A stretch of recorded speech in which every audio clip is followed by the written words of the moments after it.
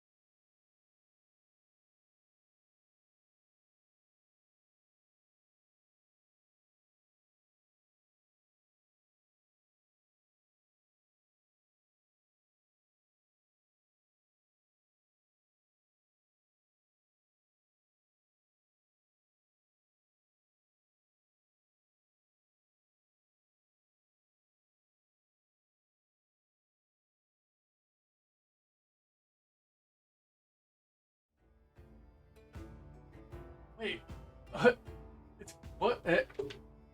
What? Wait, is it working? I feel like this is how I should start. Every stream is like just it's a plea to the gods. It's like, is this working? There are many things which I'm seeing, which are not actually working right now, like the things at the top. The names, we ball, we go. What's going on? Gorish, I see you in chat. What's up? I am Valiant. I am part of the Dragon's Lair Barbarian. Here for a Baldur's Gate 3. I played a little bit in my free time, and I'm going to continue my solo campaign. Just kind of getting a bit of leeway on this now. We do have a D&D session 0 later today. We get to meet the new group. We're going to be playing Curse of Strahd. So this is the first time actually. A little bit later, in about 2.5 hours ish. I've never actually streamed a session 0 before, so it'll be very interesting.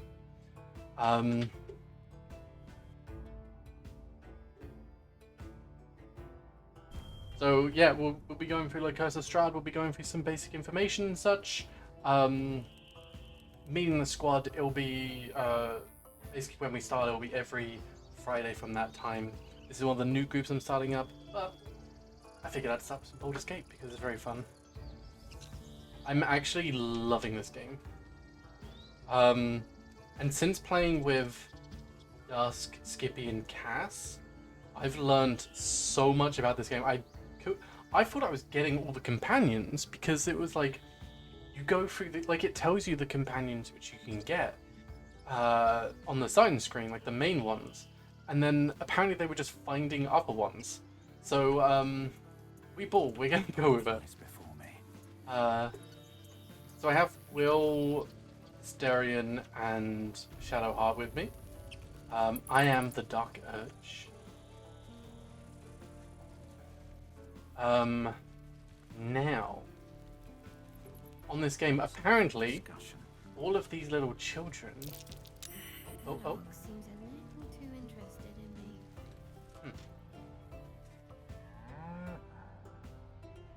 All of these children can apparently join your team in your camp. I don't know if they can be fighters, but we can try. Fuck yeah. We don't need any fucking spells to give us advantage. Something's off.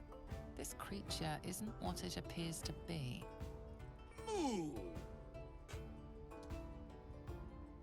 don't understand what this is.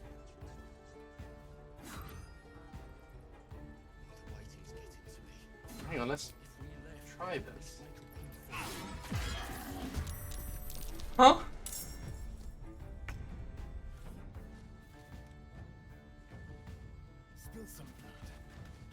I'm gonna reload. What is it? Oh? There's a shapeshifter's boon. Oh, shapeshifted or disguising yourself, you gain a 1d4 to bonus to all checks. Okay. So what was that?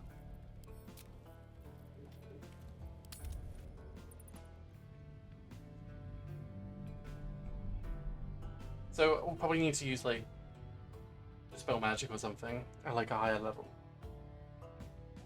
It's good to know.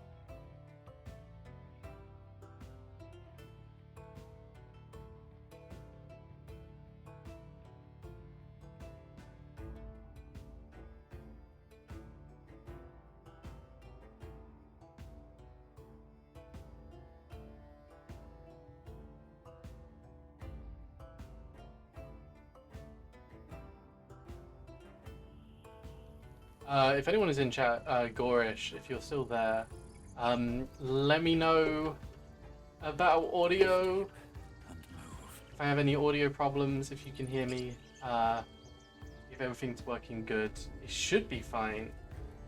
I've had the last few streams, we've had like problems with it, like not recording, not saving, stuff like that. Seems like a good moment to talk. So So I've been messing around with some of the systems. I swear that officer's gaze has followed me. He stares right past you, as if you're invisible. You see nothing out of the ordinary. As you turn back, the child slips between the rocks.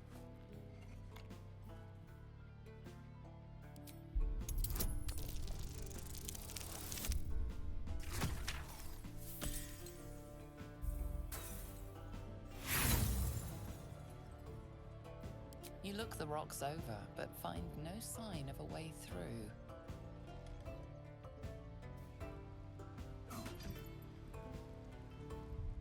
We want the good start. Let's start this. Let's start this off right.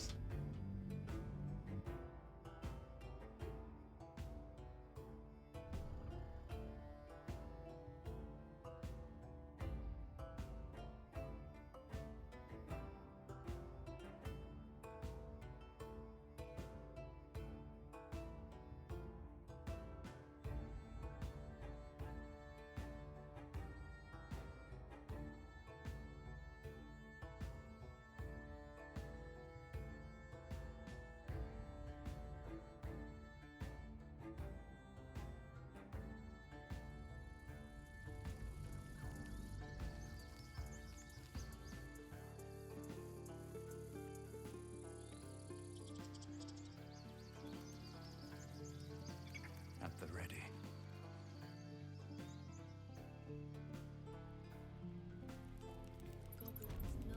I actually forget what I've done in this game.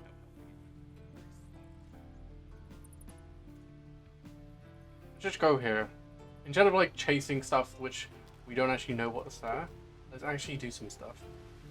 There is a bard around here. I think up here.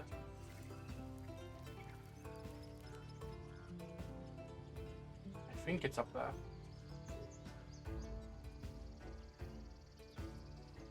Please, let us through. Let my daughter go right now! She's a thief, hell spawn, and you will wait for Korga's judgment. Now Hey. get back! Oh, is that the gate? Fuck Let yeah. me through, Ragrasham, or I'll This rip is your my throat out. single playthrough where I'm doing the Dark Urge. We have the session 0 today, which is why I didn't want to like bring people in and then need to have that whole like switch around.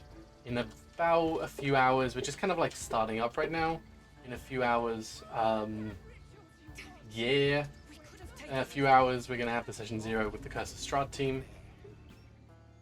Come, Magrin, give him a chance. You, Uh, get back! Just checking. I was asking before, but like, is audio okay on your end? And Dusk, I wanted to ask, where's the bard? I can't find her. The tiefling bard. Keep back! Force my hand, and I'll show you its claws. A moment, Giorna. What? Oh. Oh, Last understand. few streams, I had a few technical You. issues. On the debut Apparently stream, Korga wants to my see you. mic didn't. go ahead. My mic didn't actually save. So all the other mics, all of your voices can be heard. My voice wasn't heard. So a lot of the clips Just now, no? aren't With really those usable. goblins? A few questions, if you please. Right. There's no glory. Now then, how would you describe that particular batch of goblins? Size, nature, distinguishing qualities? You search your mind, successfully recalling various details of goblin behavior.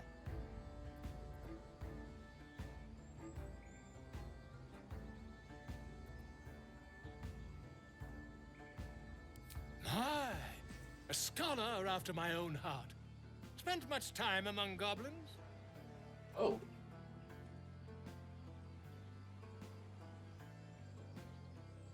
Student of the page. Uh-huh. I've always preferred experience to the second-hand accounts of lesser men. But to each their own. Now, I've a few more questions, if you don't mind. And the dragon they had marching in the rear, was it of the brass or silver variety? Brass or silver dragon would die a million deaths before allying with goblins. Witnesses noticed a red dragon marching at rear. Fighting words. Last question, then you'll be quite free. Did the attackers Oh, rally to the absolute is that my and hat? fell upon the gates? Yes.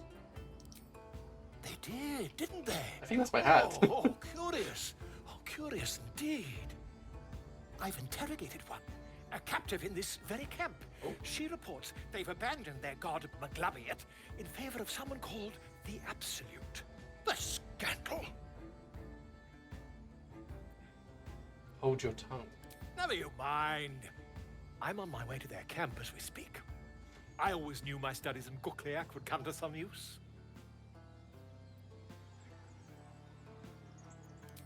My friend, every story benefits from a dragon. Until we meet again.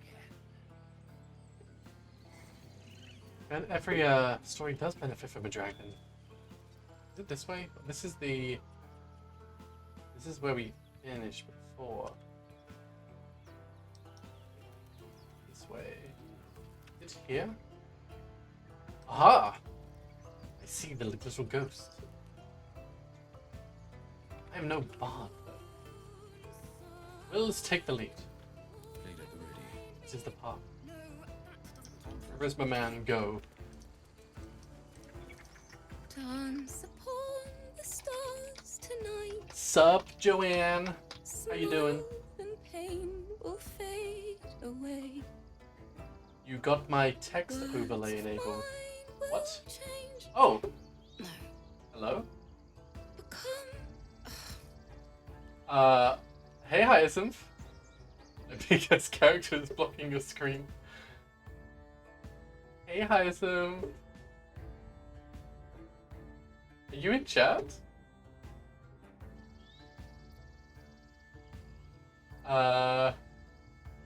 Dance upon the stars tonight. What am I doing? There you go. Sounds a little unpolished. change? No. Damn it! This grove could become a battlefield soon enough. It's not time for music. There's no singing voice that could save those lyrics. You No, alright? I'm moments away from a grisly death. How are you doing, buddy? Bloody song! Doing can't- good. So we're doing Nothing Baldur's Gate fits. right now. We have a No. session 0 a bit later. This is the first time I've streamed a session 0. But we have the new group starting with the Curse of Strahd game. And we're gonna see how it goes.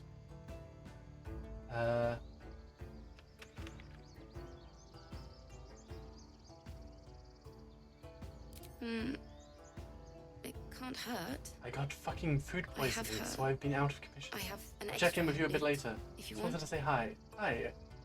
How's the food poisoning going?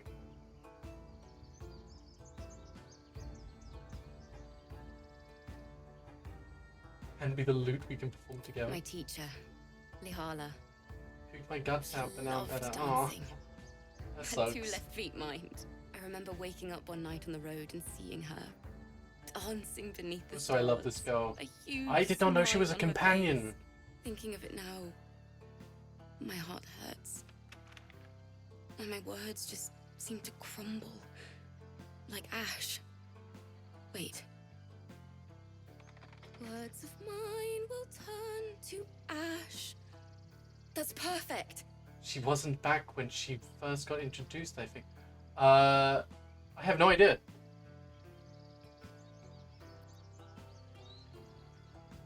Perfectly awful.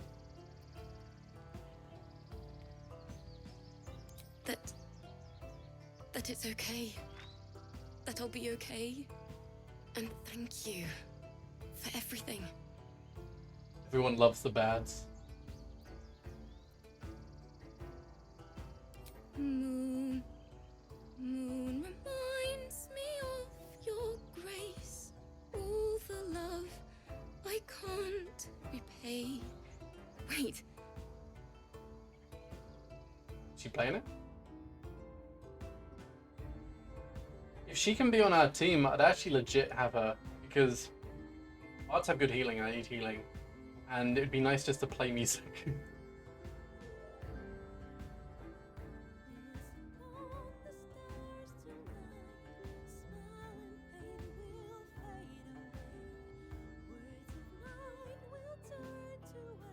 Why's it gone so quiet? You are so mean for not answering my question, by the way, Val. What? Bard best class. Also, Astarion's kinda. What? Anyway, I hope you're having fun. Are you going to play Phasmo again at any point? Because I want to make it there. We didn't play Phasmo on the stream because we were having too much fun playing Garlic Phone, I think. And then we jumped right into Boulders. I do want to play Phasmo. Yeah, we will work it out. It's because you want to say Phasmo for me, right? Of course, of course. I knew you wasn't watching, so I decided to save the comedy gold for especially when you're around and when you could join.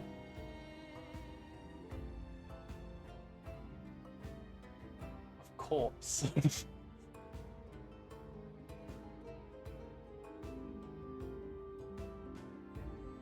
Oh, you know what? I kind of ship Will in this bard.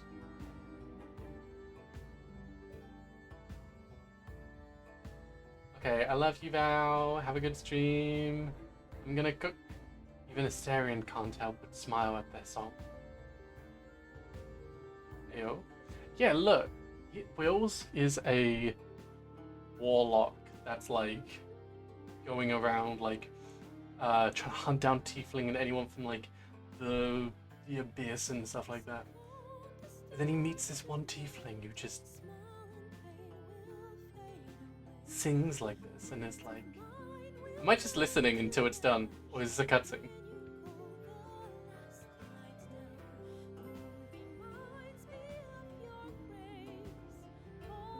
I feel like this is on a loop.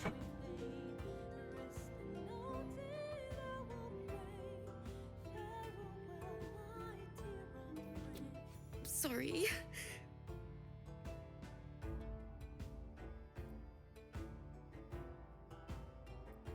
As much as you need. I'm a shoulder. She'd have said the same thing. Howdy. What's going on, It's the Elrico? first time I've played since Lihala died. My teacher. She was playing her lute. Actually, before I go, Val, what's your character? Didn't I hear am the the noise Dark coming. Urge. There was so much blood. A Dragonborn. I'm a fighter. I can still smell it. Because I have a build in mind I want to try, and fighter just kind of works for me. Barbarian's kind of draining a little bit for me in this game because I found out mechanically it doesn't work like I want it to work. So I didn't have as much fun playing Barbarian. And I like Karlach on my team, so having two Barbarians kind of like fucked me a few times.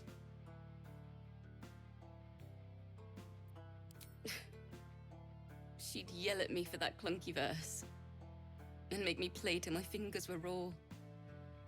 And that's exactly what I'm going to do. Finish the Weeping Dawn. For her. I've a long way to go. But thank you. I needed this.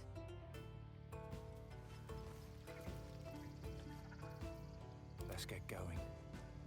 Of course you're playing a Dragonborn, no Half-Orc.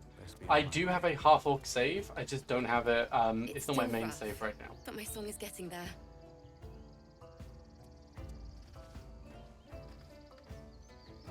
What song's a favorite?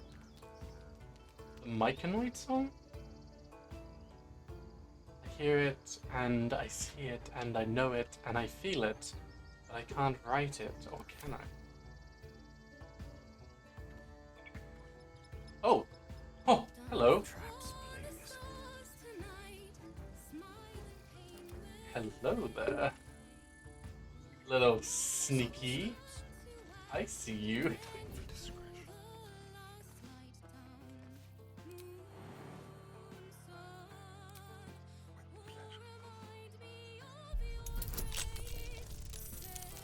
Myconid songs are funky.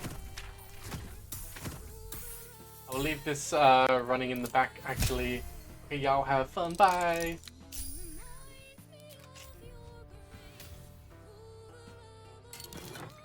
Oh! What? Is that a pirate? When you inspire an ally using bardic inspiration, they also regain hit points. But it's a cowboy hat. I'm not a bard, but I want the hat. Hey, Asterion. Nice. I dig it. Let's go, cowboy gang. Quite aware. The trick of hiding chests by cameras.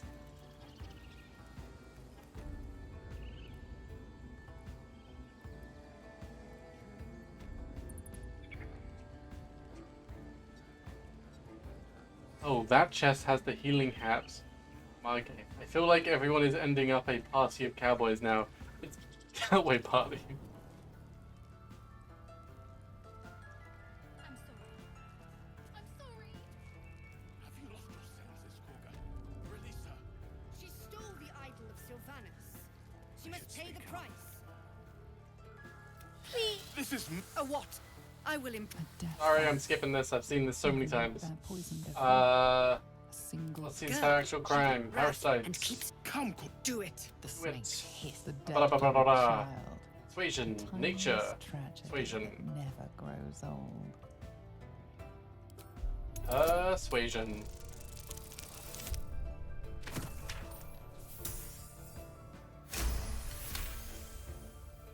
Very well. She may go. Break your word, and my serpent. Out. Thank. Halcyon isn't. Blah blah blah blah. What do you want? I know that look. You're wondering why I was in pain before. Let's just clear the air about that now. It's random. It's just an old wound that hurts me from time to time. Nothing to be Oh, my concerned friendship with her reached a certain level. about. It's nothing to do with the tadpoles, at least. In case your imagination is in danger of getting away from you. It's just something I have to live with. Quite a lot, if I'm being honest. But it always passes quickly, so I can manage.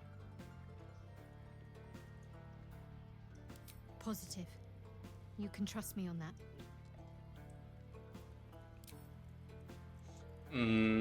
I want to talk. I want to talk to you about all that's happened to us.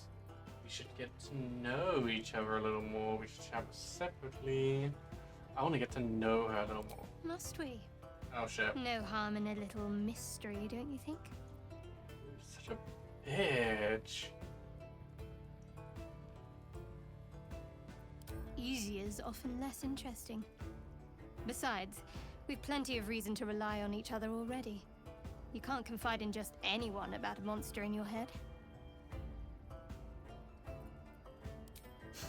Sweet of you, but don't worry. I'm sure you'll get to know me just fine by traveling together. No need for interrogations just yet.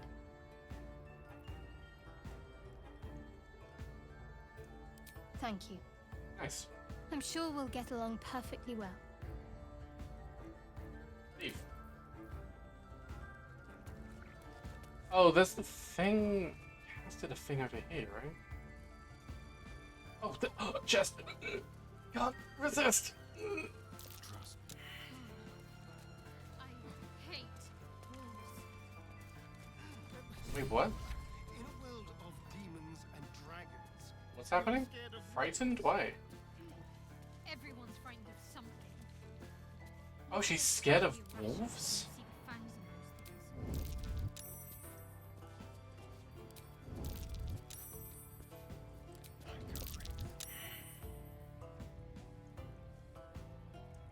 Oh, they're right there. Hmm. Best keep your hands to. Okay. Just like all the time. No one stopped me yet. Is this the loot goblin? I suppose you've noticed I'm not terribly fond of wolves. They're ravenous predators with fangs like daggers. It's hardly an irrational fear to harbor. You've been decent to me so far. Maybe if you can, don't make me face any more of them. At least, not alone. Thank you. I had a feeling you'd be understanding. Oh, she's nice. Who would have thought? Press ahead. What's up for discussion? Does that hurt? I see you. Just give me a moment. A moment. This may be cat. There. It's up to her now. Life or death. Now, what was it you needed? What was it you needed? I need help now. Just be glad my bedside manner's better than yours. Come here. Let's have a look at you. You seem healthy enough. A bit tired around the eyes, maybe. No good way of putting this. I got a tadpole in my head. A tadpole? A mind flayer tadpole? I didn't say a mind flare. I'll do what I can. Come, follow me. I might be able to help. We need to be quick. This way. Not a mind flare tadpole per se. It's more like I was fighting a frog dragon, and then all of a sudden it decided to fucking sperm in my eye. Let's sneak over here.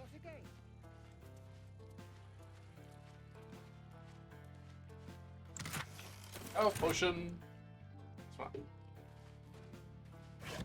Mine. Mine. What? What kind of Loshk? Can't reach it. Don't tell me what to do.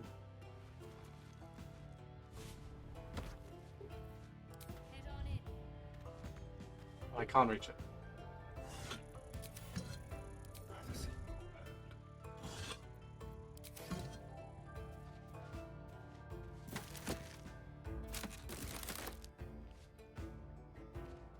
Oh my god, they're standing right there.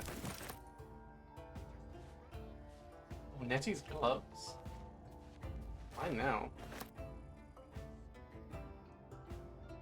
Druid notebook. It costs us the land. Darkness has fallen and corruption is everywhere. Chased by shadows, picking off druids and harpers alike. Our wounded were safe. I returned, searching for survivors. Lost, but I found his shade. I put it to rest and took his glaive. Oh, it's a poem. Yes, please.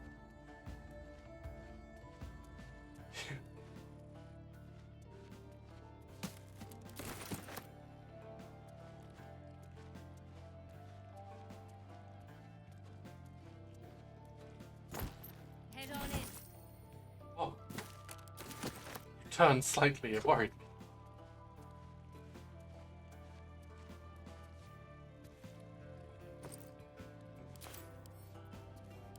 Where's objective decision. Everyone's gonna go Where's that blood? into there, Never mind.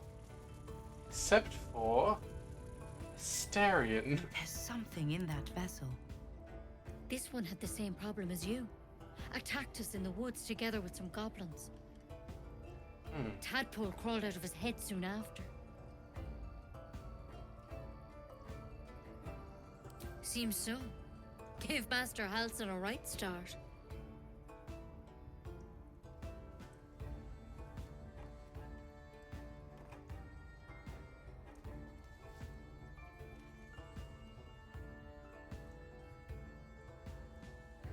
It's why he joined the adventurers on their expedition.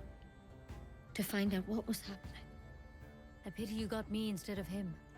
He understands these things. Studied them. Still, we have options. You don't have to be here for this. I'd like to stay, if it's all the same.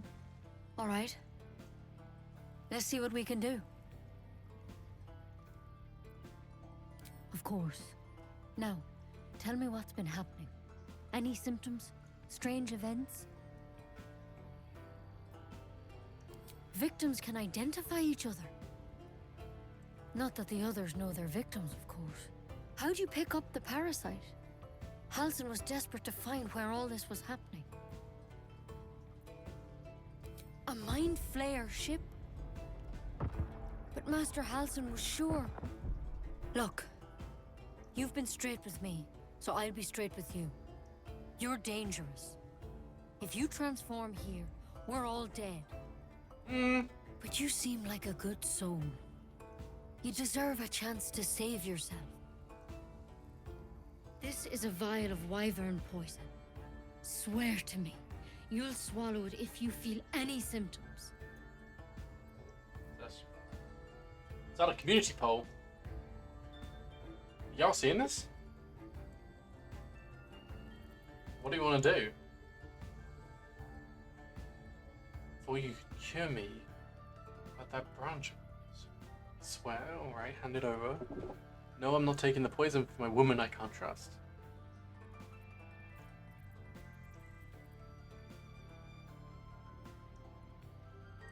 Is this connecting on Twitch, Field Review? The thorn? Coated in a fatal toxin. How do we vote? It was Did a it come last up? resort. In case I have a cure. Only a way out. I may not have I'm sorry for misleading connected. you, It should be but connected. There may be a problem Now. with it or something. Do I have your word or not?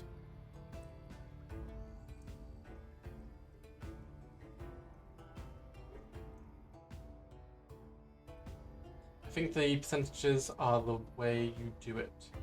Yeah. It should be. I'll work out how to make the voting, because I've seen other people do it. It might be that the Twitch isn't actually connected up to this yet. Like it's connected up to Twitch, but it may not be connected to my account, something like that. I hope it doesn't come to that, but thank you. Here. You know, I've spent my life treating folk and never once saw a Mind Flayer infection. Then suddenly, there's dozens of you. Maybe more. Master Halsin and I were tracking them, studying them, trying to figure out what the hells was going on. Because you should all be changing. There should be a small army of Mind Flayers out there. But you're not. Weird powers aside, you seem perfectly normal.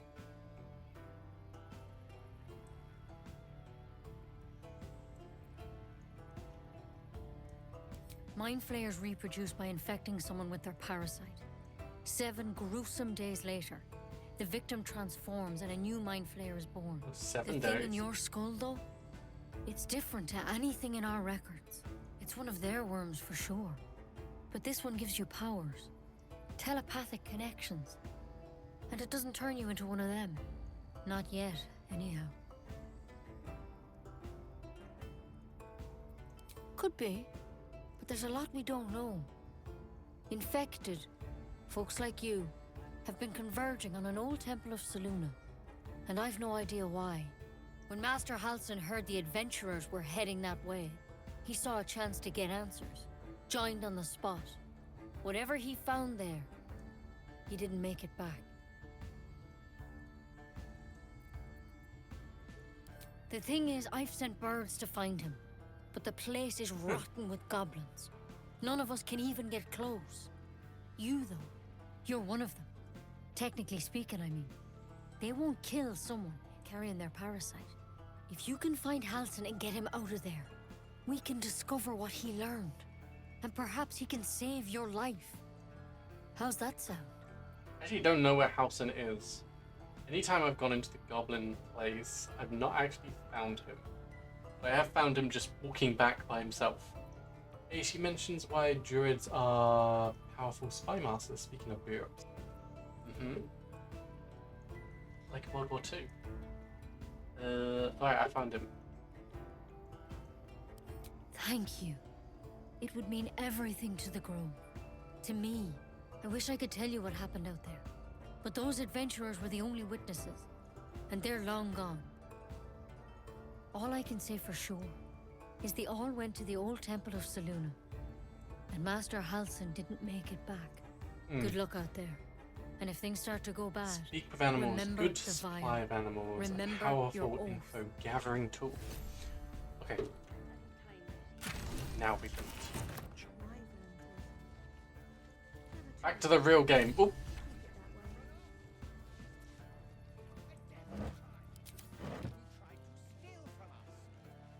Yet she failed. That's what matters.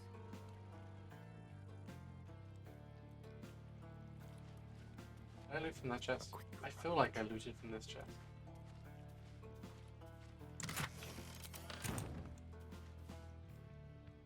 Let's just bring everyone together.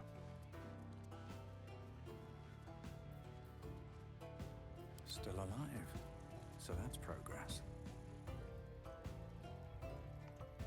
Very well. Oh, hang on, I can do something over here. Seems like a good moment to talk. I'd like to go through the entire game and get like a real game. Go on. There it goes, Luke. Say it. You think I'm a monster? I'd like to get all of the companions in a single save. Monster. Too kind. A demon, more like. Yes, you would say so. I know your kind. Can you get her as a companion? You see only villains and victims. A viper bears her fangs defending her brood. I call her mother. You call her monster. No matter.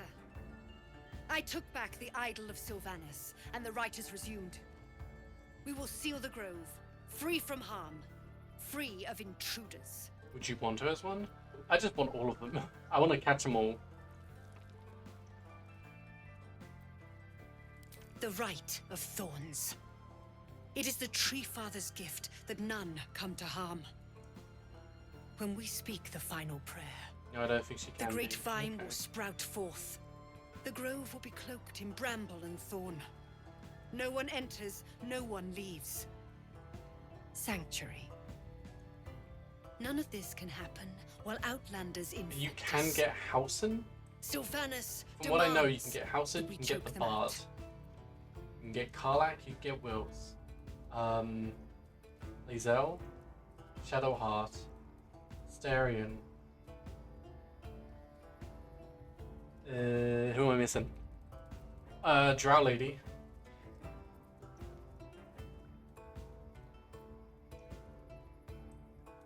I am First Druid now. I protect the circle, whatever the cost. You showed great mettle at the gate. The mettle of a skilled sword for hire. You can get the to dog provide your scratches. services to the tiefling leader. Zevlor You get is called. Volo. Offer to guide the Outlanders out of the grove. And you said you can get the children. I'm sure they'll reward you well.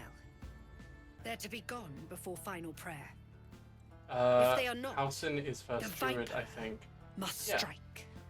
I think the way it works, I haven't got this far yet. You do offer like, hey, join our camp, and he says, you know, I will, but like I have to do this first. And then you go to the tower, and I think the idea is he joins you afterwards. And join the camp. Yeah, I want to. That's the goal, to get positive interaction with the kids, and with the bard.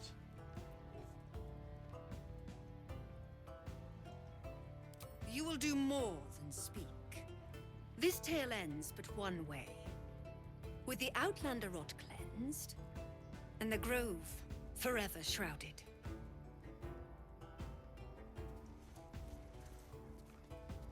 Yes. Who dares? Oh, that's interesting. The snake has those same markings.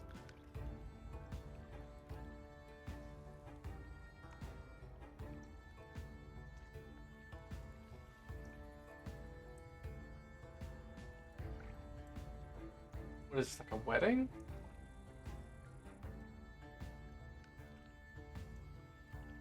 And this is like the end game movie thing. Movie booster. So they went to like Thanos? Seems simple enough. And then at the end they got married.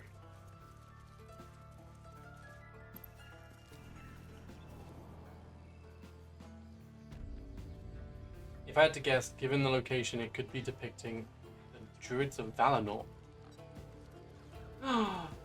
Hey, little piggy. Ow. What's this? This little thing here. I have this marker here. Is that just a marker thing, or is there something I can do here?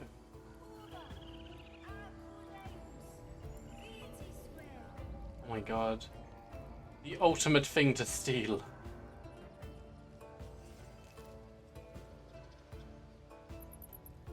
Before I go and friend a bunch of children, you can steal the idol. Yes, and then there'll be combat. I've tried a few times.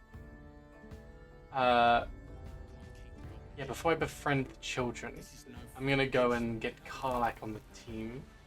And then set up my team for optimization. Oh, hang on. That's money. You. Hang on, wait. Do you, right?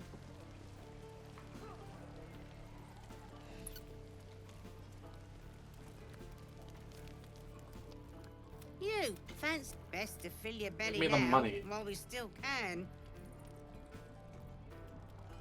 You've been on hard times too, huh? Look in your eyes says otherwise. Here, have more. We'll need every bit of strength to make it to Baldur's Gate. Trust me. Aww. I got 2 bits of gruel. We'll be leaving soon. Why does it say she's a... Why does it say she's a merchant? Hello, Petal. Need anything? Any lotions or potions? Show me your wares. Hey, bother. Come on, money. Starion, what do you have to sell? Ever. Spoon. Oh, they're just gloves. They're not anything special. Ring. And that's about it. Take care. How long until Roland shows off his thunder wave? Depends. How many people are dumb enough to ask? Who is this? Let's move.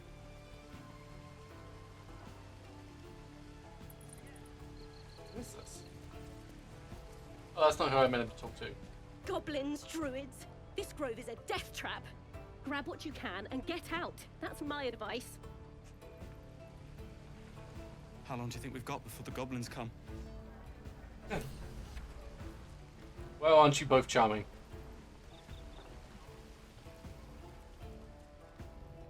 Okay, let's get Karlak, and then we'll do a bunch of this stuff. I think she also has, she approves of a bunch of, yeah, she approves of all the helping tiefling stuff.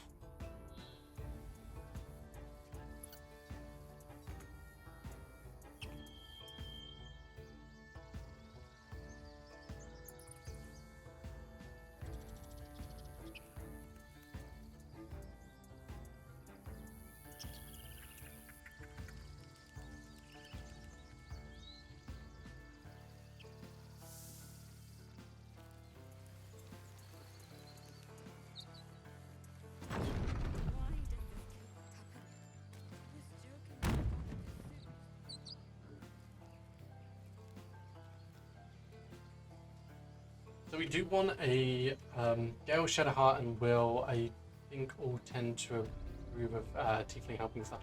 Yeah. Well,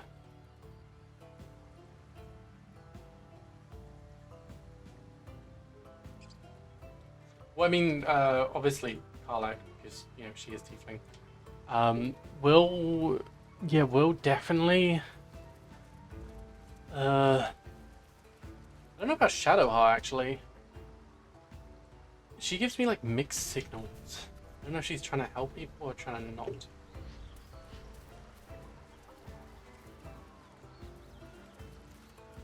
you wondered what people will say when they find out the monster hunter is becoming a monster.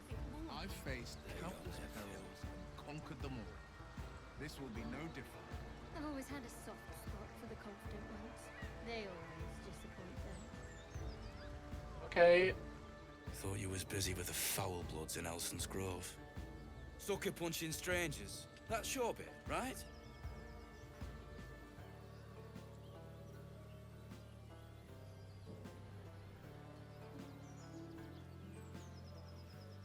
Wasn't any of your business, though, was it? Didn't think this contract could go any worse. Then you showed up.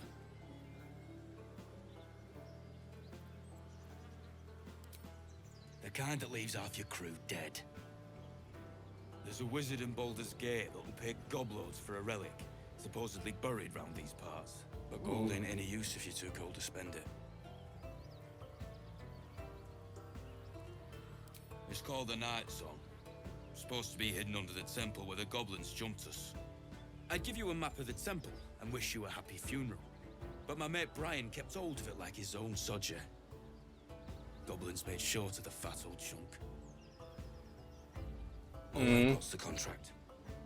Can show you where we turn back, if you feel like dying.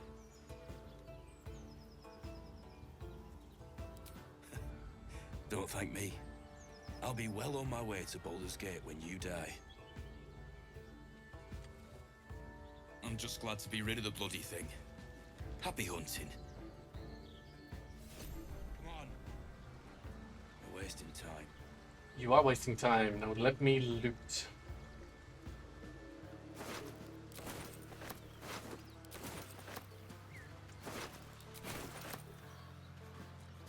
Okay, so optimal team.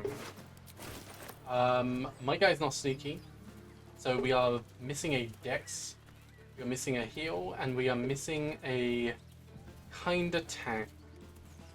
We actually don't have much magic either. I think this is where I came before? Yeah. Here's our next companion.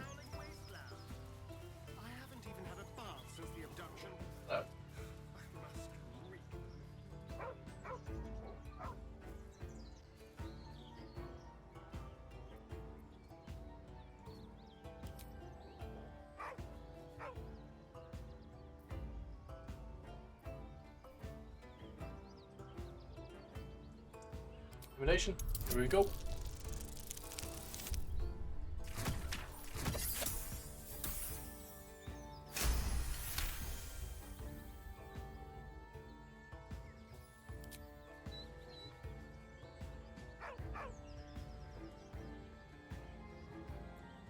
Around his neck is a collar etched with a name. Scratch. With a deep, heartbroken whine, the dog bows his head. He whines, but remains rooted by the corpse's side.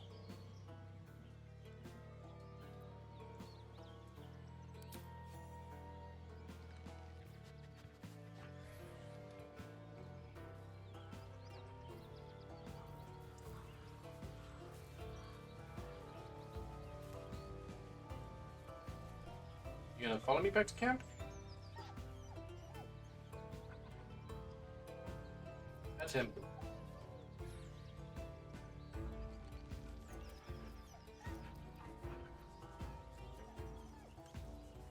Leave him to his sorrows?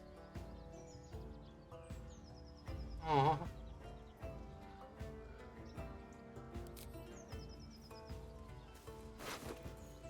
Whoa, personal note, soft letter, tough letter. Okay.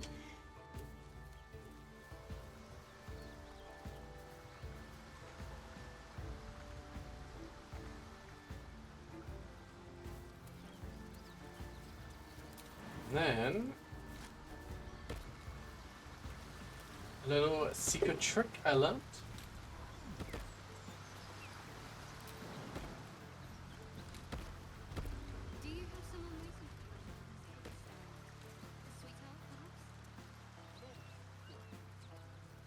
hang on. Up here. You must be eager to get back then. Slimmer pickings out in this wilderness. What is this? Wet? Why is Astarion wet?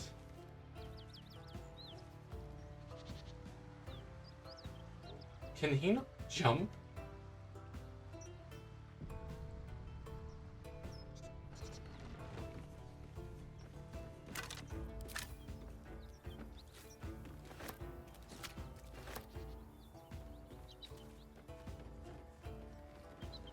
Open up.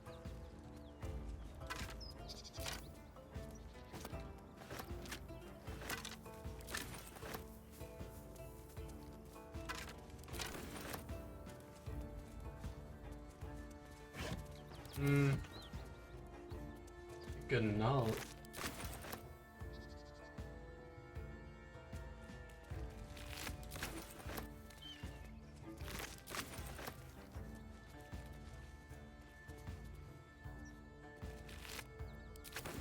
What the fuck is Astarion doing? Is he scared of water? Nothing we need to worry about. Did that worry you? I'd give it a bloody good fight, that's for sure. Anything you give a dragon is a bad guess.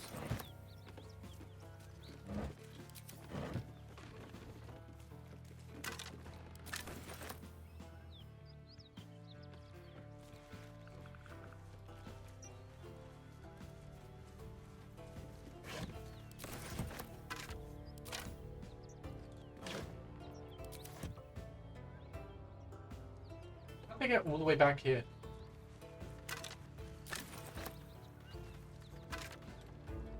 Is the vampire scared of water? I mean, it really isn't coming.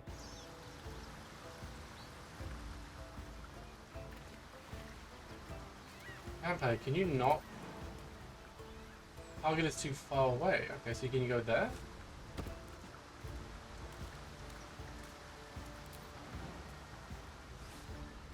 It's not holy water, come on. Come on.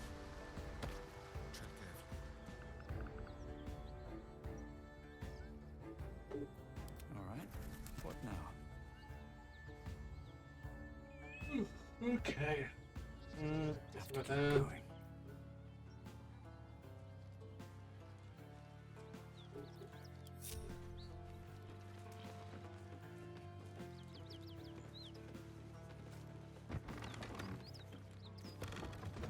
Cursed to put my hands on everything. Hello. Housekeeping. Who's there? Please, keep your distance. You're welcome to shelter here, but we've grave injuries to tend to.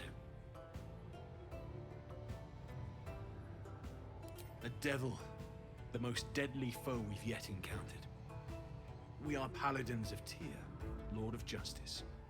He sent us after an infernal being, straight out of the Nine Hells, hiding in the form of a one-horned tiefling. One horn? Then you mean Karlak, Archdevil's bootlicker. You know her, which means you know what the Fiend is capable of. She slaughtered countless refugees fleeing the Absolute. Yesterday, she butchered an entire family without mercy. We were lucky to survive our encounter with her. This could be the work of a devil, but they collect souls through cunning, not...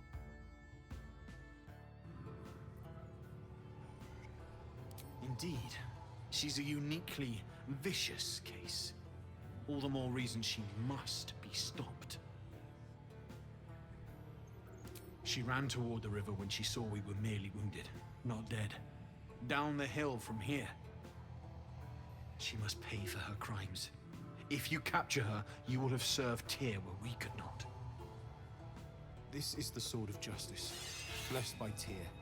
I've wielded it since I swore my oath. It's all I have, but it's yours if you stop her. Bring me her head, and Tyr will consider her crimes repaid. As a paladin. May the just God guide you. I also Astarion? I have an idea.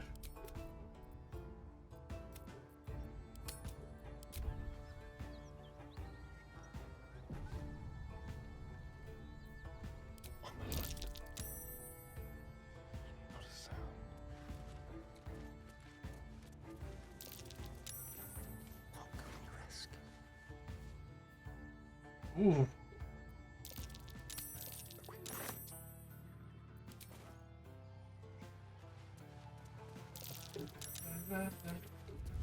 Oh my god! I seem to have misplaced my. Interesting. I did not. Nope. Nope. I did not see anything.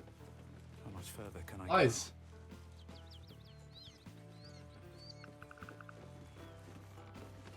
Eyes. There's a pickpocket operating nearby. You feel the arrow of suspicion pointing your way. Why does he have his sword? Way out, of course.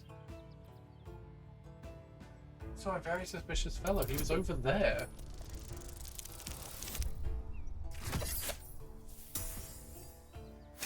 It must be the gnomes. You've been given the benefit of the doubt this time, but something tells you next time you won't be so lucky. Here seems like a swell guy, you know? And what's this, a longsword? What the fuck?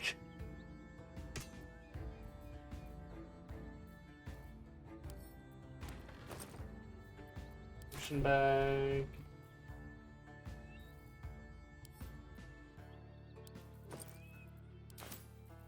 Here's my leather bag.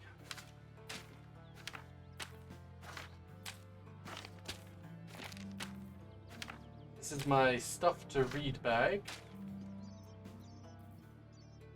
And that's potion. Don't have any potions. I guess I could take my health potions from the team. I don't need them. And the gold, which is shared fairly. Where's my gold? There. Give it to me. Where is it?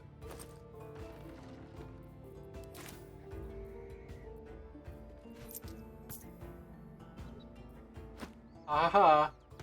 Funny, funny guys. Wasn't me this time. Stuff to reading through scrolls. He still has the magic swords in his back. What's happened? My gold is there. So where's my gold? Ah! Why is it so low down?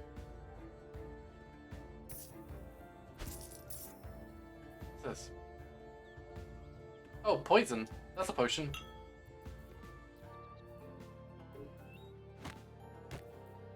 And this is my sell bag.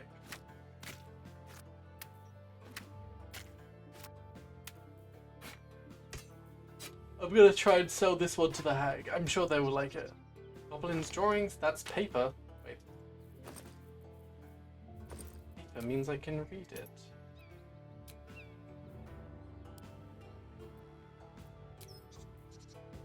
Oh, there's a sorting option.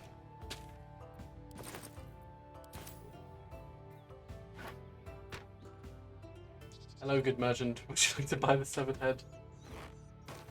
Hey, look. How many, like, we're cornering the market on severed heads. How many other people are gonna offer such a rare find? I swear.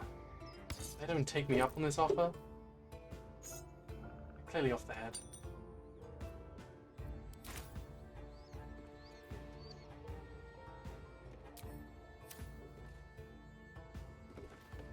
Can't give up now.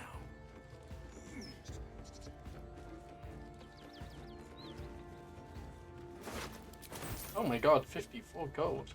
I'm rich. Never wanted the easy path.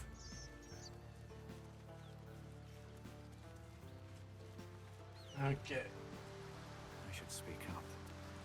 Should be the last companion.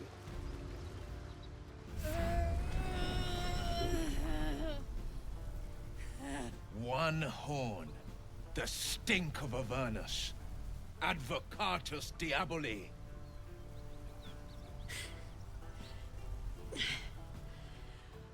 Well, I'll be God's damned. The Blade of Frontiers. Thought I'd shaken you for good.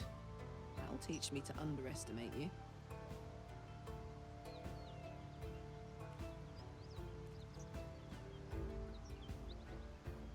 There's no natural flames per to fight. Tell me once, what is it like to know you're about to die?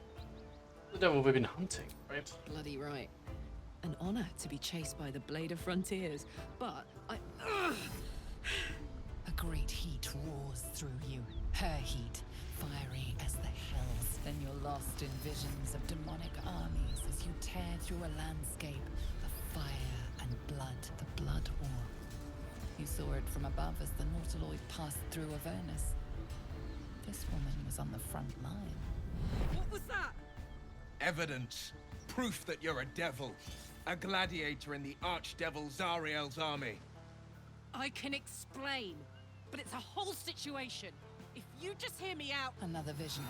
Karlach's blade raised, slicing through devils, Zariel's servants, as her eyes dart around, seeking escape. Her rage and desperation seep into you. She is a victim of the Blood War, not an agent of it. She's trying to trick us. Don't believe her lies. You saw the truth. I never wanted to serve Zariel. I was enlisted in her army against my will. Forced to fight, and fight I did. When I saw an opportunity to get away, I took it. Finally home. Or near it, anyway. You served her. That's enough to damn you. Stand down. You don't know what you're saying. You're asking me to trust a devil.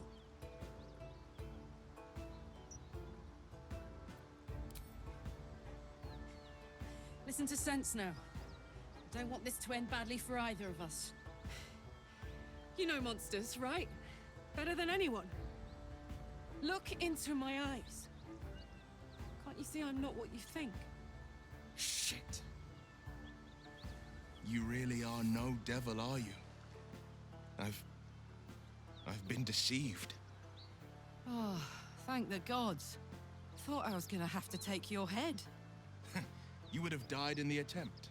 But there have been enough threats today. Truce then, eh? Aye. Truce. I'm Karlach, but you already knew that. And you are... I'm the Dark Urge. Well met, soldier. Nice to meet a friendly around here. It's been tough going so far. I may not be a devil, but I can put the Blade's reputation to work. How would you feel about helping me kill some evil bastards? Little background if your moral compass needs something to point at. You already know I fought in the Blood War. I was good. Really good. It turns out I've got a knack for killing demons. That made me a valuable asset. Zariel, the archdevil herself, made me as her personal attack dog. I played along until I could get the fuck out of there.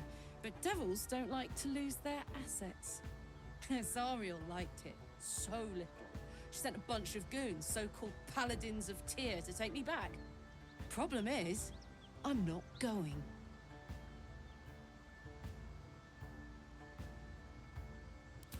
Fuck yes! They cornered me outside the toll house just up the hill. Doubt they've gone far after the scorching I gave them. Then we can work on evicting this parasite and take Faerun by their short hairs. Sound good? I like her. She looks like she could throw me over her shoulder and carry me to safety, should the need arise. I'd hug you if it wouldn't scorch your skin off. Hang on though. Looks like you've got enough backup at your side. Not sure there's room for me. I'll catch up with you when it's time to camp for now. But don't get to any of the fun stuff without me. Yeah, right. Honestly, I think the fire actually does. What am I doing? Fire almost makes it better, you know. But why? You've been witness to a pantomime, I'm sorry to say. And I've played my part all too poorly.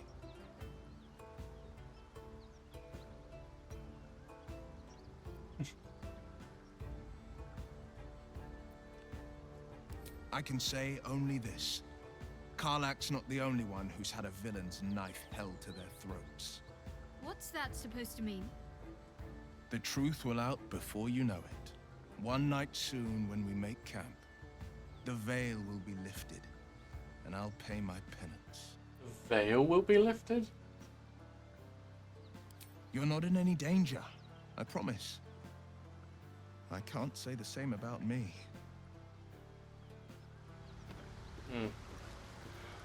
Okay, now we're at a weird impasse.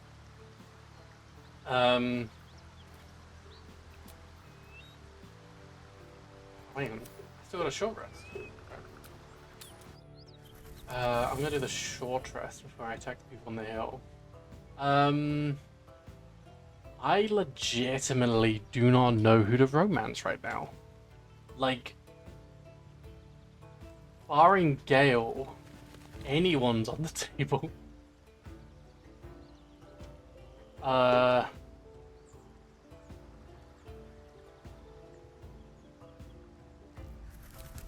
actually have no idea. No damage? What the fuck? No damage?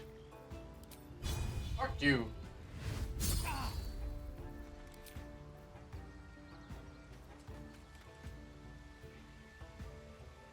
Do you want potential forewarning, or is that completely blind? On what? On Withers? I mean, I can romance him. We meet again, as predicted. I shall be here in On my story camp things? Sure. whenever thou hast I know need some of my services. characters have more fun, and some characters like Shadowheart refuse that fun from the twins.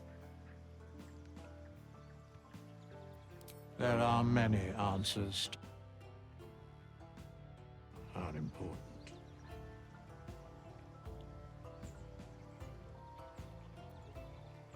Correct. If you'd like to, honestly, I'm fine. There is a thing that might happen to someone you romance. That's not the script. I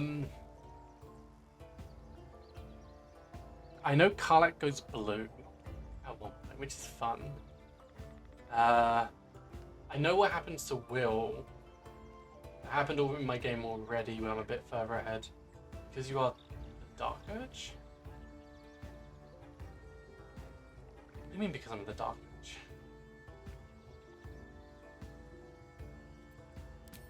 Beyond mortal realms, there doth exist an amalgamation of spirits akin to thine own, ensnared by the treacherous cult of the Absolute, felled in its name. They bear great discontentment with their destiny. For a mere pittance of coin, I might summon the worthiest among them to lend aid to thy undertaking. What? That's a higher length. Most willingly, forsooth. Their Do you want me to passions PM doth you run the deep exact for what hath details been I was wrought told? upon. If it's the Dark Urge stuff, honestly, I have no idea. If it's like whoever I romance dies, then maybe I'll romance Gale. Can I trust these cultists? Suspicion always haunts the guilty mind. My services are all that I can proffer thee. What thou wilt do with them is for thee to undertake. I do actually like this guy. should thou or any of thy compatriots perish, Voice and I will the cleave soul to body motions, the hand motions, are like spot on.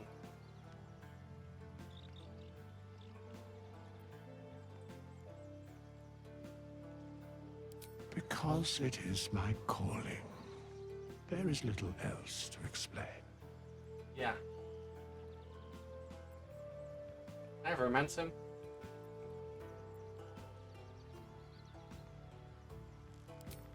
Indeed. Farewell. Oh, he'll bring dead companions back. So if one of my companions dies, he will bring them back. Like if I lose their body completely. Ew, that's unfairly. Looting. Okay.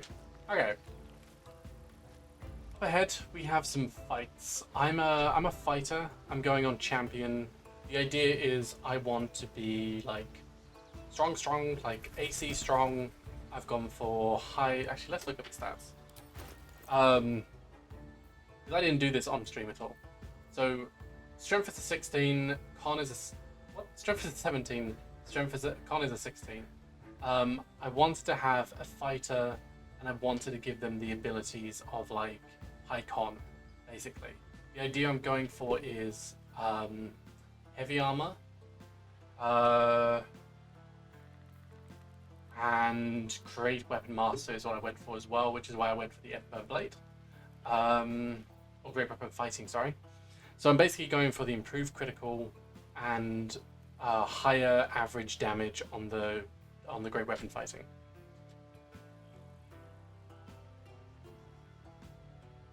Yeah, I'm actually considering switching. So what I did before, which actually really worked, is I made Lysel a paladin, and that was very good. And I think thematically, being a vengeance paladin and then going into Oathbreaker if she turns away from the GIF is very fun.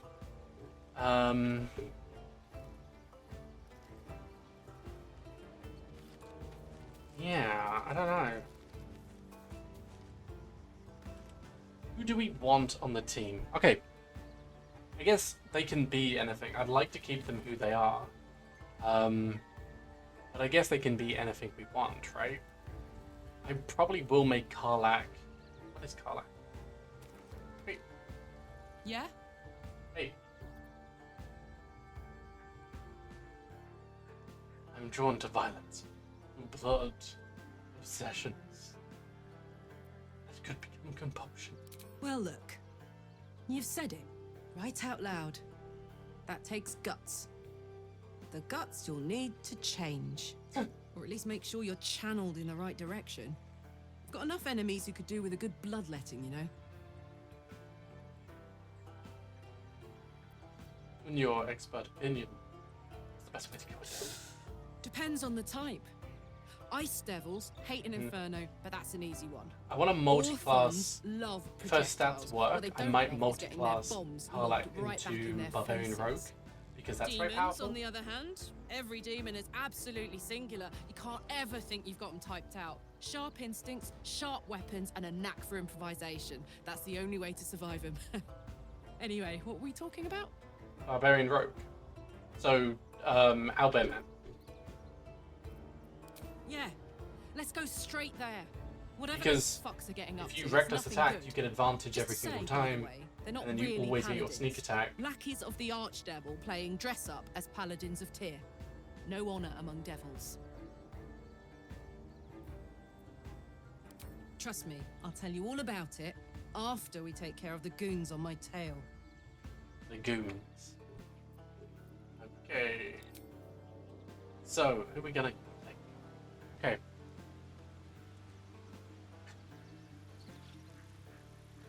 I don't have good.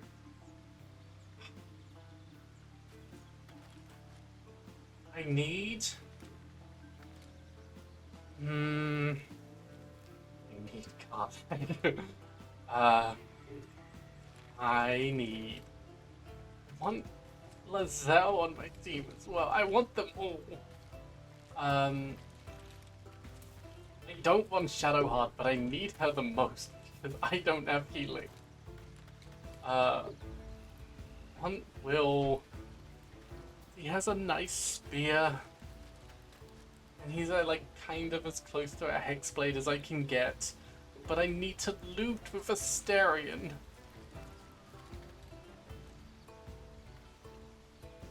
You know what? We're going into combat. If I get rid of Asterion, I can swear off looting for a while. I thought we were going to see some real sparks fly between Will and Karlach. It's almost a pity things ended so amicably. Seeing those two duke it out would be fun. I think it's better if you stay here and camp. Darling, I'm hurt. I thought we had some. Asterion respec to be one rogue and multi-class bard for healing. Play Shadowheart with Tiefling fun. I'm gonna get rid of Asterion for now. I actually don't know how to multi-class yet. I think Karlach at the very least should be on the team if we're... The plan is to kill the Paladins here, so she should be there for that. And she should be there physically for that. And the Tieflings as well for later as well. I have no memories of where I came from, or of what, or who I really am. Is this part of Cremamorphosis? I don't think so. When you level up, you can pick a new At least class. I still remember everything. In more detail than I wish. But as for what's going on in your mind, maybe in mine, I'm certain there are answers out there. We'll find them together.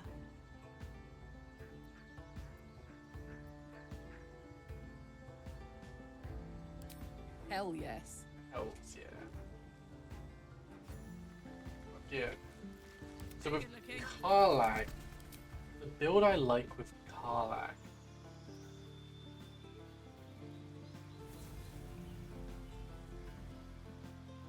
So the first time I ran this, I was I went Wild Magic Barbarian with my Half-Orc Barbarian guy, which was very tanky. Oh, add class, that's how you do it. So what do you get? Danger Sense and Reckless Attack. We need both of them. So accept, done. Barbarian level 3. So if you go Wild Heart and you go Eagle Heart, when you rage, you get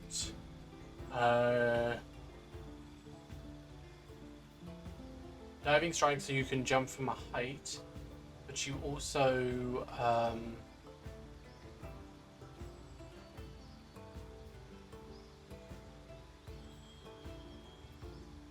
you can also like jump. It also gives you like extra movement speed, I think. And I believe when you attack, you can get away without provoking attack opportunity if you want to. I'm actually thinking about switching that for Berserk Barbarian. You gain Frenzied Strike and then Enraged Throw. You can also make improvised weapon attacks as a bonus action, which could be very cool as well. As a bonus action, you can make a melee attack with your equipped weapon. That's very good. That's like an extra attack. And in Enraged Throws, you pick up an item and creature and throw it at a target, dealing additional damage and knocking it prone. That's very cool. I thought the eagle kind of made sense thematically because eagle wings. I was thinking like kind of looking like Zariel at the end of it, and I think they get a flying speed later on as well, which is why I was kind of interested in that. Nope, gets extraordinary swiftness, whatever. So that movement speed increases. Yeah, primal stampede and movement speed increases.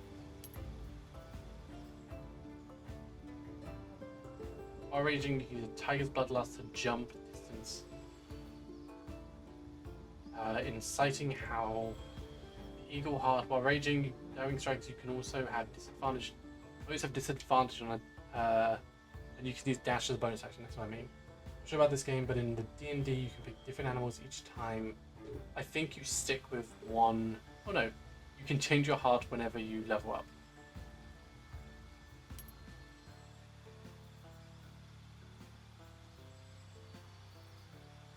While raging, you can. You have resistance to all damage except for psychic.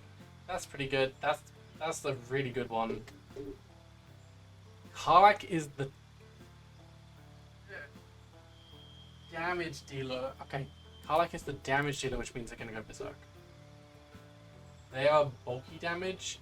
My the Dark Urge is tank, so I'm going for the high AC, high hit points, and also kind of off damage.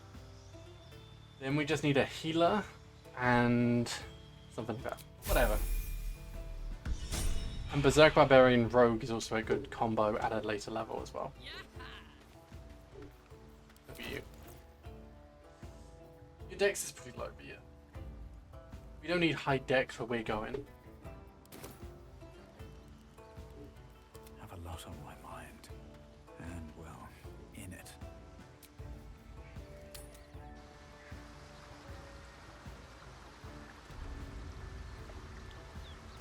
We're gonna do this, and we're gonna do a short rest.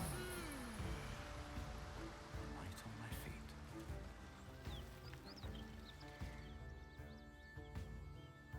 Cool. We're gonna get everyone here, and we're gonna save. Oh shit!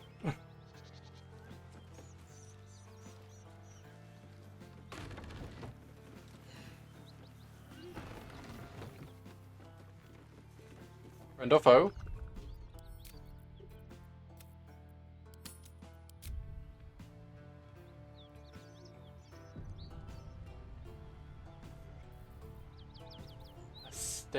Asteron's not here. What am I needed? Just be quiet. Pick a fight. The consequences are hardly surprising.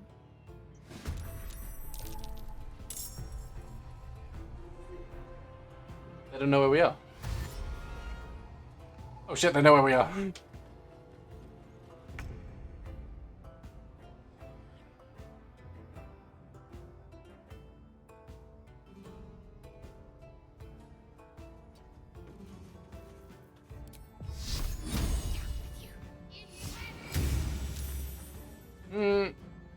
Let's just stay at the back. Still breathing, despite everything.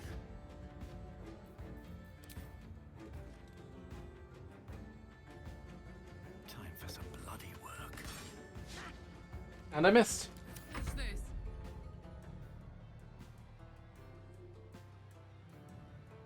I'm gonna wreck this attack. 96%.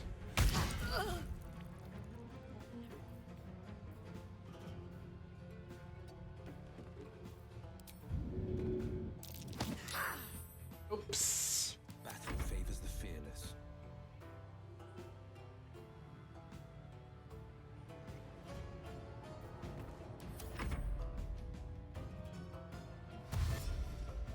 He's gonna dash.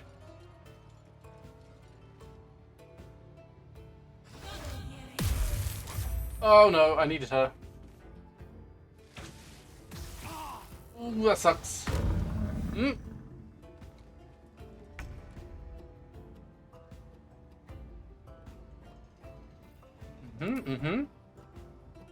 I just want to, bitch, drop the sword for me. Why did I miss everything? I only have 1 second level spell left. Nothing will stand in my way. I'm gonna lacerate.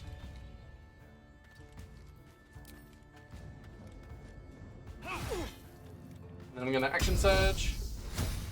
Then I'm gonna bam. And then I'm gonna bam.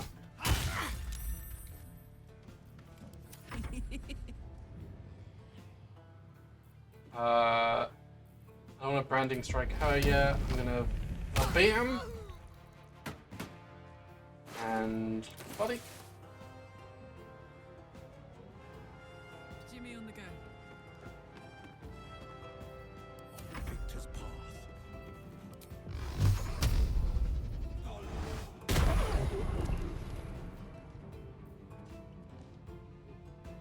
Coming through.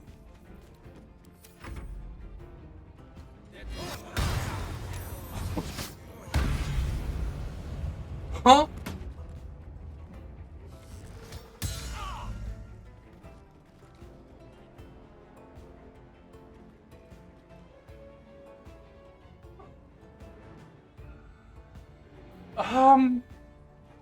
Who's next? Survival is all that matters. You, okay.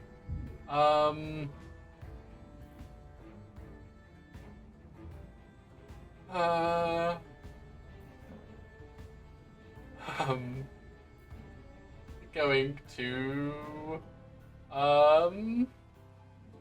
healing word isn't gonna do much. We're gonna do this.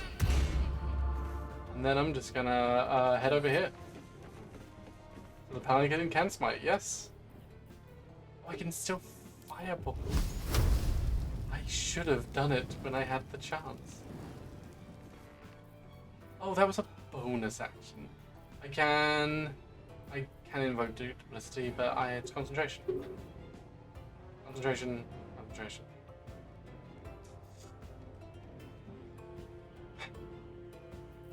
Amy. What now?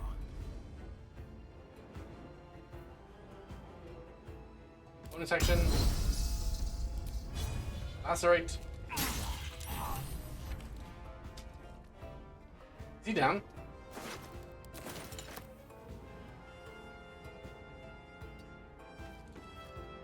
This. I didn't even need Karlach to rage.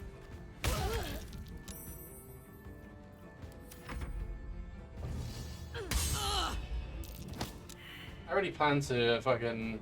Oh, you didn't second wind. Yeah, I did. And I didn't need to, of course.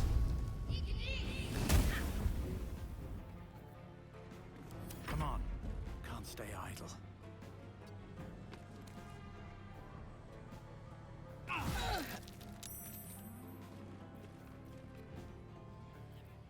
You hit the button, but you didn't hit it twice. I just had 2 second wins, I guess. It was a special occasion. You know what? We're gonna start!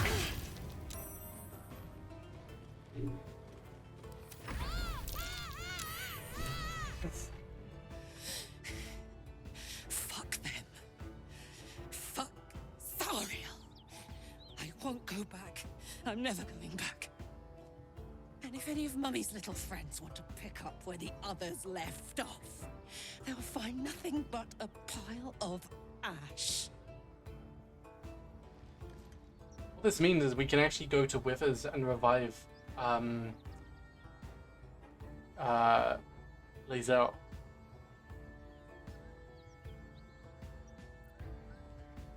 That's right, she won't. She can't. She couldn't even lay a finger. She's so fucking hot.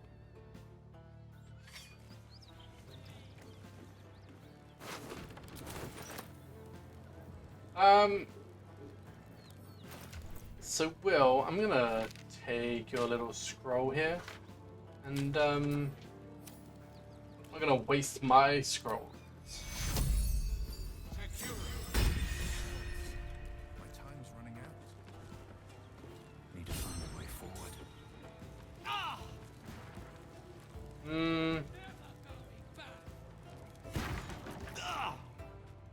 Well, maybe you should stand outside. Oh no.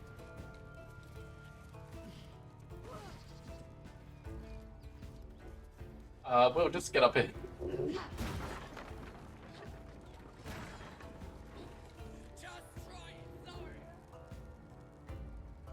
She's burning the floor and you have 1 hit point.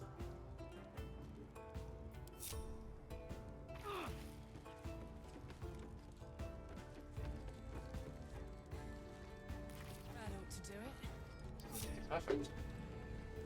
Now to loot. 2 gold. What up? I think she's burning the house down. Facing off with those ignots.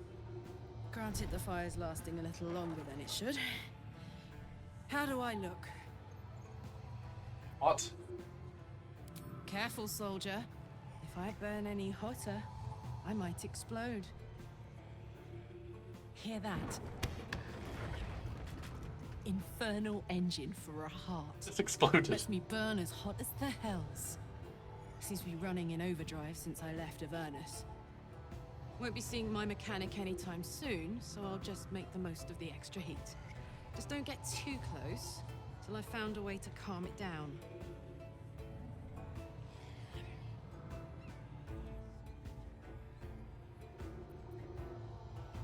Well now, maybe I could make his acquaintance. A Titan screw or two might let me keep a little calmer. Maybe even manage a pat or bump without burning someone to death. It's been a long time. Let's go find your friend before I blow a gasket. Lead on. Okay. We will do this quest in kind of reverse because I know where the ore is we need to get. So we're gonna grab the ore. Why did I get the rotten stuff?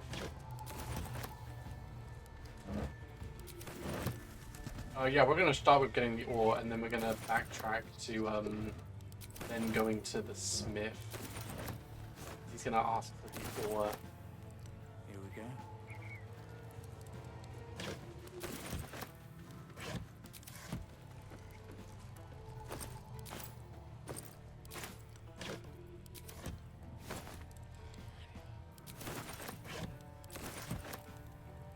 I get. I feel like there's something here. That's a bedroll. Like when I was here last, I think there was something.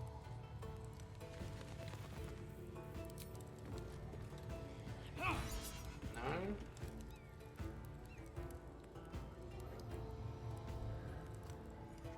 Remember there being like a secret door or something. Oh.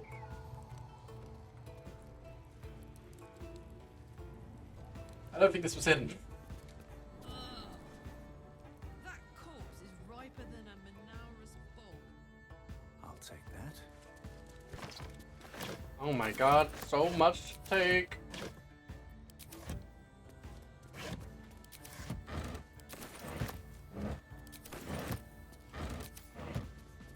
Anything of use? Oh my god, we have about 1 more hour left until we have the Curse of Strahd session 0. Oh, what'd I get? Bronze and silver.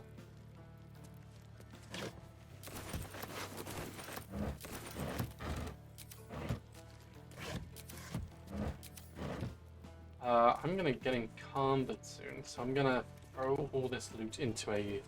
I have a quick question because I want to see the joke. The joke can be done. Can you try to equip the baguette? Ooh. I wonder.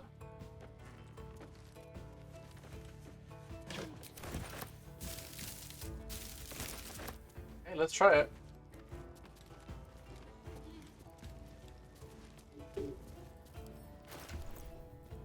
So sword away. We're gonna pull out a much more powerful weapon. Mm-hmm.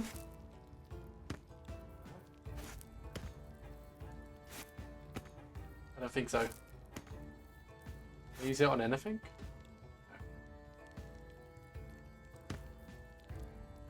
No. I don't think so.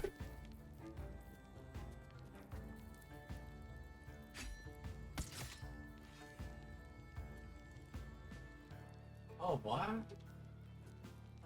This is a plus. This sword does less damage than the Everburn blade, but it has Tear's protection, which lets me get a +2 to AC. Versus can't do a bread wizard. The unbred.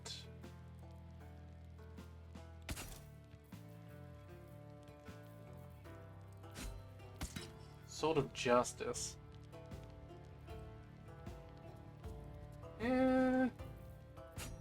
Maybe let's run with this for a hot second.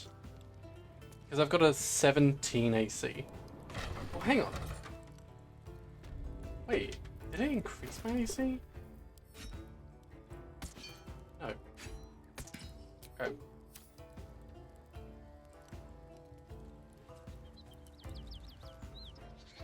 What's hiding here?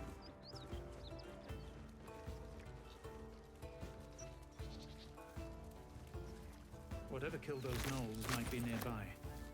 Careful.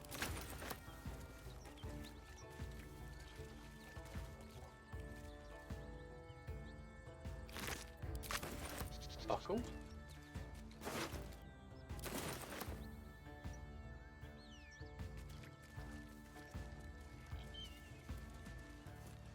This can all be looted.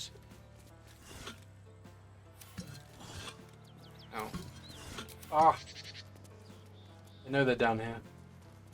Oh wait, hang on, I was gonna long rest. This is important.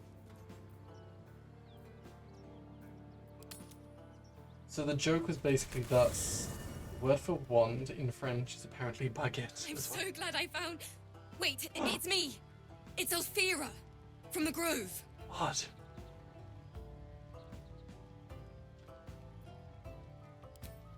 I'm sorry for barging in like this, but I had to come find you. You've, well, inspired me.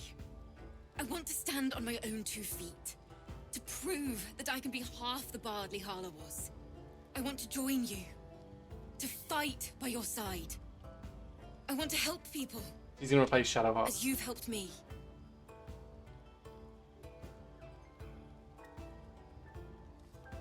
I've been running since El Turel. And when we finally arrived at the Grove, we found danger there too. Unless I hide away from the world, I can't avoid it. So I'd rather face it head on. With you.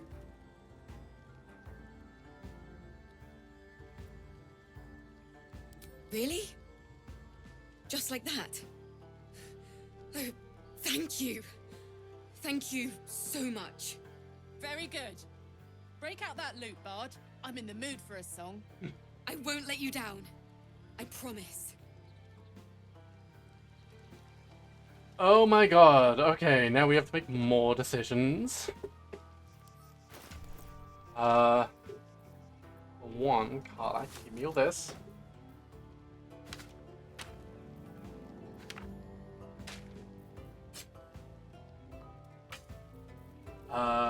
Okay, so what is it? This is my bag of selling stuff.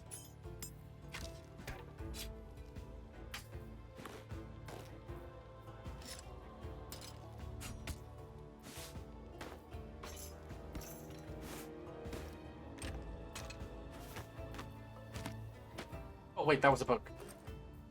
Oh wait, I can't keep every book, just notes. That's potions.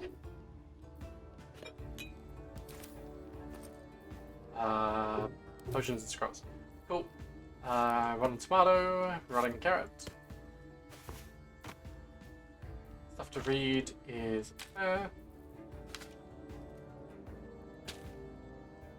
I'm pretty sure we sell this, right?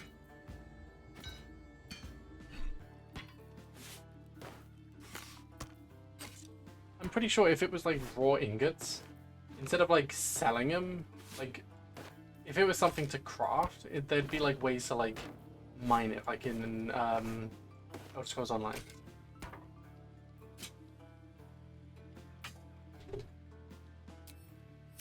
There you go. Okay, so now we talk to Shadowheart. Seems like a good moment to talk. Karlach's temper is a sight to behold. Oh wait, Something the matter? yes. Wait for me. If you're sure. I'm sure. Fine. I'll be here whenever you rediscover your taste in company. And now the bard. I can't wait to hit the road.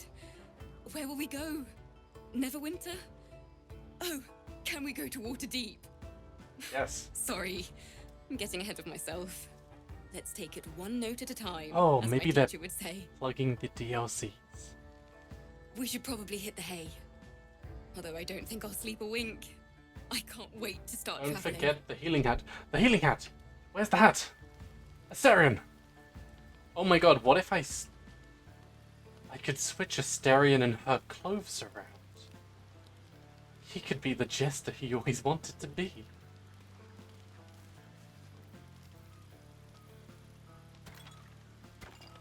I'm gonna save my wine.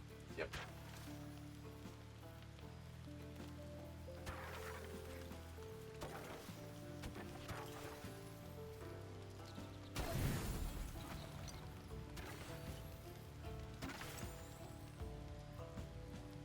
One more healing. What does that do me healing?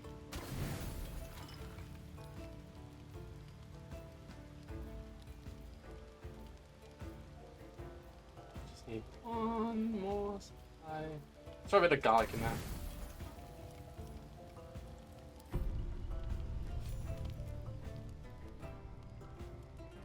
You open your eyes at Huh? the lurch, and you are not in your bed. You stand above a body which is in a state of gore nearly beyond recognition. The body of that brave girl who earnestly swore to devote her life to your cause. Her blood covers you, and its warmth feels like the embrace of an old friend. You recall nothing of how you ended up here, but your head pounds and aches. Is this real? Try hard to remember something, anything, investigate the surroundings. I'm bad at all of this. Something must be No done. matter how it appears, the body is there, and her blood is on your hands. The question flows through your mind. Who are you, really, that you could be guilty of such bitter business? Is this real? Refuse to believe that it was your doing. Admire his beautiful death. Connect to your parasite. He's irresponsible. What curse is in your heart? You kill in your sleep. Push any thoughts away you'd rather not know. Something wicked must have woken you. Is this The real? contemptible pervert within must have lavished slash after slash upon the girl. But where, oh where could that monster have come from? If only you knew yourself better. You don't have much time for reflection now. You need to act. You may only have a few moments before the others awaken and begin to cast blame for the hot sin before you. I'm gonna hide the body at disadvantage.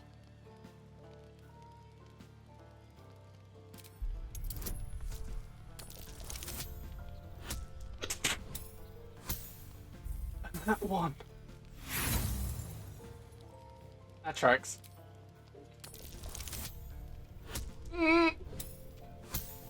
Two net ones. That tracks.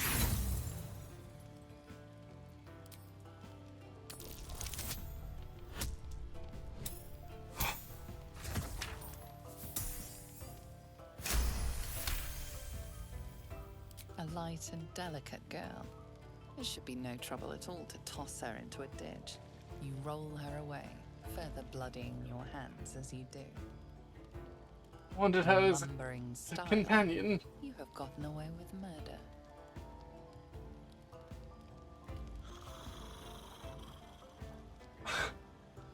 Is that actually legit? I wanted her as a companion. Oh, what the fuck? We didn't get this?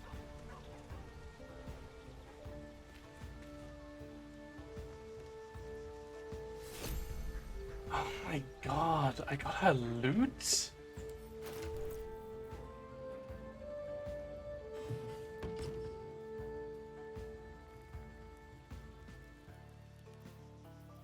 What? Wait, no, surely... Surely not. Right? Dog.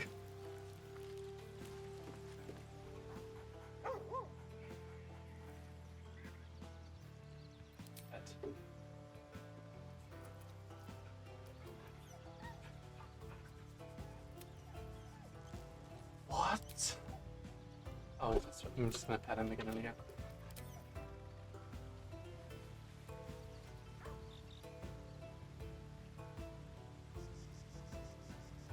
Why can't I get anything I want? He withers. Thy wheel of fate turns ever to the dark. Let's not talk about that. Dost thou require a new ally? Or mayhaps a resurrection instead? Resurrection would be very nice. Bring it back. The bard's death is a weight for thine own conscience to bear. She will be left to the peace of eternity, where the urge shall seek her no more. Oh no.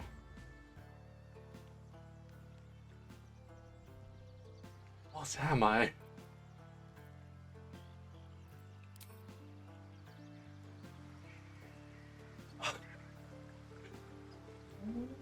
What? I'm so confused. Why did this happen? I wanted her to join the team.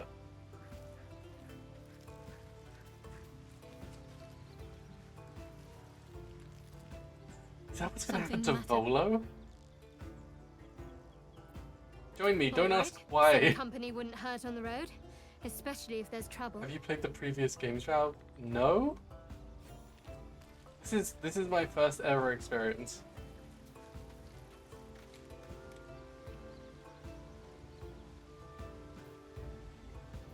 What the fuck? Actually, what the fuck? Good, I won't say more. What do I do with the rest of my life?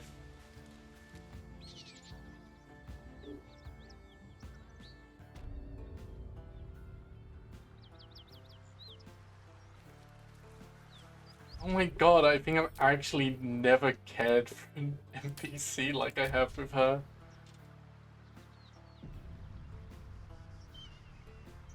Oh my god, we can never tell Cass about this. Something tore right through these people. They didn't stand a chance. The beautiful broken heap smells oddly enticing. You find you can't resist inhaling her offals. You hear what comes next before you see it. The sharp snapping of bones, and a yelp of pain as her body starts to twist and undulate. You watch with cold realization. This isn't the end of one life, but the start of another. I know it. Wait. Her darling pups will not be of her own species. I thought they were gonna pour like it's a dream thing. Iniquitous litter from many corpsed wombs, including hyenas.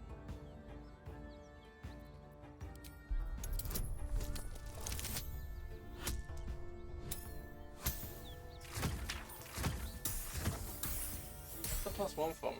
Is that from the weapon, I think? You land a swift strike against her skull. She yelps. Who are you playing in the shared game?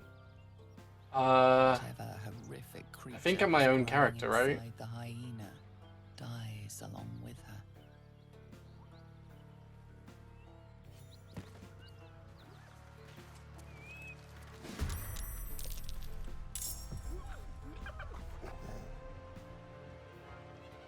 I actually don't know. I remember this was the first time I played the Dark Urge.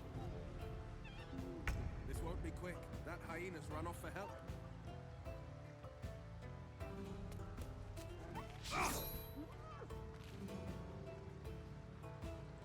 It will. Wanna try that again, buddy?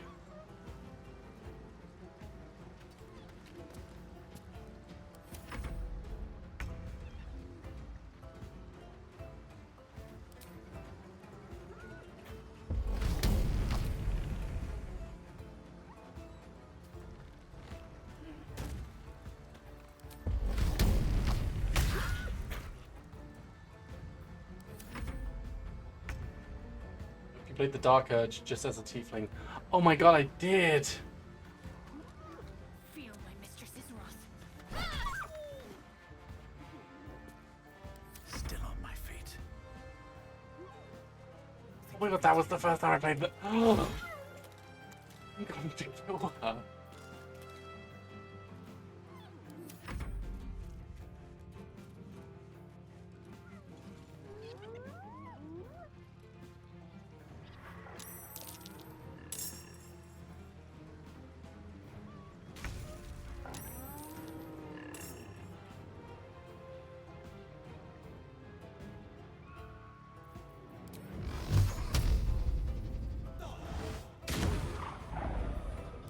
Forever, pal.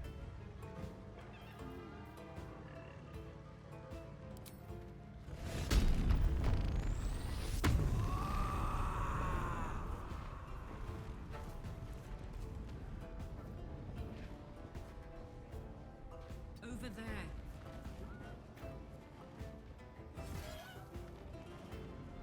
They don't have enough bonus.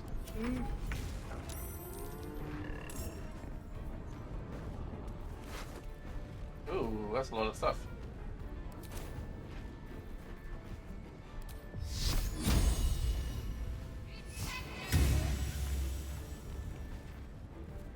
Blood comes easy these days.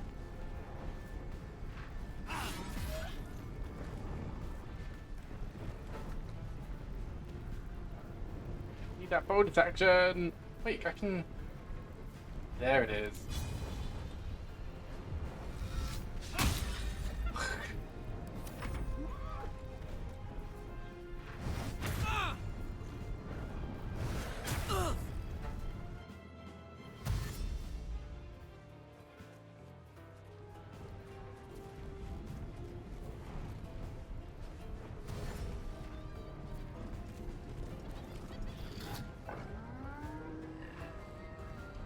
Soul numbed.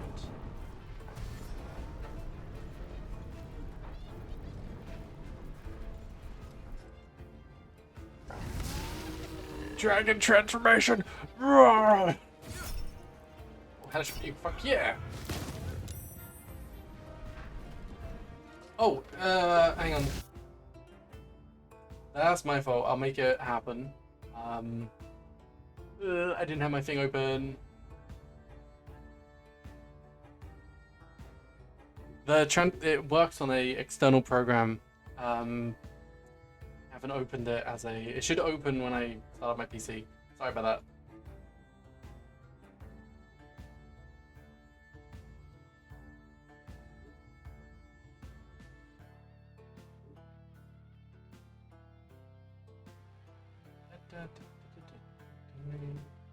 Let's do this now. Okay, so we're gonna attack this guy. Yeah, we're gonna attack this guy. Well, we're gonna push him away. Too heavy.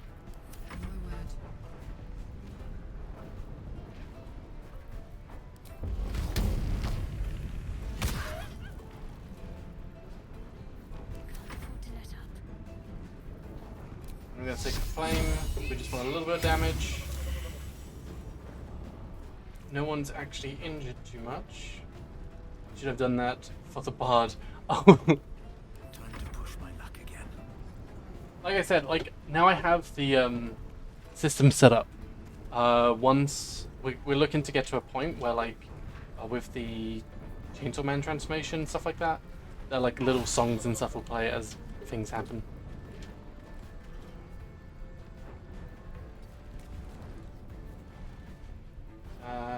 This guy's pretty strong. I'm gonna save my action surge.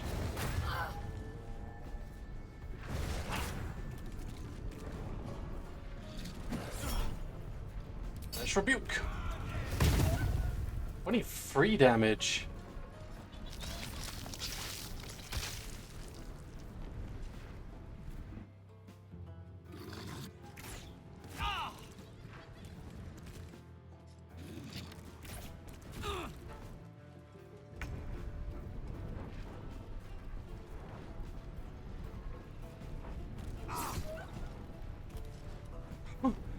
still alive. Oh my god. Oh, really isn't that good.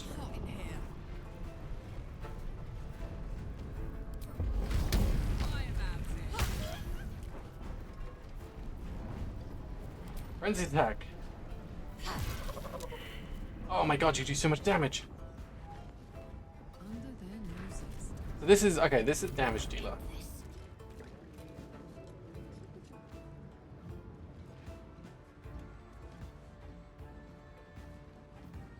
Oh, you? Okay. Oh, boom.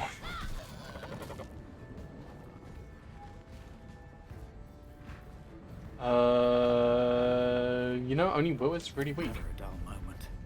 Judging from performance in this round, Will is probably gonna take a back seat.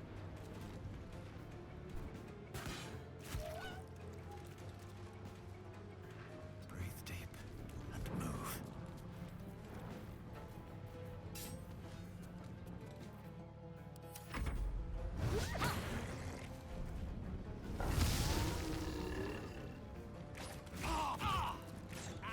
What the fuck?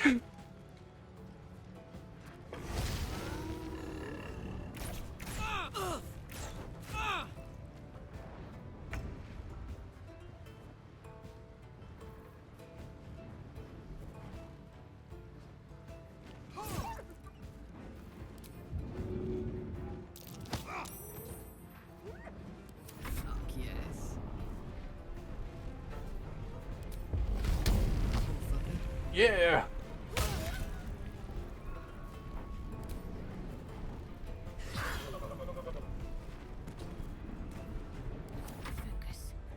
I'm thinking about getting like boots of speed or something like that.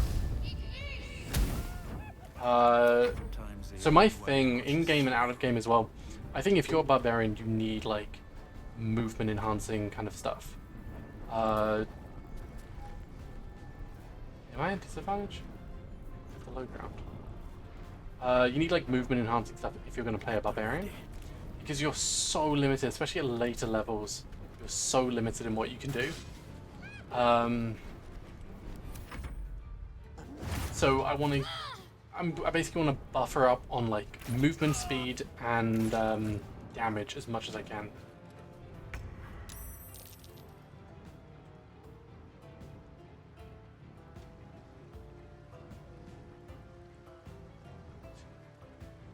Oh my god. I need to kill this guy.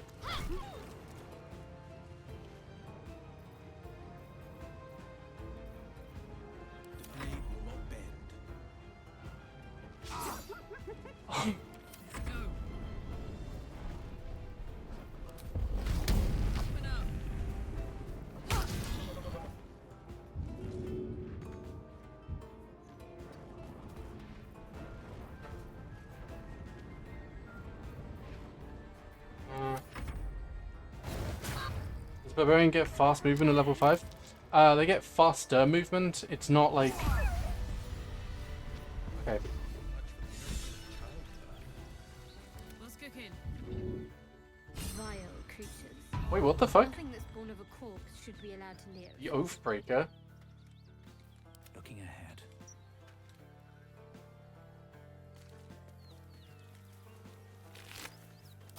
Yeah, barbarians get like a little bit faster movement naturally, but I want to give them boots of speed as well. I basically want to buff this barbarian speed up so that like in an encounter like this, even if they dash away, I want the barbarian to be like, in their face all the time. Like there's nowhere to run.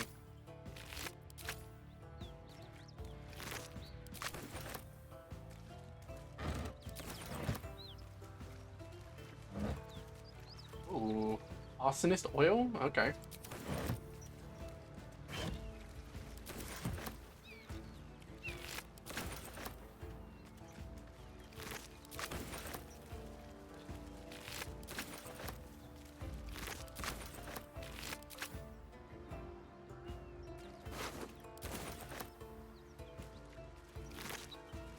Most things don't go faster than 3 feet, I think.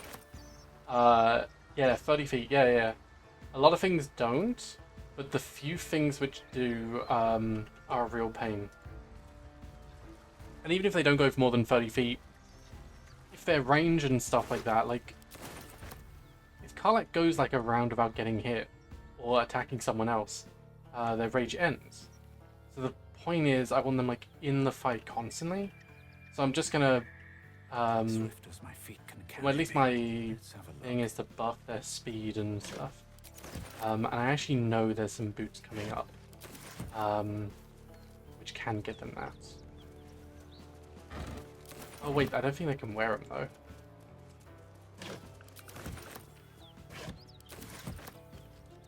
Oh, I'm encumbered. Karlach, I'm gonna need a favor from you. Can you hold this?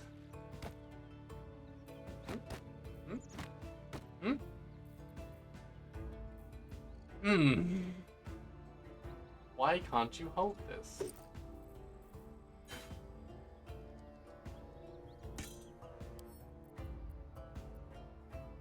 Sent to Karlach? Oh, that's Will. Do you want to know a secret? Yes. Shipment orders, they go in my things to read. Potion.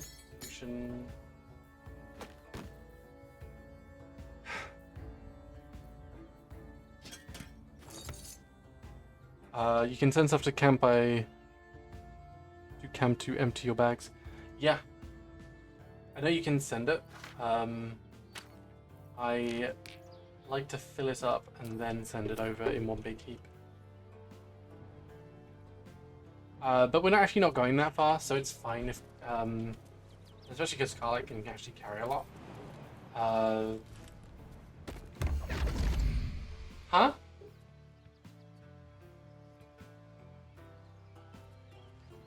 My, what manner of place is this? A path to redemption? Or a road to damnation? Hard to say, for your journey is just beginning. What? What would suit the occasion? The words to a lullaby, perhaps. A new bard. The mouse smiled brightly. It outfoxed the cat. Then down came the claw. And that? Love. Was that? Be mine. They do know how to write them in Cormier, don't they? Well met, I am Raphael. Very much at your service. It's not every day one meets such a cavalier sinner as yourself. A true, bloody pleasure. Pleasure, I'm Dark Urge. Charmed, I'm sure, in more ways than one. We should have a chat, you and I, but not here. This quaint little scene is decidedly too middle of nowhere for my tastes. Come. Oh?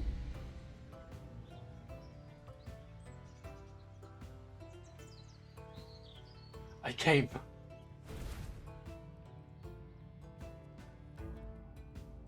Ooh. There, middle of somewhere. I like this. Nice decor. The House of Hope, where the tired come to rest, and the famished come to feed lavishly. Oh, this looks a lot like Strahd's castle. I like it. Enjoy your supper. After all, it might just be your last. Huh?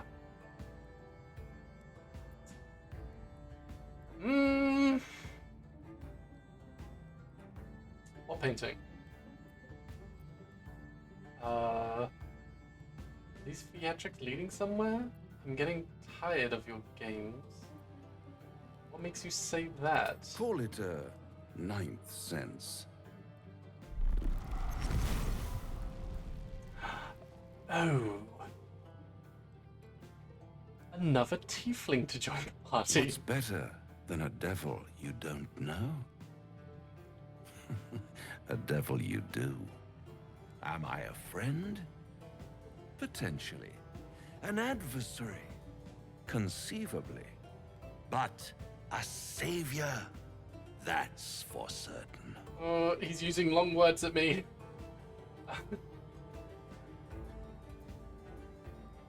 I care what you want. I don't care what you. I don't care what you are.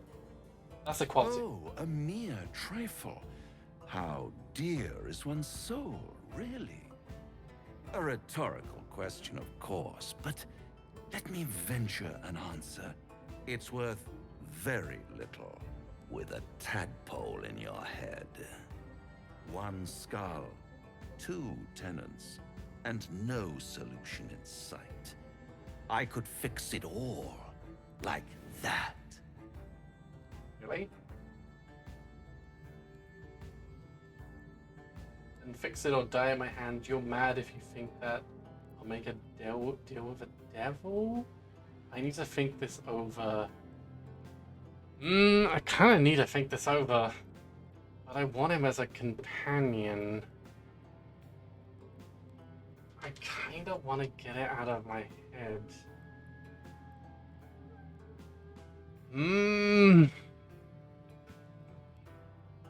Look. I don't see anything wrong with trusting him completely. Like, he hasn't steered me wrong yet.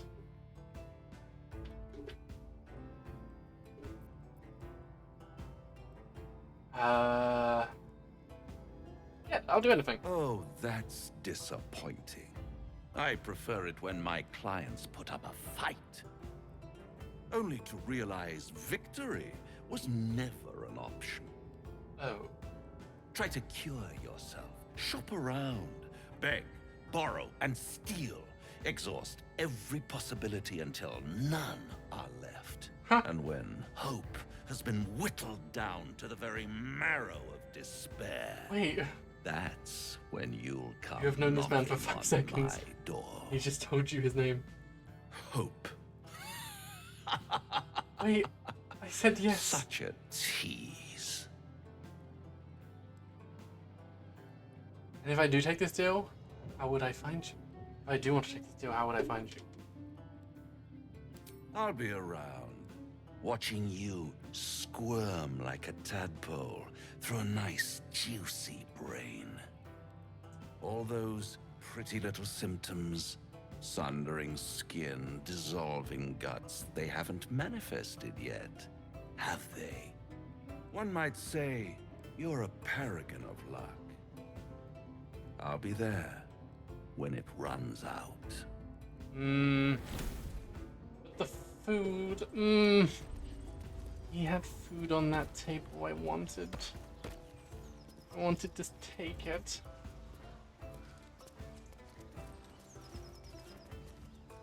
Ugh. Oh, I saved it, okay. I was raised in the city. I'm more used to feeling cobblestones underfoot than What's the bold? Before I went to Avernus, feast fit for an ogre. You notice a peculiar dagger protruding from the tough, leathery meat. Oh, if only Astarion was here. Why do I have a +1 and... Oh, I have a +1 and a +2. 3. 3 is a higher number than 1.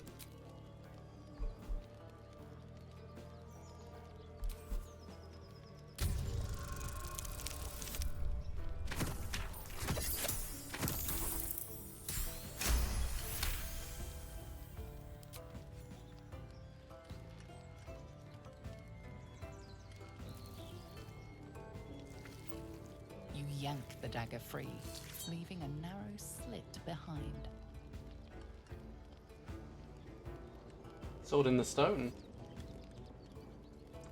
Ugh.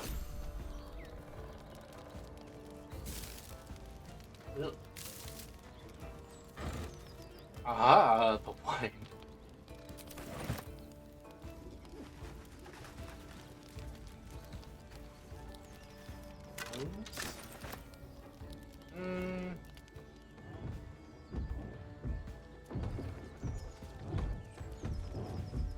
curious about the boulder.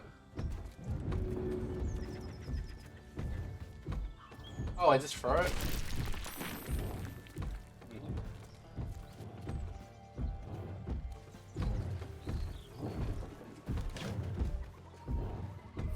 If someone uses a +1 dagger as a meat gun, I want to stab them. Maybe it's just really good meat or something.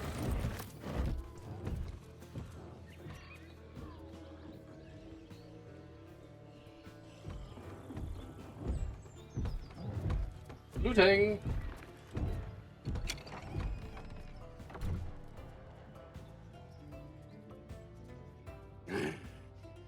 What the hell are you doing?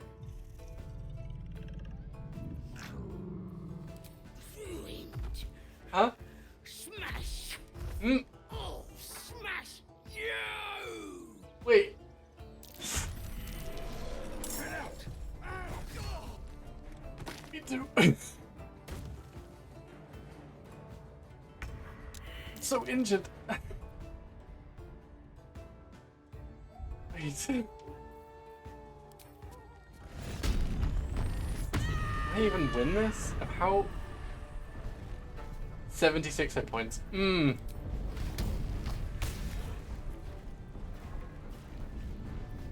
This is my time.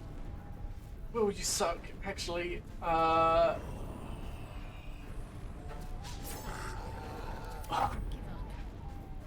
need to get Valiant up. Valiant? I mean Dark Urge. Of course. It's not me. That's that, and then we want to invoke duplicity there.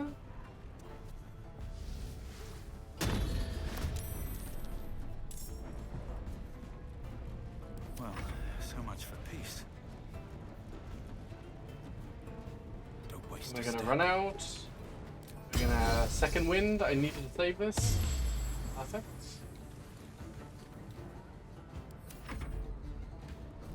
It's gonna go there and attack that. Perfect, perfect. What we gotta do is kill this guy first. Oh, it has more attacks.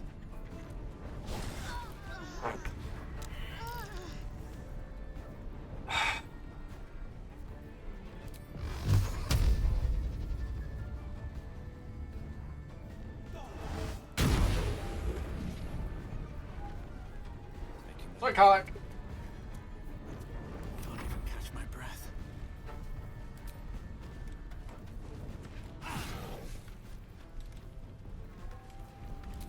We really need that person dead. Just gonna...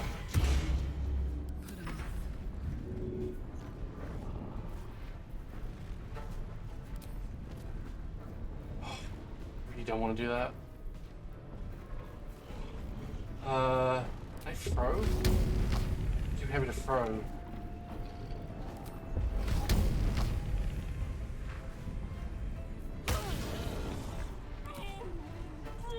Okay, we're just going for it.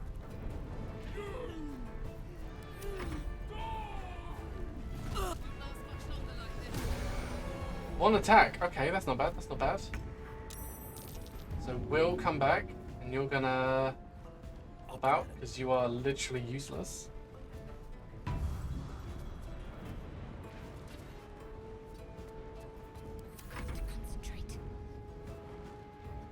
You're gonna come back here and word. That's probably not gonna help in the long run much. I won't give in. Can't slow down. Dark Edge, go there. We're gonna do a lacerate.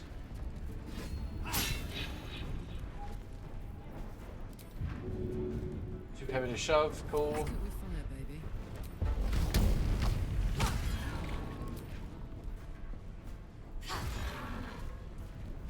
We're getting there, we're getting there. I really should have saved that. Oh, I should have saved the What's it called? Healing word. Get Karlach out.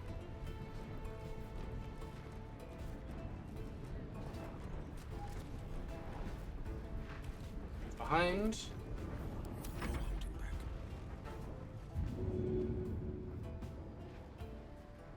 Will, you're gonna sacrifice yourself.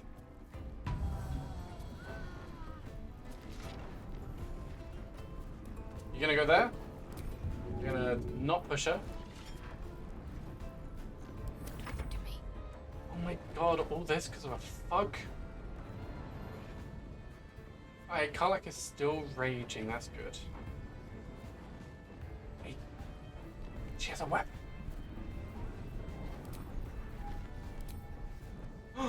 70%! It's my help!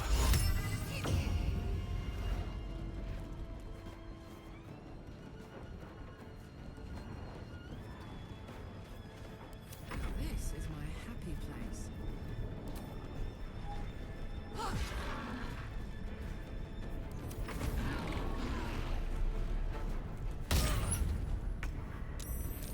Will, what the fuck was that? You had one job.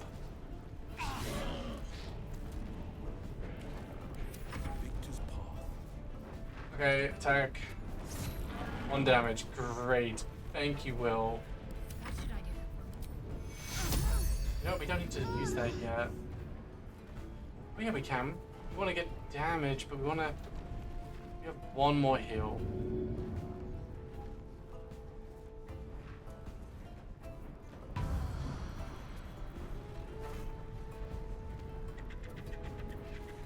This is gonna feel good.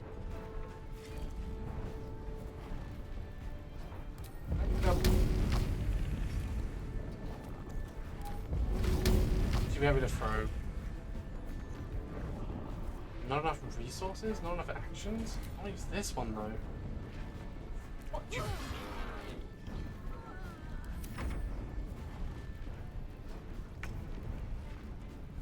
Oh, come on, Will. Come on, Will. You can do this. Come on. Off balance. Disadvantage. We're gonna try this. Why do I get... Wait, what?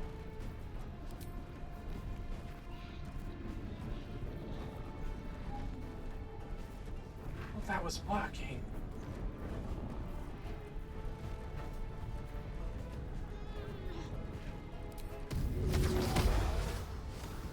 Wait, I was using the wrong weapon completely.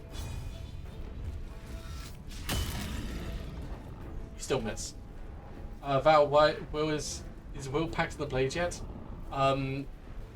Yeah, I just didn't have the Pax weapon out.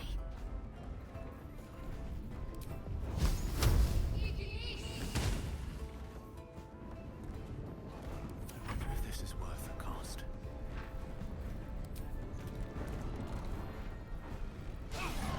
Critical miss again. Thank you, Urge. Thank you, Mr. Dark.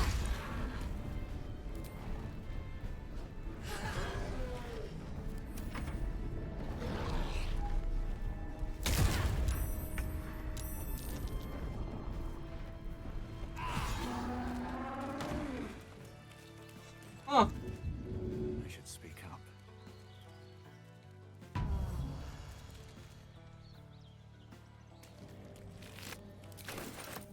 So I mean, like, I'm actually playing this on the hardest difficulty.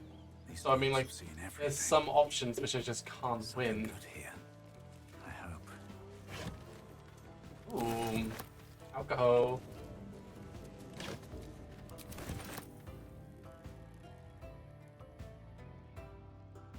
Realm according to Bumpo. Mind if I do?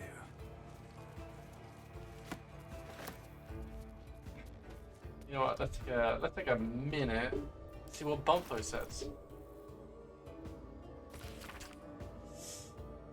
But they weren't half so strange as the bird folk. First Aarakocra I met had the head of a parrot, the body of a human, and wings of a parrot. I tried not to stare, but it was real hard. Turns out she was one of a motley party because around her table was a tabaxi genasi, and a turtle. Trying to act casual, I asked what the hell they were. They ignored me. I can't blame them. To them, I must have looked awfully dull and average. Or they were the first of the kind I've seen, but a billion put... Who's Bumpo? It sounds like an Aarakocra Tabaxi Genasi Turtle. Sounds like a party... It sounds like a party you'd have in like a normal game these days. Is this like a reference to something?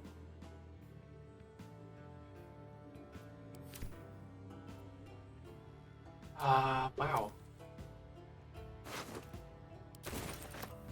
That was a real hard fight, because I went into that with like nothing.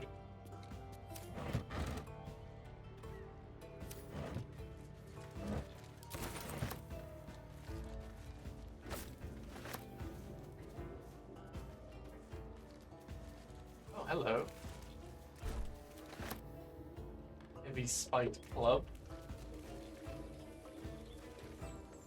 That was actually real clutch to like drop the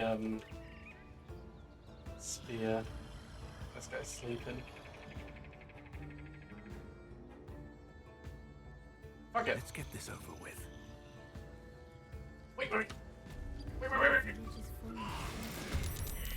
These goblins aren't exactly house proud as occupiers.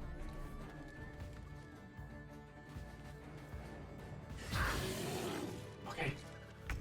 That could have gone really bad because I know there's goblins around the corner. Looks empty.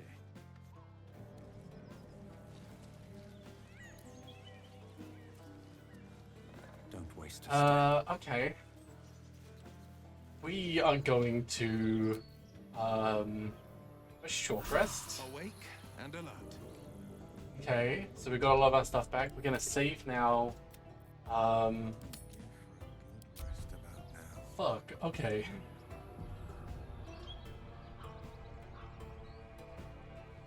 Yeah, I'll probably have Will use the glaive now. What's he actually... What did he have? He had a spear, the Watcher's Guide, because it gives, if the spear misses its target, the Balder's next attack is gains True Strike. So it gains like advantage on the next attack. So that's actually really good.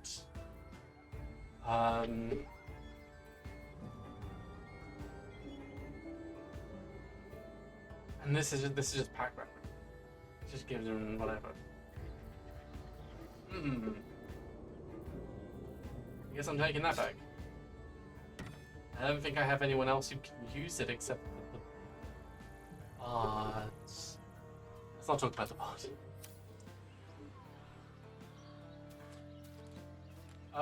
Yeah. So we're gonna mix things up. As I am gonna spend the rest of this campaign trying to find someone to give my hat to. Wow, that actually like...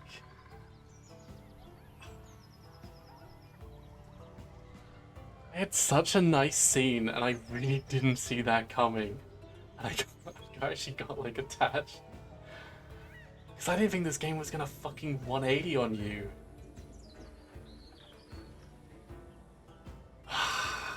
That's crazy. Okay. Wow. Okay. We're gonna save here. What do we have? We've got like 15 minutes before the session 0. So what I'm gonna do, I'm gonna throw us to a BRB screen. 10 minutes, I just gotta get myself together. Then we're gonna jump into the group with everyone else. Give me a hot second. Save one more time.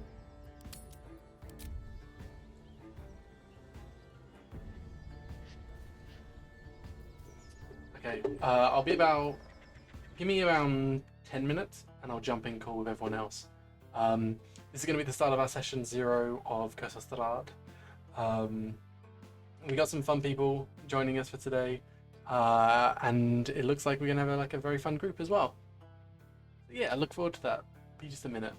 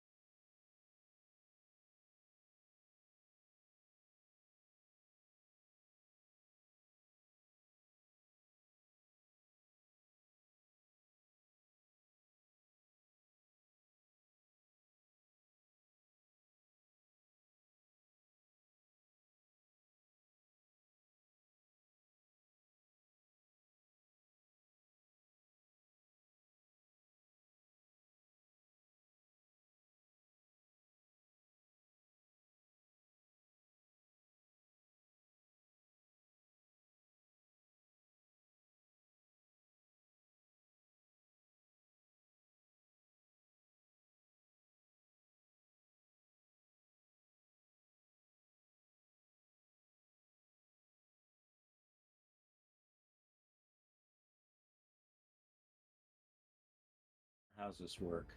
Weird life. That's it. Fair enough. Oh, I think I forgot to change my PNG. Those are up. Oh Oh no. my god, Dawn. Dawn's joining the game. Oh my god, it's Dawn! I can do a silly little voice if I need to. You can do it a little.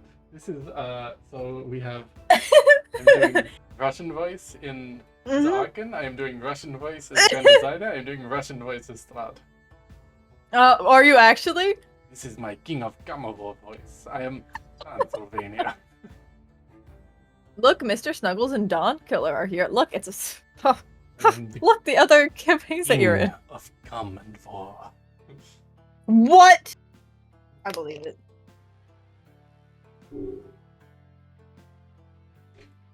I think King of Gamavor is League of Legends actually, not Strahd. Oh, yeah. And everyone, just check. Did everyone hear people on Discord? Like, is audio coming through? Discord is clear on my end. I need to update my. Oh wait, actually, I can just do this. Oh my god, is that my voice? I do not sound like my model. I'm just realizing. Good. I updated my PNG so that it's my actual character. That's so cool. Mm-hmm. A little bit bigger then. I can make the quality better. Hold on, give me a minute. Maybe. Oh, Jay's making a sandwich. Why is Jay making a fucking sandwich? He makes me so angry. Be patient. Kill yourself. No. You aren't involved. Jay's the only one not here. Wow. I'm making a sandwich. It's a time-consuming process. Oh, yum. Make the sandwich faster. Grow up. Bitch. Look, it's fitting.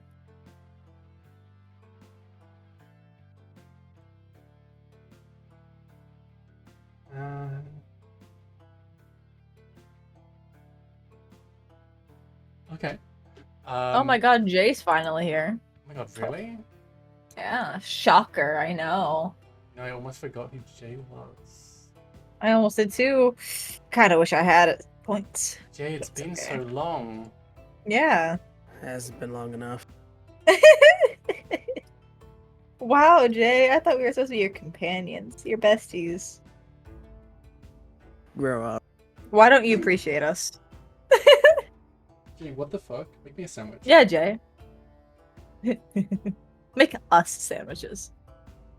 What kind of sandwich do you have, Jay? I've got is bologna and cheese. I don't know why bologna made me laugh. Specifically. Hi, Ava. Bologna. Bologna. Hello, are we all back? I feel like something's setting off now.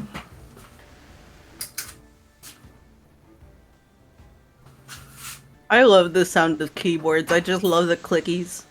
Yeah, I've been listening to Val's.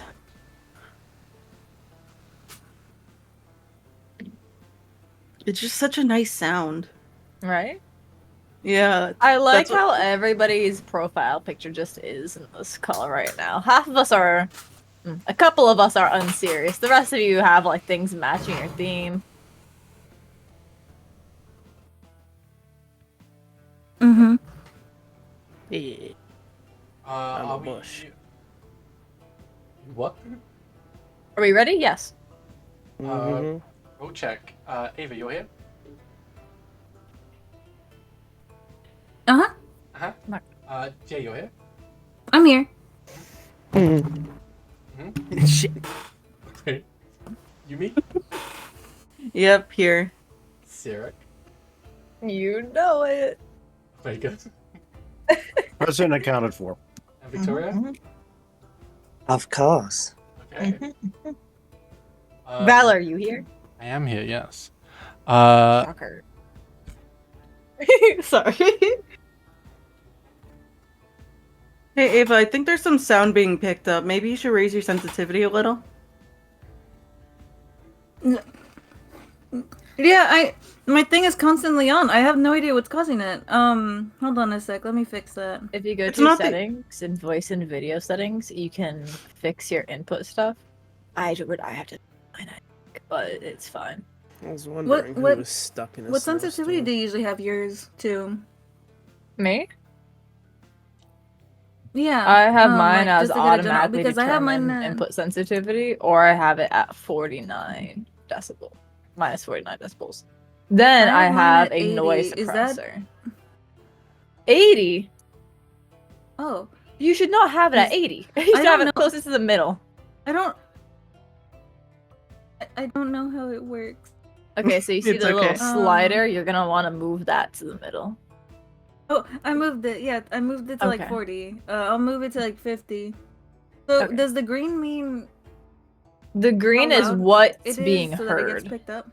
The bar that's moving is the sound, Oh, so that's like shoot. your background, your voice, stuff like that.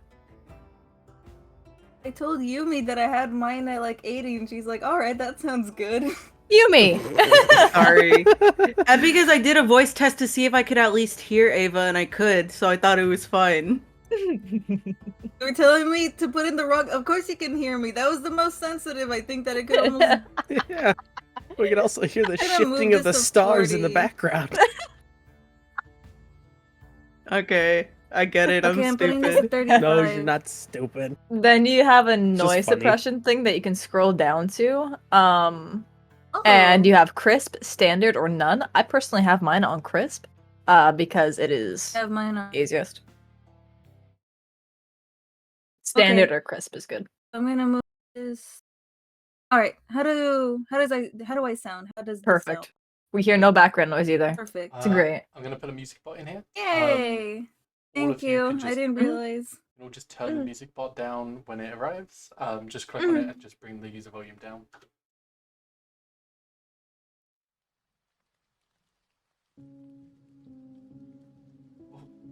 No, no. Is there supposed to be sound? Yeah, but you can Oh. turn it up or down. I don't It's very hear quiet anything. for me. That's okay. You might have it muted. Mine was very low. No, it's just now it works. It just took a while. So, welcome to Curse of Strahd, everybody! Fun I'm so excited. times. Has Ooh, anyone here spooky. ever played Curse of Strahd before? No. No. Nope. Oh, okay. Fuck you then. Sorry. There was one year? I played the opening several times. Does that count? No. Oh, okay. Yeah, I think I've gone through this as a paladin, a fighter, and a monk. Okay. Oh. So for those who have played it, you would know that every time is a new experience. We're going to be pulling Taraka cards from a deck, and that is going to determine the fate of the adventure. The placement of magic items, the NPCs that are going to aid you in significant ways, where you're going to meet Strahd for the first time, and so on. We're going to get to character introductions in a bit, but I do believe for thematic purposes, we do have that card puller in the party.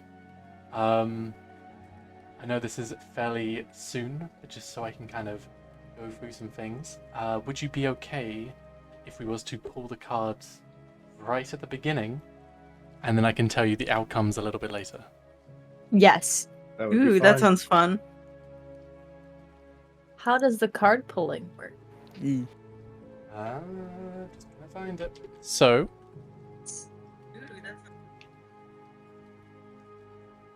it works by pulling a deck of.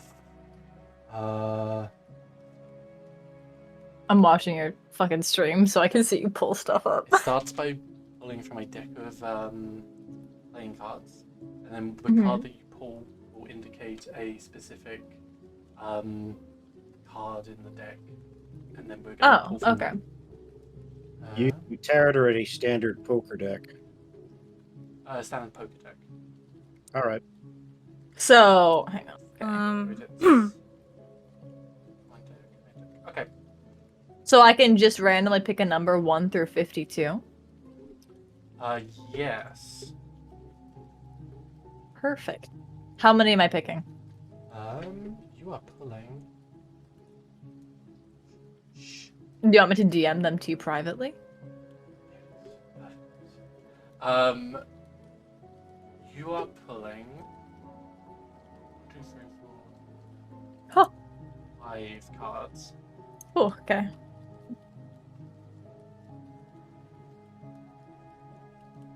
I'm DMing them to you so I can keep track. Hold on.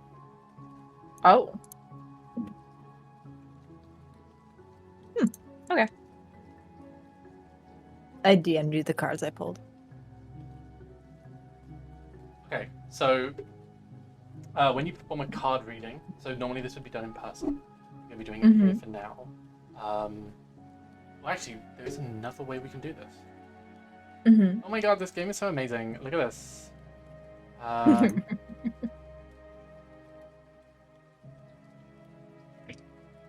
I find it weird I can't change my profile, but I'll figure it out later. Oh.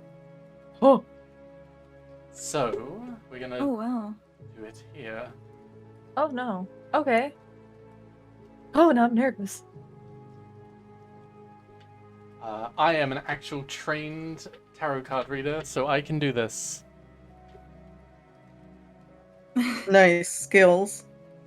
So am I, Val. We'll see you do it right, huh? So, when you perform a card reading for the running the adventure, write down the results for reference later.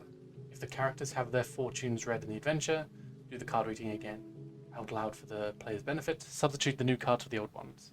So you have a chance, if you get like cards which you are unfavorable, you can switch them around a little bit.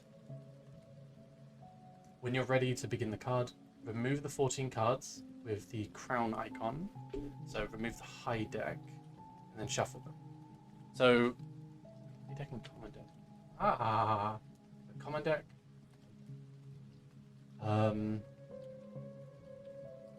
Keeping the 2 decks separate. Draw the top 3 cards on the common deck and lay them face down. So the first card.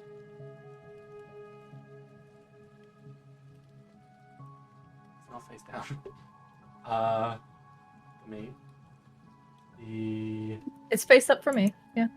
You as well? Okay. 2. I see it. First is the mercenary. I see it Next too. is the guild member. And then we have the hooded one for the 3rd card. And then for the final 2 positions, we're going to draw from the high deck. Dark Lord.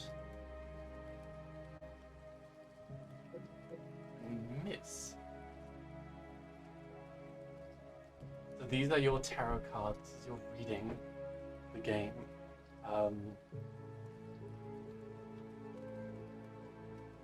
We'll get into this a little bit later. For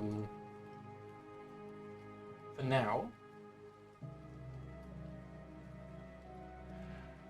so Curse of Strahd, which is a well-known game. I think one of the most beloved and well-known modules made by Wizards of the Coast. It has its original book, and I think it dates back to some of the early editions. But it is a module steeped in lore and history and all these fun characters. I, for one, am a dumbass, and a lot of this nuanced storytelling and stuff like that, I haven't read every single source material, but I have a very thorough understanding of this module. I've run it a few times from beginning to end, with players kind of doing all sorts of options along the way. Some of the lore may be not thorough with original source materials, but I found we're going to be playing this in a way which is fun for everyone. Additionally, some adaptations have been made on as a contribution for me. You're all going to be starting at level 5. I feel that is a more balanced way to open the game up with. But also to counter that onto the other side, there's going to be a few NPCs kind of running around who kind of give a bit more context to the world as a whole. This is a Faerunian adventure, so characters from Faerunian lore may pop up every now and again.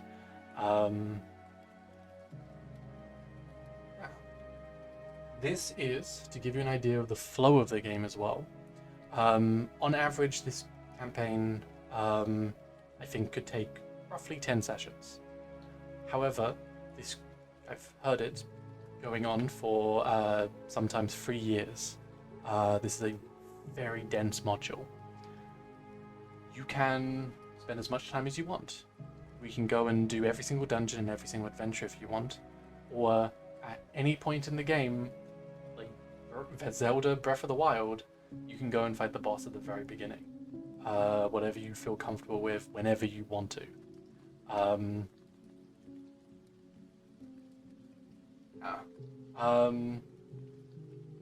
Of course, we're going to be... there's some items in the world, which will be showing up in the tarot card reading, will kind of help you find certain ways to exploit Strahd inherent weaknesses. So maybe seeking out those items may be beneficial to you. However, they are not required in any means. I've had players fight Strahd with none of these items, and I've had people fight Strahd with all of these items and still lose, you know. Castlevania style, basically, right? Yeah. Regarding that as well, Strahd's Castle, I am using the expanded version of this as well, so there's some additional NPCs such as Strahd's Brides, which have like updated stat blocks, and we're using some materials just to, as the module has kind of been adapted a few times, this seems to be the most thorough kind of expansion of it. Vampires do vampire stuff, undead act like undead, so on. If we're all interested, and well, hopefully all interested, could I ask all of the unwilling victims to go around, tell me a little bit about yourself, maybe your experience with D&D, plug whatever you fucking want to plug. If you are, I think you should go first for an example. Okay. Plug whatever you want to plug. If you're a VTuber or have your socials and stuff like that, so people know where to find you. So I am Valiant, part of the Dragon Slayer Barbarian, a half-orc from the world of Estragoth that is not from this world, but from a different world completely. Obviously I'm a VTuber, this is my channel. And yeah, I have my Twitch, Discord as well if you're interested. We have links kind of on the Twitter as well. Yeah, if you're interested. Redebuted a few days ago. We're going free for free on days we've streamed. We have the Tuesday game coming out as well every week, which is my own homebrew world, as well as this Curse of Strahd game every Fridays. I'm looking to pick up a few more other games in the week. I'm just working on my schedule, so we may have some more open spots down the line as well. My experience with D&D. I've only really played for maybe 2 years, but I've DM'd like, I think during the busiest times when I first got into it, I was doing like 14 games a week, DMing like the majority of them. I only recently kind of took a step back and started being a player.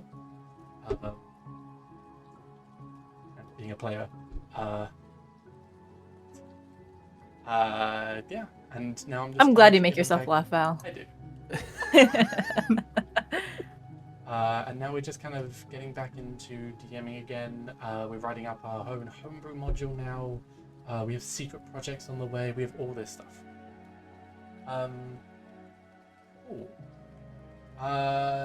Who's fucking ready to be put on the spot? I'll go ahead and step forward on that, Val, if you don't mind. Okay. All right, so I'll go ahead and introduce myself. I am the Omega Paladin. I play VTuber slime on the internet. I am known to play games good. I generally work with strategy games, adventure games, roguelikes.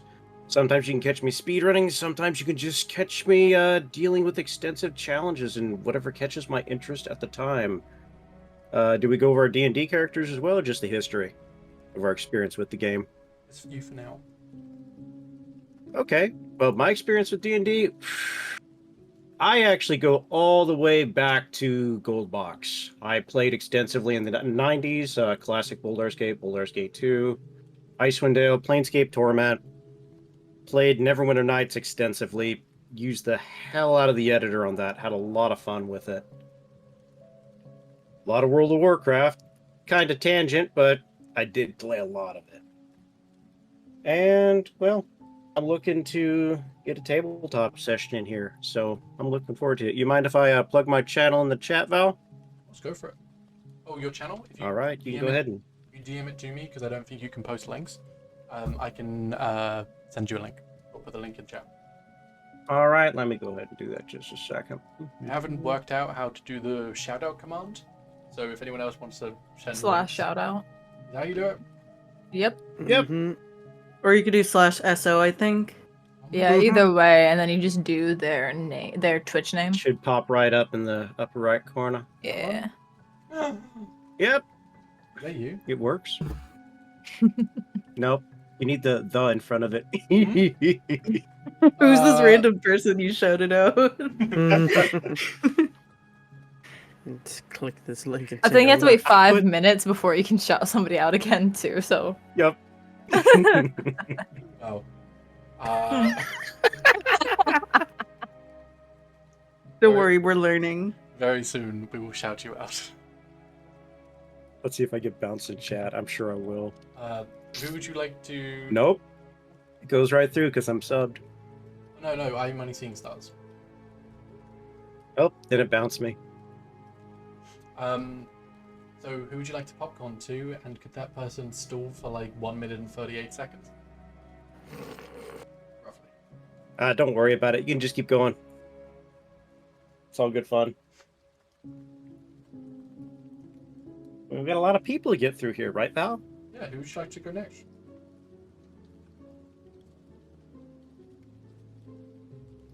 You decide. Omega, you're picking who goes next. Yeah. Popcorn. Let's see. Popcorn. I see. Okay. Oh no. Using Val's fucking voice thing is killing me. Let's do Cyric. What? Mm-hmm.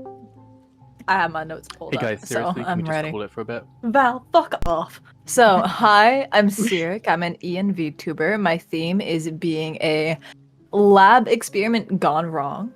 I do writing, graphic design, management, and a bunch of storytelling over with my community. My experience with D&D is something. I'm a retired DM for the most part. I was one for 6 years, and last December, I decided to jump back into the scene. I'm currently in 9 campaigns, 3 of which I'm either in with Val or run by him, and this is my first time playing Curse of Strahd, or any module for that matter. I'm very excited. Usually everything I do is homebrew. Yeah. Yeah, everything that I usually do is homebrew. So I'm very excited to be doing Curse of Strahd.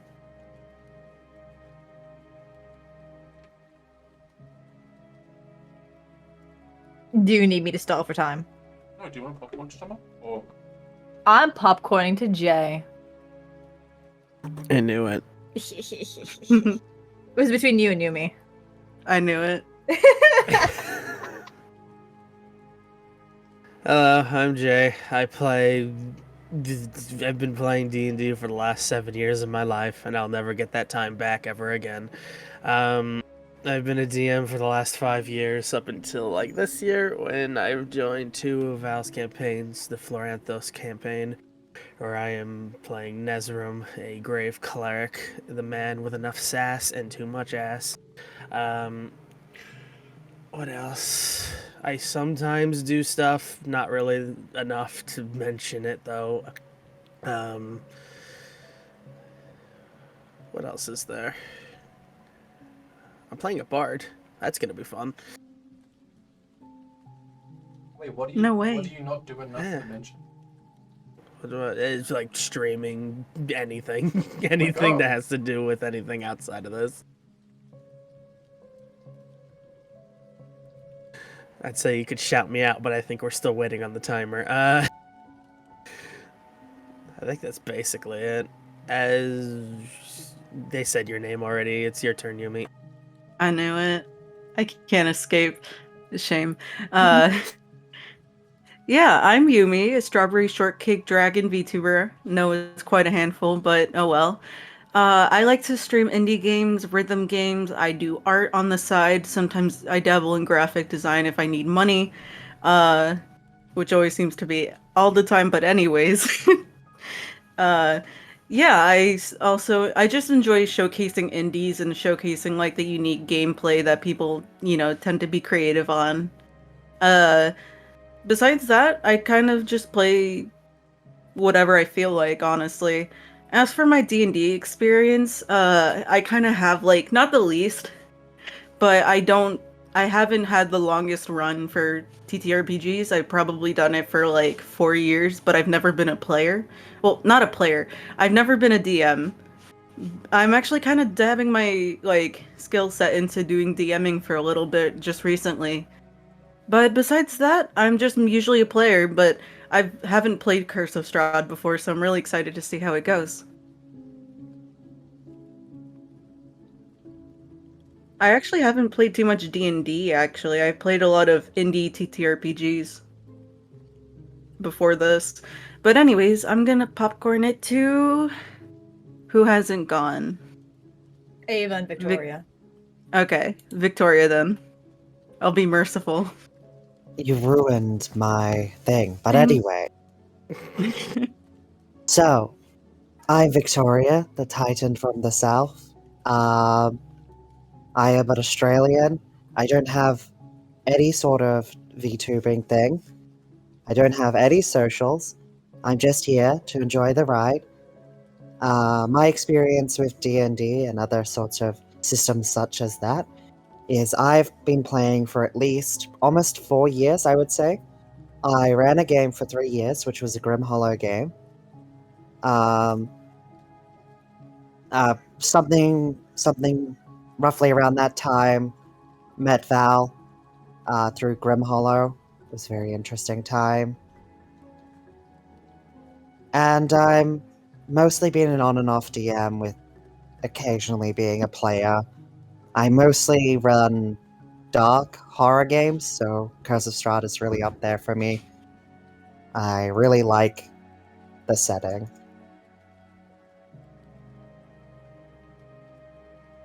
Is there anything else I should say? You're good. Has everyone gotten all?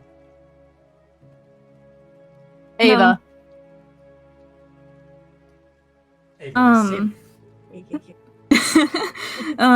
Hello. My name is Ava. And I guess I'm a VTuber, but I haven't done much of anything in a while. Been sort of taking a break from Twitter. And I do have some personal projects in the works. But besides that, I actually haven't done much recently. But I am an artist. I am a digital artist, and I am practicing a bit of graphic design, and trying to also pick up a couple of other skills. And I'm very new to D&D. I've only done a couple of odd sessions, and I'm hesitant to call it experience. But I like I definitely like grim and spooky areas, so I was very excited to hear about Curse of Strahd, even with my very little experience.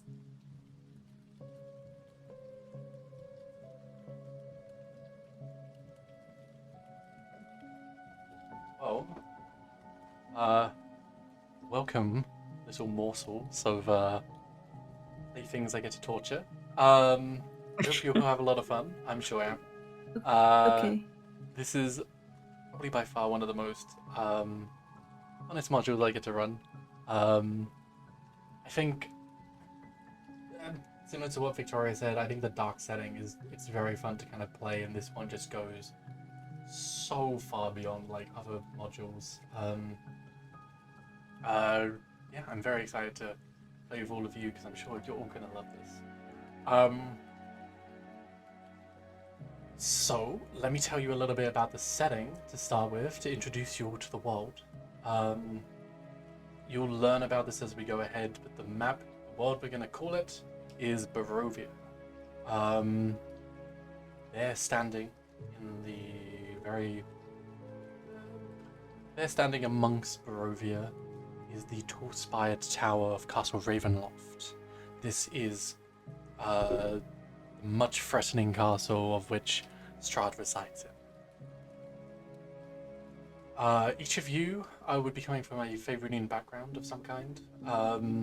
We'll play out kind of and work into how your origins would kind of work very soon.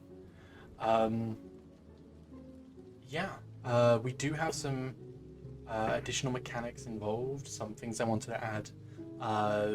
Me personally, this is something I'm kind of working on for my own homebrew world, but something I wanted to play out and see how you as players kind of enjoy it. I don't think this will detract or pull from the experience, but maybe give a bit more context into you as characters.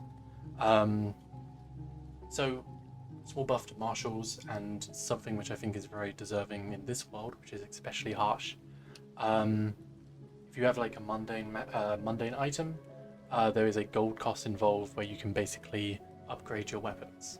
You can turn it from a +1 to +2 and +3. Certain requirements can be done where, like, if you wanted a flame tongue sword, there's certain things you can do to make that happen.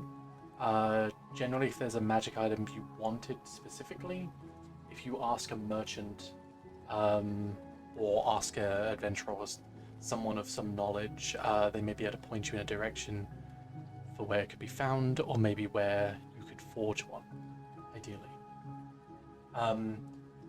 But a small buff where you basically get the ability to get the items you want and give you a little bit of a buff without me giving you things. It's something you get to work at. Equally, for spellcasters, a little bit of not quite a nerf, but maybe something for you to tie into your characters in some way. Whether you are a divine spellcaster, arcane spellcaster, or natural spellcaster, those your abilities will basically be pulled from a source. So arcane would be mainly philosophical. It could be intellectual, or for artificers, maybe craft-based. But I'd like to go into detail about like where you're pulling that magic from, where your understanding of the arcana has derived from. For natural spellcasters, these are druids, rangers. Your magic comes from your grove. Like, you must have attuned to an area, or even by healing the world around you in some ways. Those steps can go towards strengthening your magic and your connection to it. If you are going around and going against the almost the tenets of your grove, those magics will feel more and more distant from you. Same with divine spellcasters. That is your connection to your god, and your god has certain tenets and beliefs which they have. So, a character which is strong in the ways of Lysander, for example, following them is where you pull your magic. So if you suddenly turn to darkness and turn to malice in the world and such, then those powers may be taken away from you. Something to kind of work in and discover. There's also abilities, for example, if you're a wizard artificer or a sorcerer, cleric, for example, there's different ways you can come to understand how these colliding forces and logics kind of interact. That's something for all of you players to understand. Also, a slightly different thing from Curse of Strahd as norm is I'm fairly fluent in the world itself, and I'd be fairly confident rolling a dice and throwing you in wherever it decides. So we're not going to have a junior starting area. No deaf house for you. Oh boy. So yeah. Aside from that, does everything sound okay? Mm-hmm. So far, so Yep. good. Yeah. Yep. Sounds good. We'll be fine. Mm-hmm. So,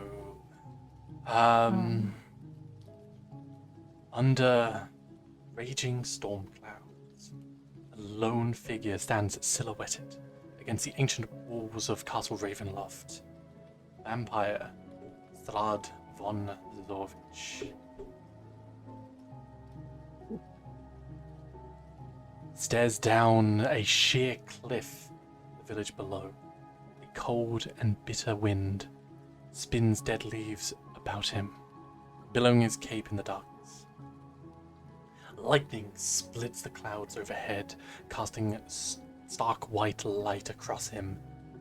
Strahd turns to the sky, revealing the angular muscles of his face and hands. He has a look of power and of madness. His once handsome face is contorted by a tragedy darker than the night itself. Rumbling thunder owns the castle's spires. The wind's howling increases. Strahd turns his gaze back to the village. Far below, yet not beyond his ken, a party of adventurers has almost entered his domain. He conjures a ball of dark smoke, peers into it, revealing a party. So, party. Victoria, to start with, your character. Mm-hmm. As Strahd casts his gaze into this black orb, a vision of you, your character, starts to appear. Could you please describe who you'll be playing?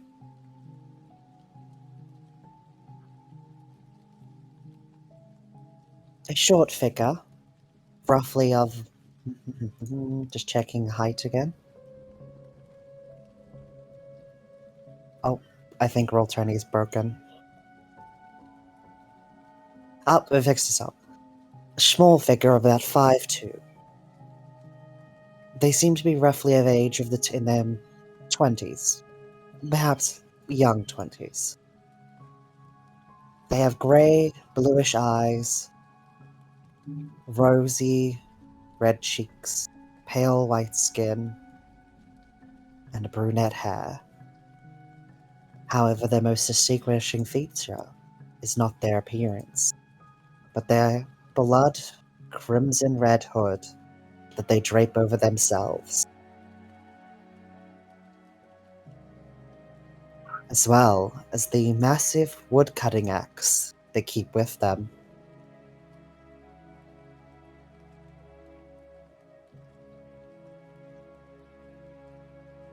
There's a glint in their eye, something primal, something not right. And that's where I end it.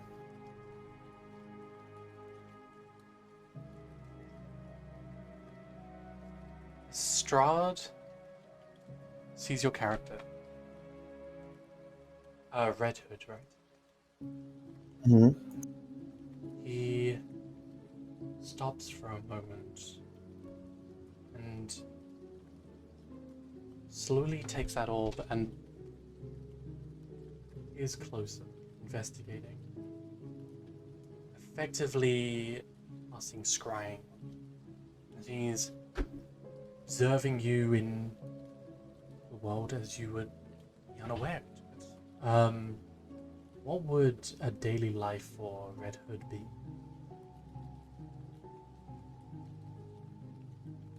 Little Red would spend most of her time hunting in the woods, either cutting down trees or cutting down beasts, felling them.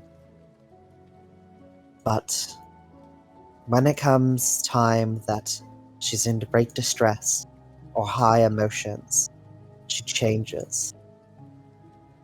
Not only in appearance, but in personality. Becoming a beast itself. Ripping and tearing with teeth and claws. Her hide will grow stronger and thicker. She is almost becomes an apex predator.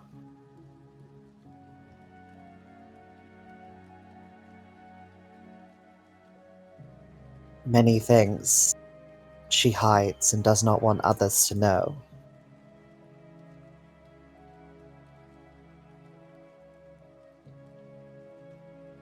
Besides those little jaunts on the full moons, she tries her best to make up for any incidents.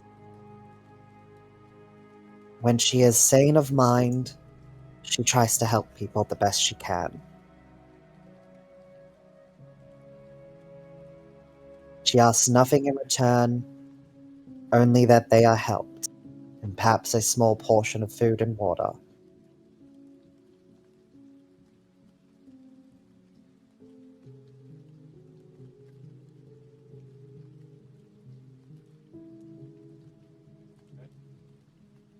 Yep.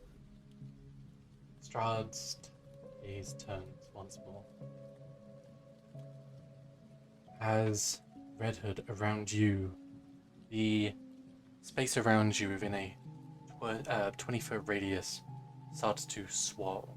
You see these black kind of mist start to swirl around you all of a sudden as it creates a cylinder reaching up into the sky. As it begins to swirl, slow at first but faster and faster, you see gaunt faces start to push themselves against that mist and try and break through, almost like sheet or veil has been placed over them as they try and push their way in. You see their hands start to form and reach out towards you. Jay, if you don't mute your fucking mic. Oh, sorry. I'm breathing hard as well, don't worry.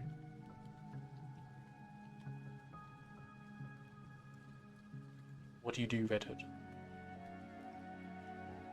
Upon seeing such strange mist, is it around me or enveloping me? It's around you for now, but it's getting smaller and smaller with hands reaching out trying to grab you.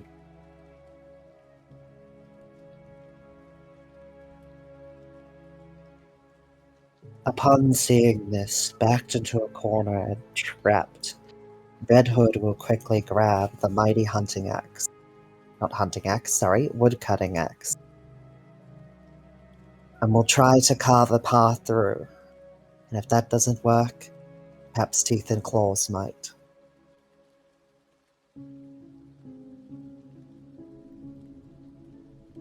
You begin to lash out, you swing your axe. These hands reach out and grab it in mid-swing, freezing it in place.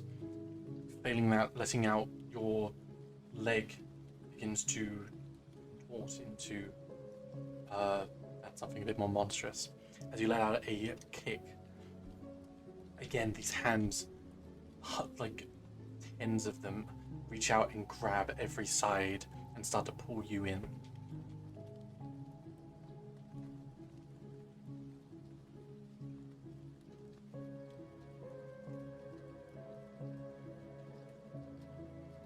Well, this moment, as I'm getting pulled in by this.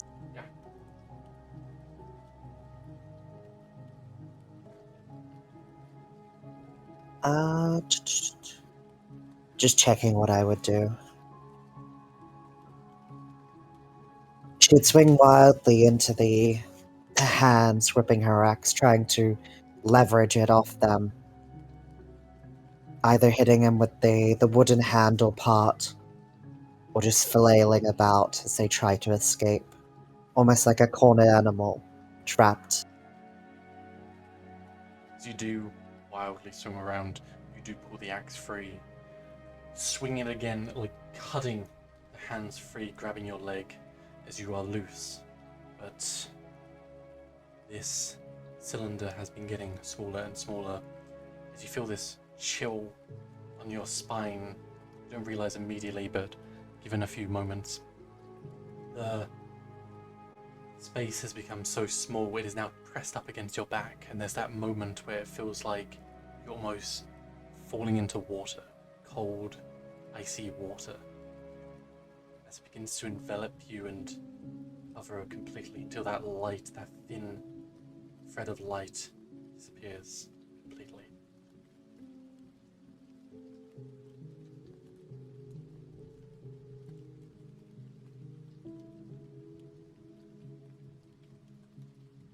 Where art thou?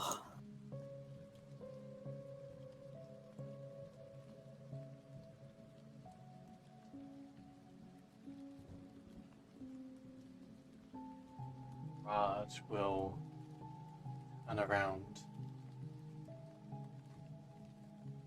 seeing into this large room behind him a number of other shadowy figures among them.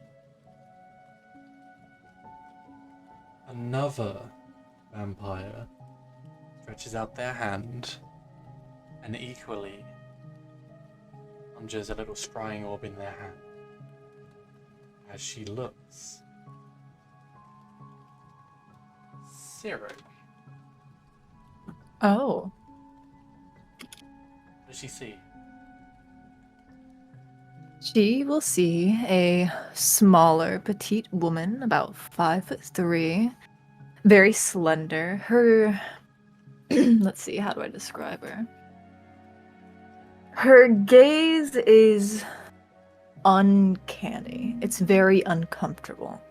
She looks as if she stares beyond what is known, with pale blue eyes, slitted white pupils.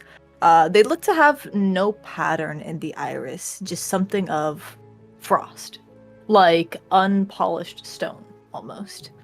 Her skin is a similar pale, and her short white hair complementing it nicely. She wears long blue and white robes and carries an old worn staff. Runes carved into it with old blood stains from the past amongst them to have once activated them.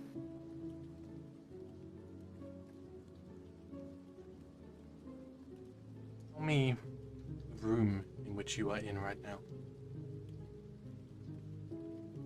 It would likely be that she's staying at an inn temporarily where she's able to gather her work, and she's scrawling these notes and these ideas.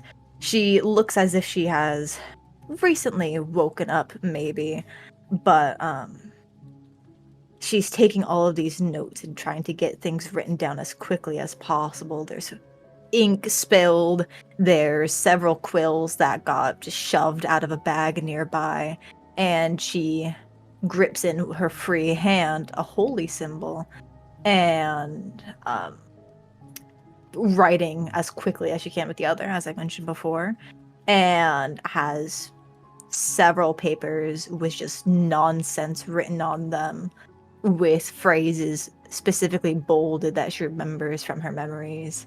And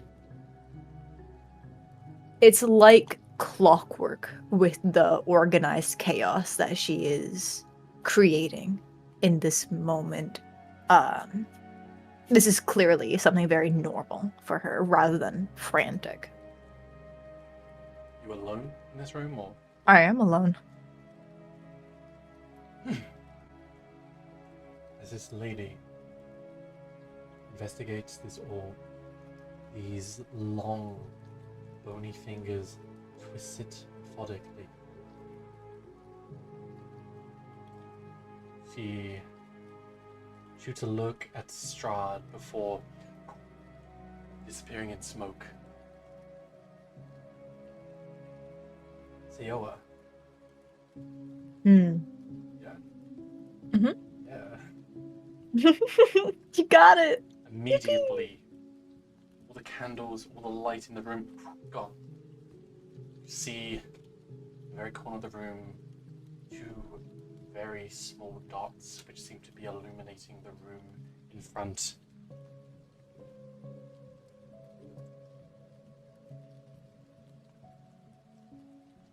Thank you for following. These two little red dots lighted with an eerie, almost like flame-like glow.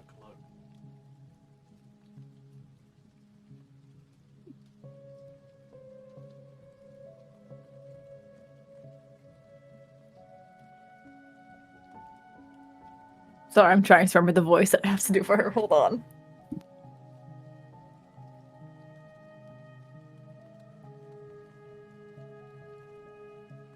Seoa will turn to look at where the light is coming from, and she looks angry. It's like this flash of just irritation and rage just sprawls almost before quickly taking a deep breath and looking at it.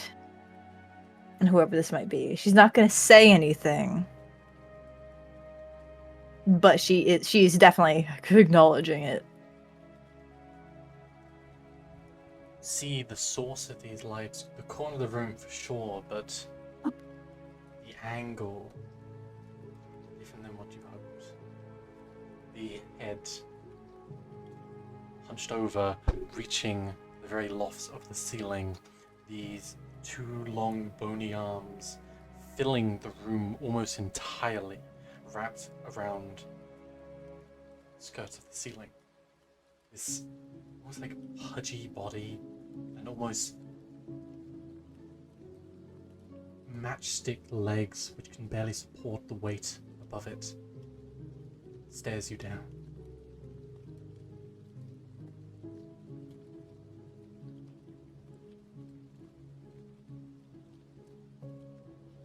She clears her throat, organizes her papers, kind of like half glancing back at it, putting them in her bag, and then will approach it.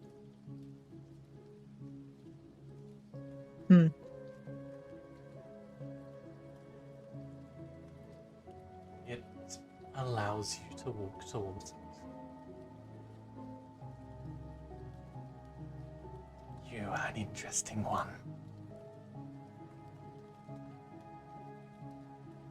She smiles at it, but still doesn't say anything. It's a very tight-lipped smile. She's not a big fan, but is being nice enough. Studious for sure, but what do you know on the grand scheme of things? There's knowledge out there beyond your understanding. Words between the words. How many have you read?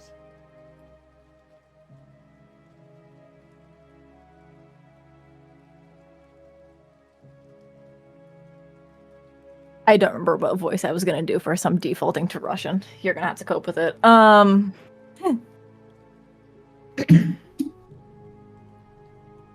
I've read as many as I have needed to.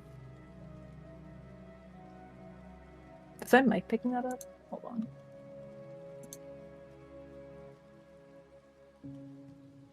I have read as many as I have needed. I don't even need to read them. No. I am simply given answers. Why do you come to me?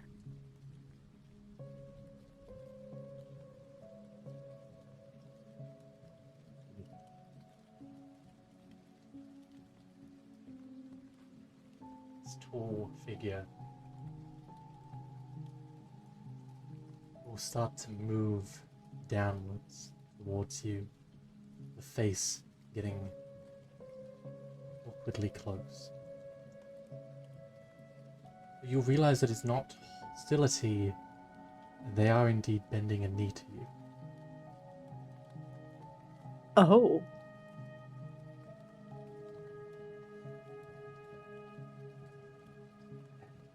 task I wish for you to complete.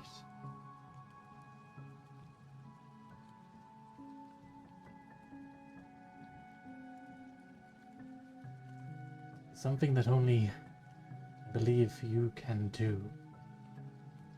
I will need you to trust me, and I will give you knowledge beyond what you know.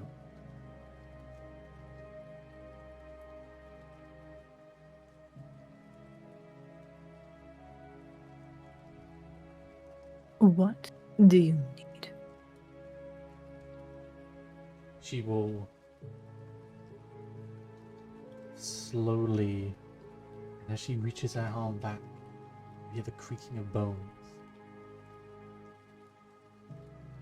She'll pull out this book between two fingers. She hands it to you. Pea-sized book. Itself, the cover seemingly crafted of some maybe infernal leather, with a jeweled demonic skull on the front. This golden filigree kind of filling it completely. The lining, again, this kind of gold, almost like shimmering white kind of material. Metals and substances you've probably never gazed upon in your life.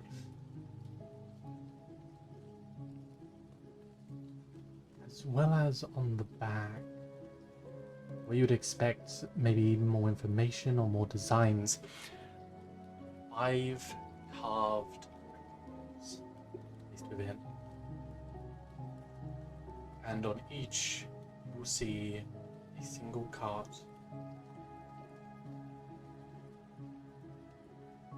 Seemingly stuck in place on the book.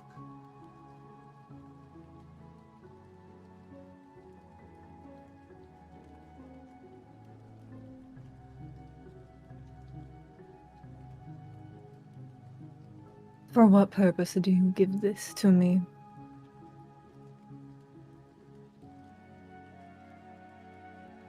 Tell you the truth. Really? It is not for power. I am not some mad woman trying to gain something which is not already mine. I would like knowledge. Some information on something I wish I knew more of.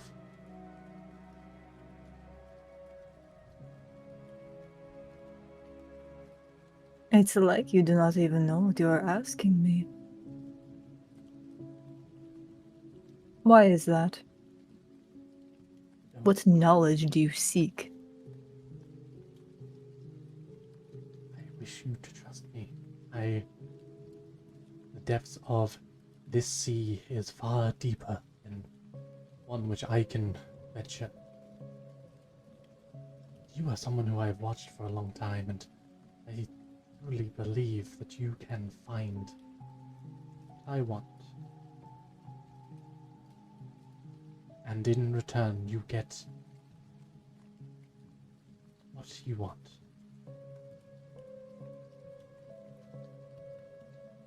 And what do you think I want?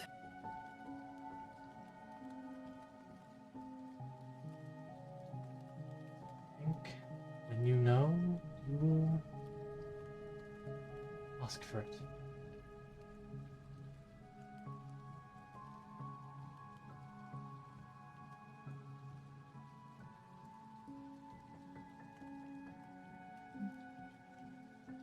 What quest are you sending me on? What am I exactly looking for?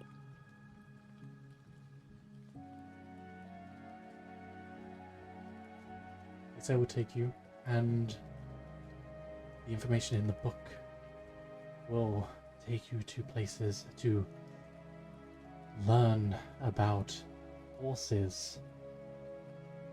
I need you to understand the depths of what that is.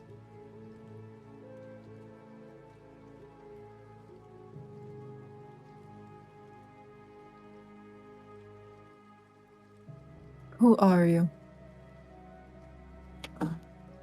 She will reach out her hand as these twig-like hands will start to surround you completely. This mist will start to form in the palm of her hand around you. For her face leaves your vision. My name is Baba Yaga. You're gone. Oh, okay.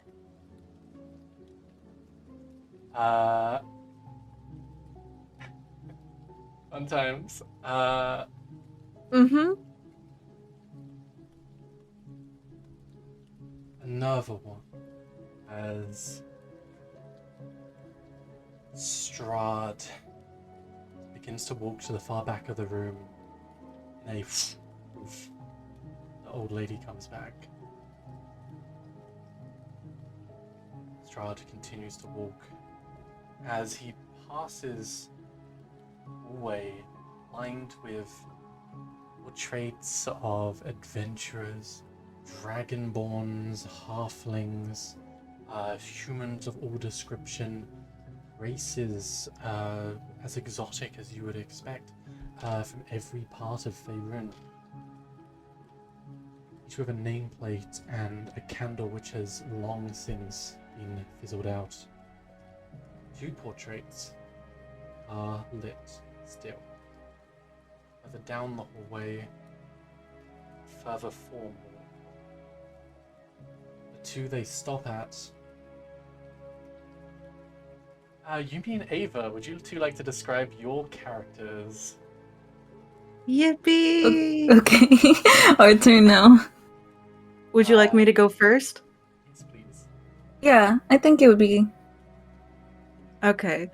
So Hildegard is a tall woman, unlike the others who are a bit on the shorter side. She's very tall. Black hair that is short, but her front bangs kind of droop and swoop a lot longer in front of her. She has purple eyes and is kind of known for her intense stare. She kind of has a gaze that kind of is always reading people, always wondering, always seems to be trying to solve something.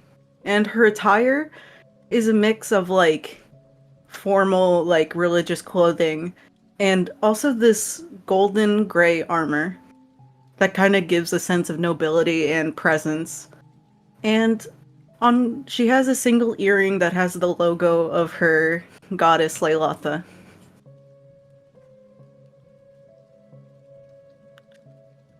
And Ava? Okay. Alongside her is a big hulking warforged garrison. He has the appearance of very worn armor. Most notably, his arm huge, touching the ground while he's. He has bronze, but it's been painted over in some areas to match the guards. Has some extra decoration. Most notably, there's a symbol similar to Hildegard's earring that is shoulder. Ava, I think you keep cutting out a little bit. If you raise your sensitivity up just a little bit. Okay, my bad. Here we go. How's this? That's good. Yep. All right, perfect. All right. What part did it off, or do you want me to start over? No, you're good. I got most of it. Oh, okay. He's mostly bronze, but he has some parts have been painted over to match along with Hildegard's uniform, and has some extra decorations. Most notably, a symbol similar to Hildegard's earring is on his shoulder, and he has these bright gold eyes that shine from a thick shadow under his helmet.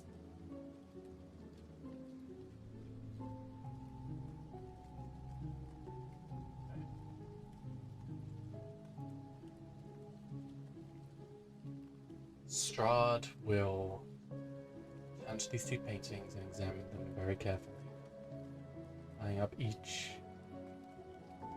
clearly maybe throwing their brow a little bit at the Warforge. A moment will pass as they hear the manic chittering of teeth behind them as a smallish figure, like hunched over in a manner very similar to like Gollum, actually, kind of coming up to just below their knees, actually. Look up at Strahd. This black ashen skin and hair drooping down over their face. They have rags on a black cloak dangling off them, as well as a bloodied but almost pearlescent symbol of Val over their neck.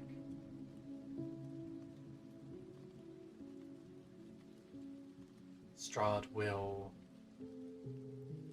put out their hand and conjure one of those little orbs once more.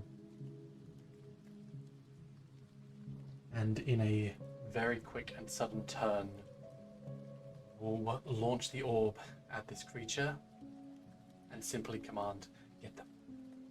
And they're gone. What are you two doing? Currently, they're kind of under a mission from the church to investigate some missing missionaries. So they'd probably be in a town asking questions about where they were last seen. Actually, that's kind of perfect. Nice. You see in front of you this, which was once maybe a front or stronghold, venturing on deeper, leading into a dungeon and cavern far below. Stretching out are these tall structures of grim skeletal figures. On the far back wall, you see etched into the stone this skull with multiple droplets of blood circling around them. Around the area, as far as you can see, carved in blood, it's in blood. Multiple bodies positioned in such a way as if to perform a mass sacrificial killing. Dang. The room around you is just void of any light. Do any of you have dark vision? Dark vision? I don't think so. I don't, because I'm a person. We're all people. No, yeah, but like human. I don't have dark vision. I don't believe you have dark vision either. Yeah. However, Garrison will say then you have probably a little mote of light kind of following you around to kind of help illuminate, or at least a torch being lit. Cool. Garrison, you do have a feature called Danger Sense. So as you're kind of making your way through, you being the barbarian taking the lead, you're on edge. You are aware to an extent of what's happening around you. As you start walking forward, everything is fine, and then suddenly, immediate panic runs through you. You don't see where.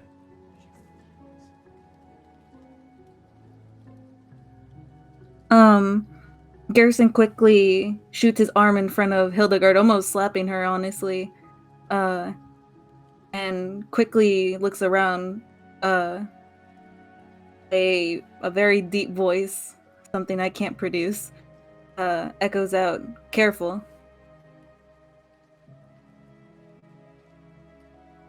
As you Hildegard's gonna. Oh, sorry.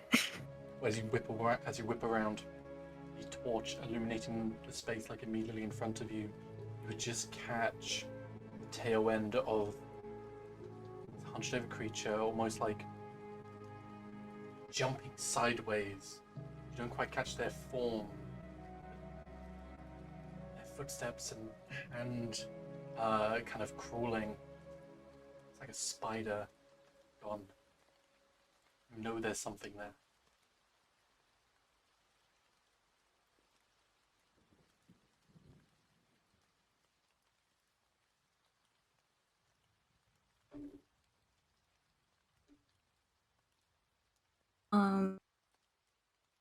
Do any of us have to roll anything? Nope. What do you want to do? Okay.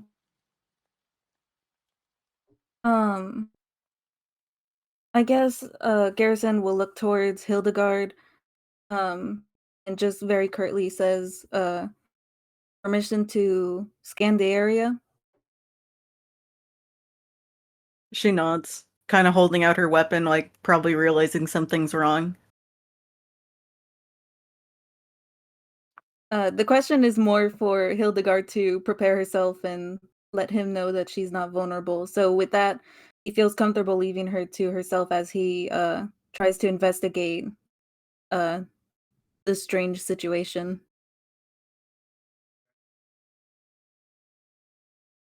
Hildegard, Um, as you're being left, so you are walking further within, so the two torches, you can just about see that, but there is space between you two. Mm-hmm. Hildegard, what are you doing? Hildegard's keeping an eye, like, around for the creature, like, probably sensing that something is there, but she can't help but, like, try to study the runes to try to figure out, like, what's going on, like, what is the ritual for.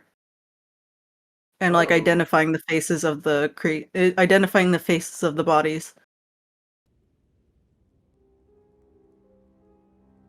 Interesting.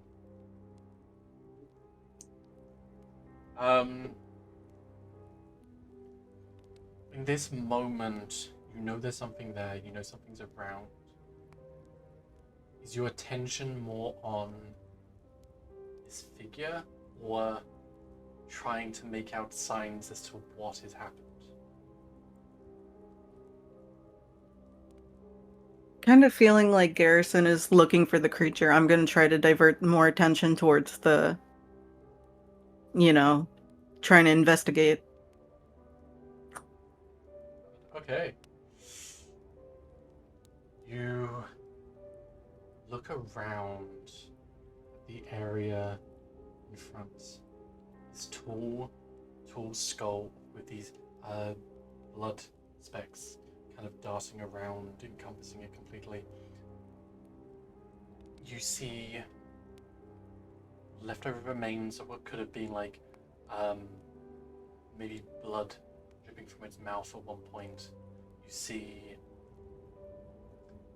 catching the torchlight, these bodies, they're marking a number of symbols on the floor in the blood, positioned in such a way you're just about working out that the position of these bodies are forming an even larger formation.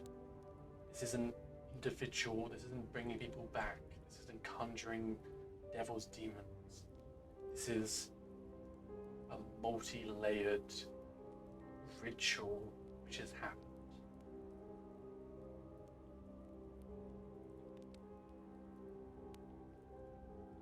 Are these the bodies of the missionaries we were looking for, or are they just random people we haven't heard of? Some, looking at them, some are missionaries, some seem like cultists, some innocents.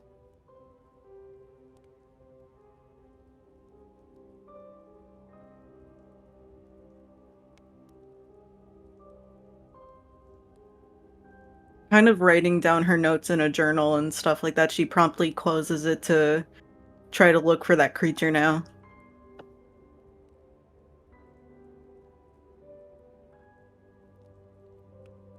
Are you looking for this creature? I have a torch, right? Yeah.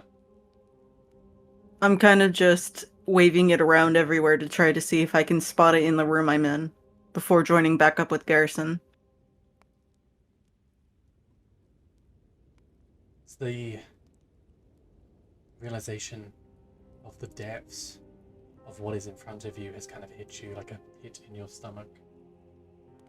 Turn to look around, and immediately behind you, that face, these jagged teeth, long black hair covering its face, and between like messy strands of cobbled together hair, tiny little specks of light in that eyes.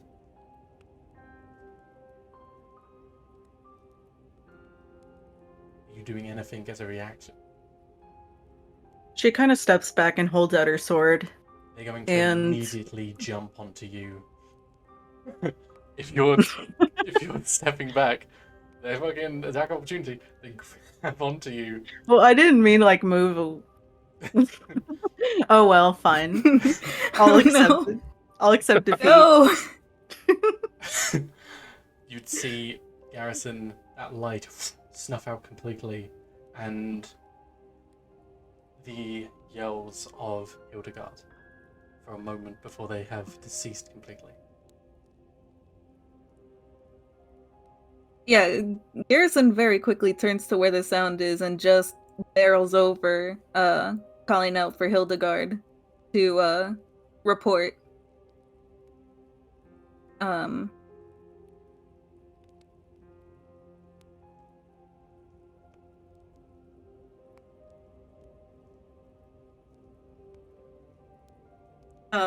I don't know what else to add to that. It just barrels into the room, maybe knocks over a wall if he has to. You see Hildegard standing there. The torch gone off, but just kind of illuminated in your torch, standing, shivering as if they've just seen a ghost. Hildegard? Are you alright? They twist their neck 180 degrees and stare at you with pitiless, bloody holes for eyes. Even I don't know how to process that. You see suddenly darkness.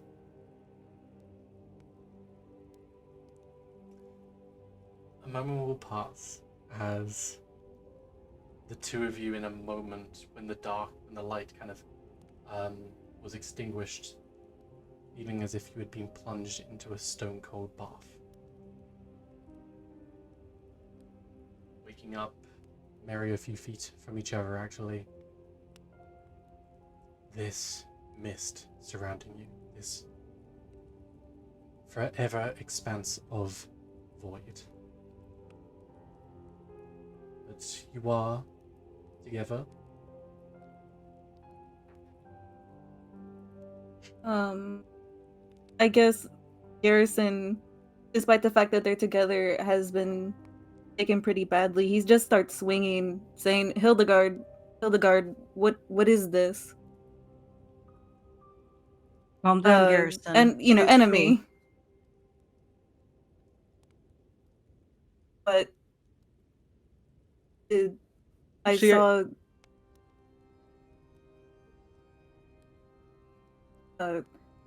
where's the did you what even I'm confused. He just quickly tries to just completely swipe away the black mist and try to find the foreign presence that had shown up. I think the creature is gone, Garrison. Oh. I see. Forgive me.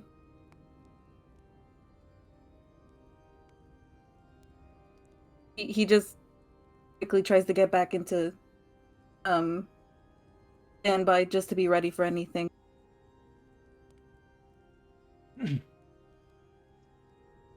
would the two of you please describe as space around you starts to conjure shapes and form bodies? They start to appear more vivid over time, appearing as like mists and then slowly rendering into something almost actualized and breathing color into them. Tell me, please, the two of you, what is your deepest, darkest fears as characters? For Garrison, I would say losing Hildegard, as well as like a vague notion of, ironically, violence.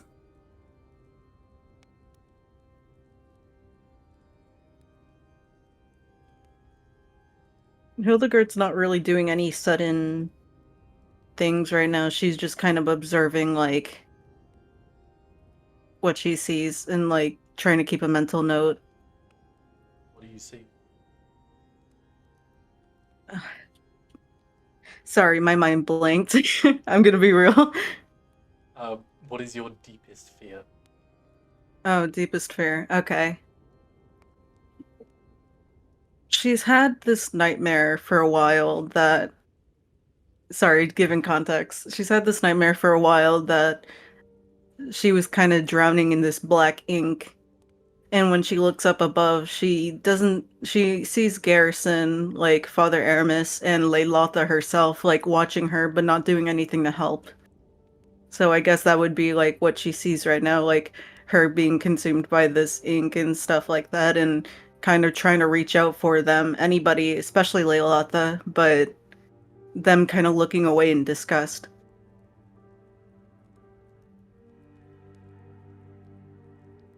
The mist conjures this image in front of you. As you see it and feeling as if you're submerged in this black water, your lungs begin to fill up. You're gasping for air, but it's not reaching you. Garrison, you would see Hildegard, their hair and body start to become weightless, as if underwater. Hildegard? Do I hear him? Vaguely, like muffled as if you are listening to it under the water. Hesitantly, he reaches for Yumi. I mean, for Hildegard's shoulder. I'm there too. Special guest. Screen. I'm sorry, I threw you in there. Anyway,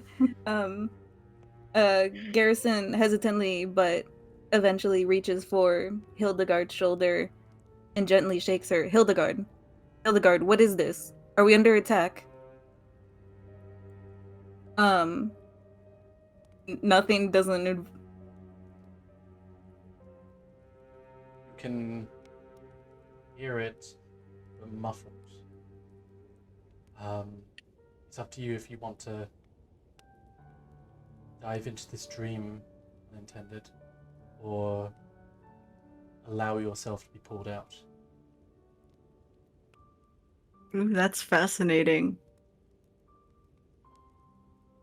She kind of feels like Garrison likes reach, but she doesn't see him. She kind of looks around and is kind of trying to like swim out, but it just feels like she's too heavy.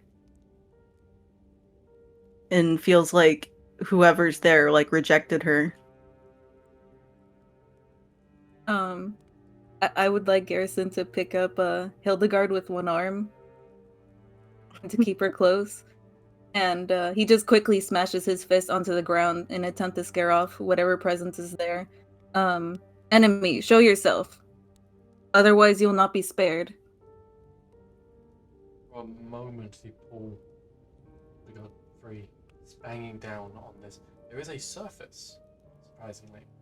There is a surface, quotations, hitting down on what is below you. You see the mist start to go away like dust, spreading, creating a small radius around you. Looking down It's like looking into like smoke trapped within like glass. It shouldn't feel solid, but it does.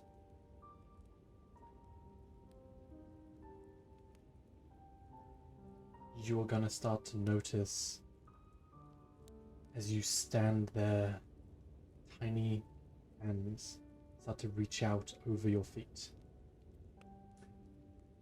These are not the hands of goats or a beast or anything like that. These are children. Some probably going as small as an infant's hands reaching out and trying to pull you in.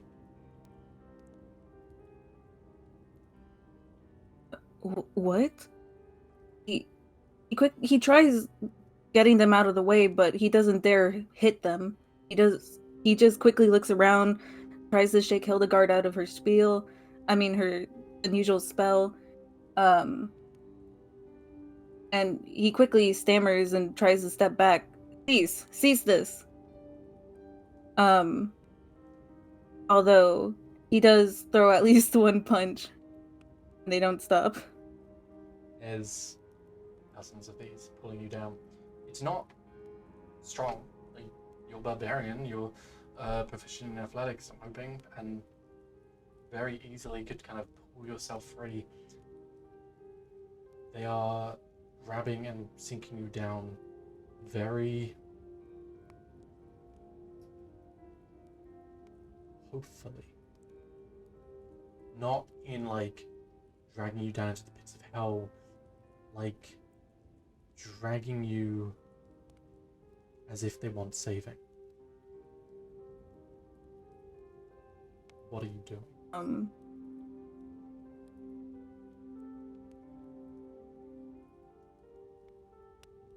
He quickly checks with Hildegard again to see if she's waken up. He attempts to shake her. He even mutters her name again, trying to see if he could ask her for any advice. Now that he's looking closer, he can see that they are looking like they're in desperate need of help. But he doesn't trust the situation to end well if he lets them pull on him. After some consideration, though, he decides to attempt to reach out and pull one of them and see what happens. So, Hildegard, first off, are you becoming awake, or are you looking further into the stream? Boy, I wanna deep dive into this dream. I wanna see what's on the other side.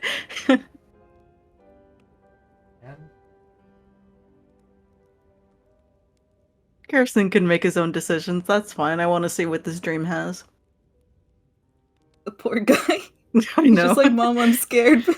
So, and I'll come back to you, Garrison, in just a second. So in this dream, you are swimming upwards towards the surface.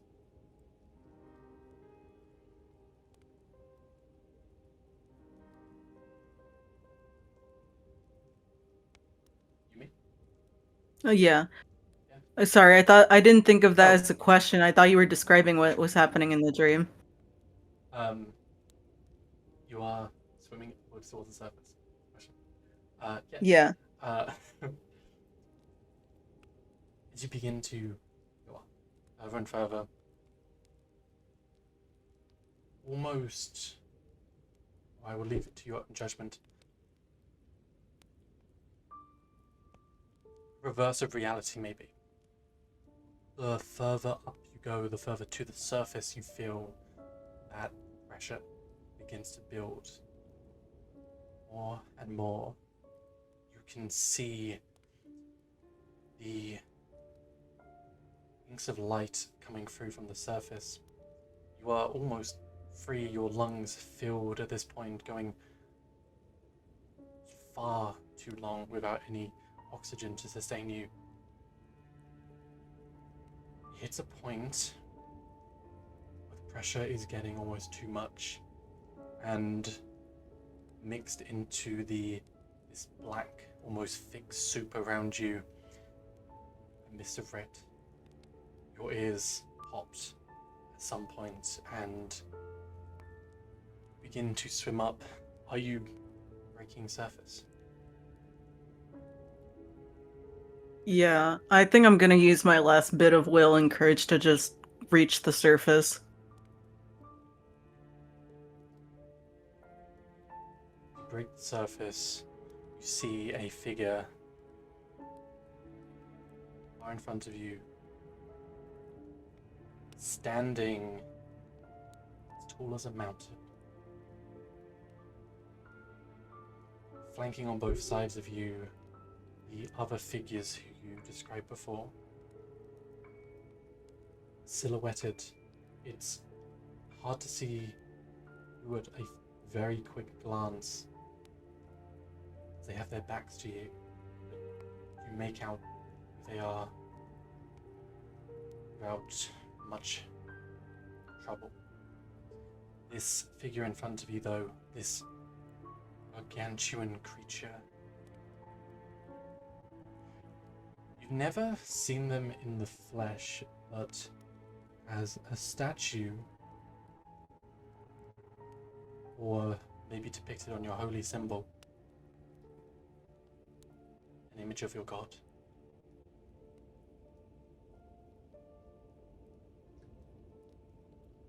Behind you,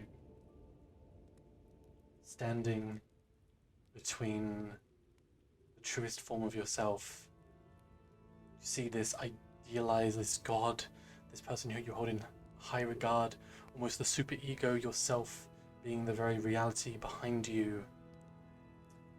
The creature that pulled you here,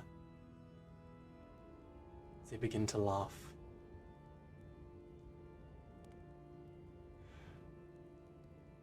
As they will reach out their hand and put it onto your face, searing like dark flame. The almost like black water, that drowning effect ends immediately as it's replaced with an intense burning, as if you've just breathed in flames. Garrus. Yes. What? You are still being pulled down. My baby ghost, yeah. Hildegard, no reply, but you hear them in distress, in pain, gasping for air, but there's nothing there until all of a sudden that breaks and there's just a heat where you are holding them. What would you like to do? Well, I'd like to state that I'm still holding her. They're hot So, to the touch, but they're not, it's not breaking out. I mean, it should be fine because I don't think the heat would bother him, right? Oh, okay. It's not too much that you would have to let go. It's just a unnatural heat. Hildegard? He quickly places a hand over her forehead and yeah, she's burning up almost like she's sick. Hildegard, report your status. Are you alright?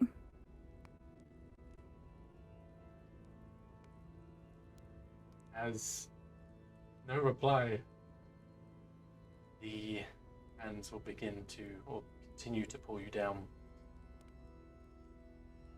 Your waist is down, and after a few moments, to your shoulders, before your head submerges. In front of you, you see that figure once more. That bony, hunched down figure. Very briefly, they appear elven, so captives. They appear to not quite drow, but darkish, like black ash skin. Wearing very little like rags, blackened rags, and very notably this symbol of Baal on their chest. A symbol of a skull surrounded by blood drops. As your head descends under the water, or the mist.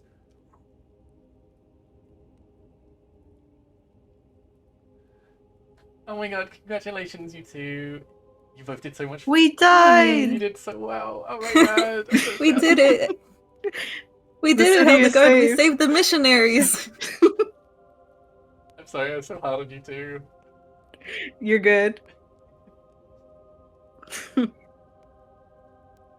So I like how we had the same thought process of like the city is saved. we've met Strahd and the two other figures.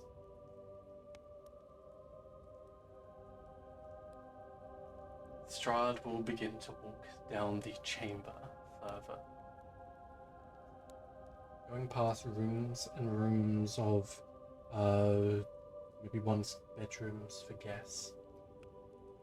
Inside, a number of ghouls and undead.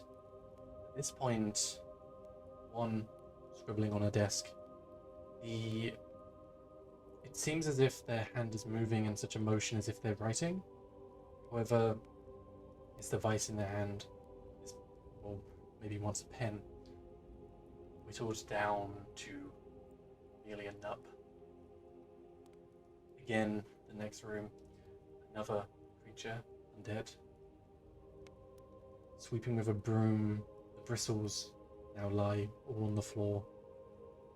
Just a wood chunk, which is like dug into the stone underneath.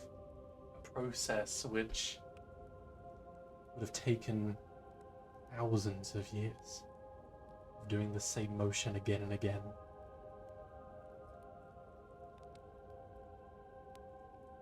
They go to the far back. This rotund fellow sits at the very back. Sorry, the back of a room. The walls covered in shelves, covered in each a fun adornment to the ghoulish appearance beyond, and they seem to be playing with one very childlike. It is a mannequin suspended by strings. Jay, would you like to tell me your character and what they look like? Yes. My character is very odd, to say the least.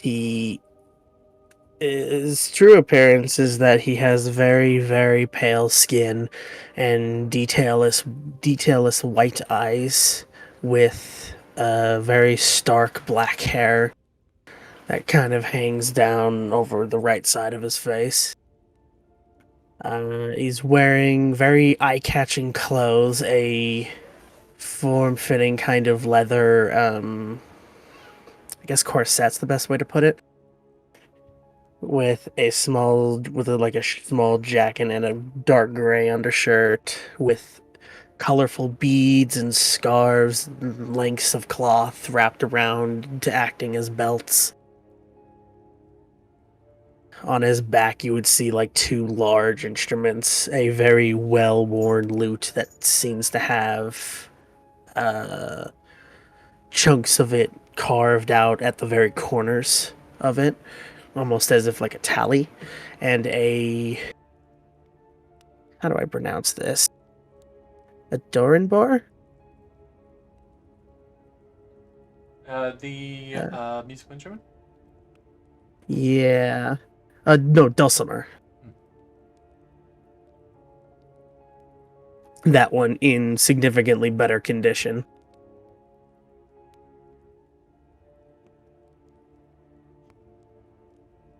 This humanoid wearing very brightly colored clothing, almost like appearing like a jester, some maybe brightly colored merchant. They continue to play with this toy in such a fashion their hands mislead the actions entirely, moving fairly slowly and rhythmically, but the toy itself acting very delicately and methodically. They pull out the dulcimer and the puppet begins to play. Jay, as your character begins to play the dulcimer, could you describe the room around you?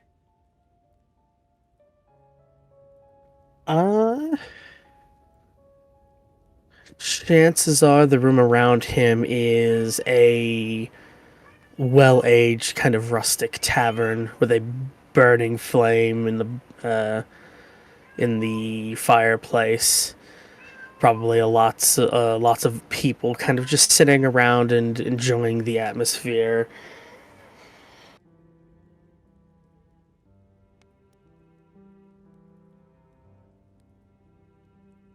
Whether you want to play the dulcimer or not, you find yourself compelled to.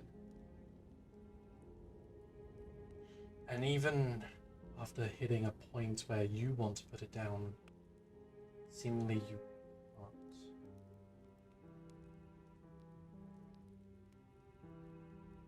You hear in the room around you motion. There's something in here with you. But nothing, not a big creature, nothing, not like a person, not,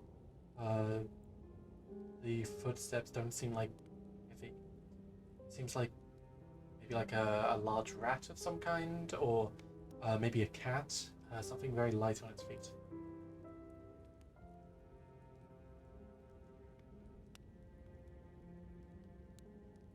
What would you like to do? Okay, I guess. Is this the only thing that I'm hearing other than the music, or? Yeah. As you're in and in, the voices of the people outside your window and around in the inn, the common life that you would expect, slowly faded away. It's just you and your dulcimer. That's that tune you're playing. And the noise behind you.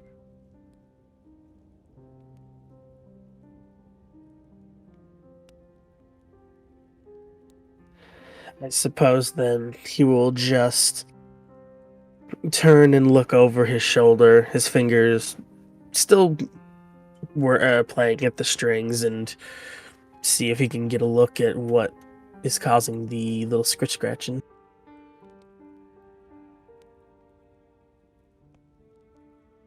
You find yourself unable to move your body as you'd like to. Your head you can move just about, but your body seems upright, playing, and as much as you want to pull away, almost like a paralyzing dream, you can't seem to break free of that. You think, obviously, magical world, enchantment, are you possessed? Like, is this a spell? All these thoughts going through your head suddenly, but you look around. There is a small, almost like a cat size, brown monkey with a white kind of pattern on their face, almost like a mask, and atop their head, a red fez.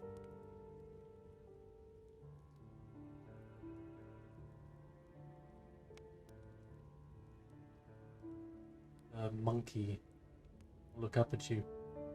Ooh, ha!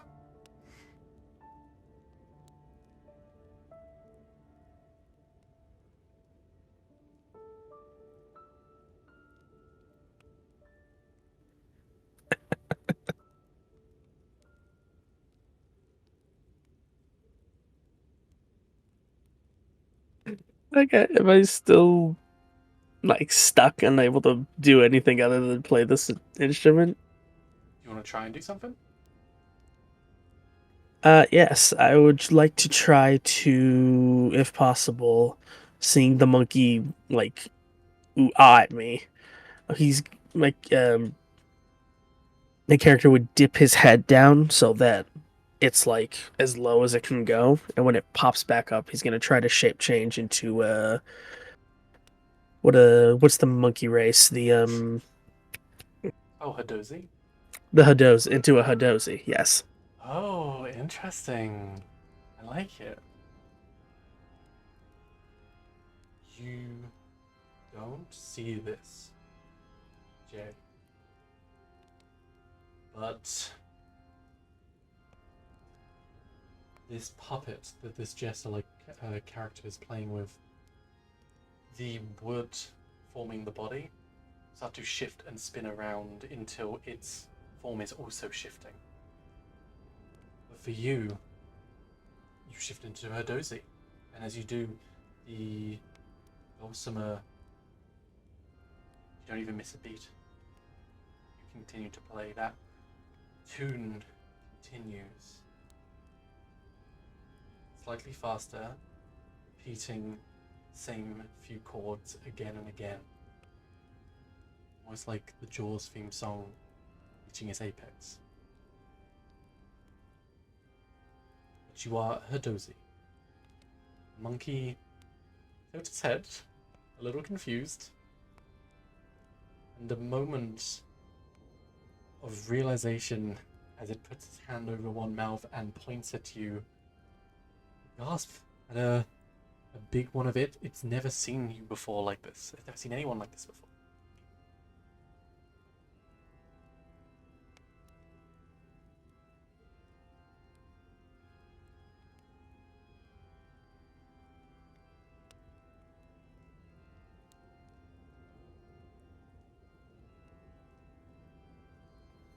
Okay, I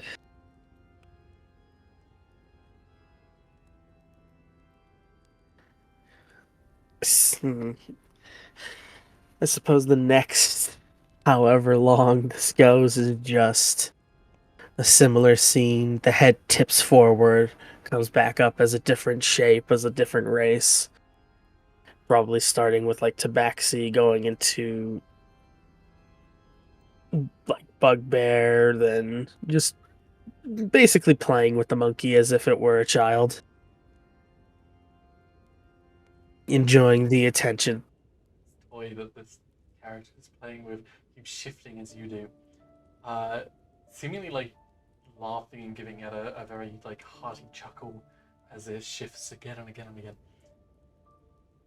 The monkey starts to laugh, Ellie like showing its fangs a little bit, just fully going into like an uproar as it begins to clap its hands in rhythm to keep it going. You hear like cymbals, like a little toy monkey. It syncs with your dulcimer suddenly. That tune getting faster and faster, repetition. It starts to bug you, and the sound of the cymbals start to hammer in some kind of dread in you. You get almost an unnerved feeling of sharks circling the water.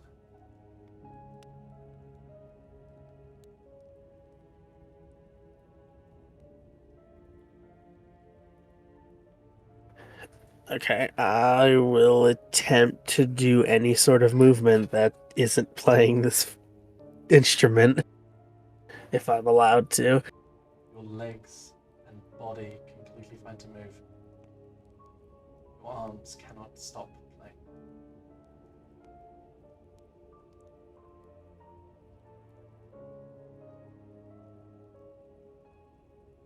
But you can move around.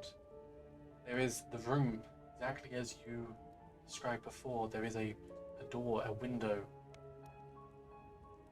space outside, way out.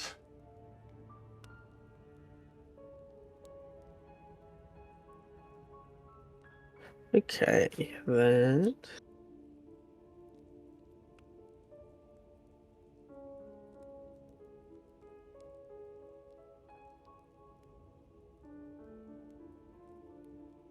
I guess he will attempt to, being unable to run or move, I suppose.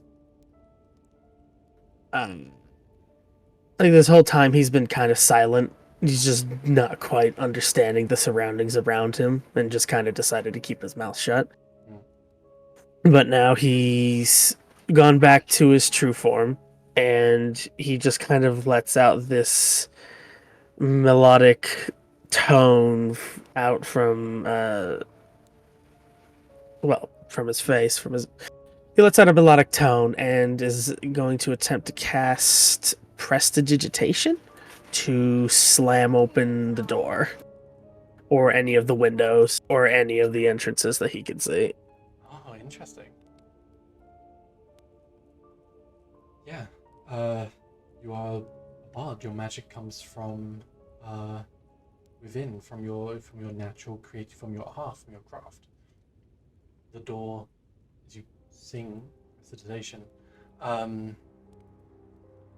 door slams open with such force the hinges don't stop it. You remember the room beyond. I think the door where it opens kind of catches on like a railing, so it doesn't like open fully flush. For whatever reason, it goes fully open, hitting like maybe a thud, but softer. The door itself, as it slams open, hits the wall in the far back into mist. Directly in front, this cascading, almost like someone rolled out the red carpet for you, of mist going on into almost what looks like an infinite hallway.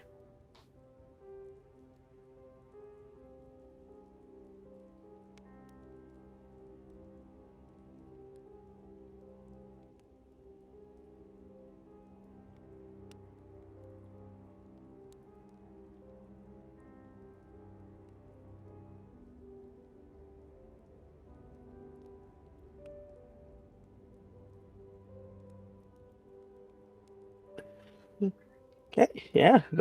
He's gonna try to pull himself away from this and try to, with whatever strength, with all the strength they've got, and just try to charge out the door. No problem. Absolutely. As you can walk fine, you can charge out the door absolutely fine. Oh yeah. You're still playing the dulcimer, that same tune again and again, slowly getting faster and faster. You picking up other sounds though. There's, the space around you, this almost like ash mist, but a little dot, a mote of orange on the horizon, not too far from where you are, straight ahead. You hear laughter. You hear music, and in such a way, rhythmically, without, there's no variation in it at all. As it comes into earshot of you, it matches the song you're playing exactly. Silhouetted in this mist, you see a number of people dancing around the fire, just about making out like these weird, eccentric like hats and long flowing like coats maybe. Some of them holding like goblets of some kind, and a number of these tall, almost weird polygonal structures.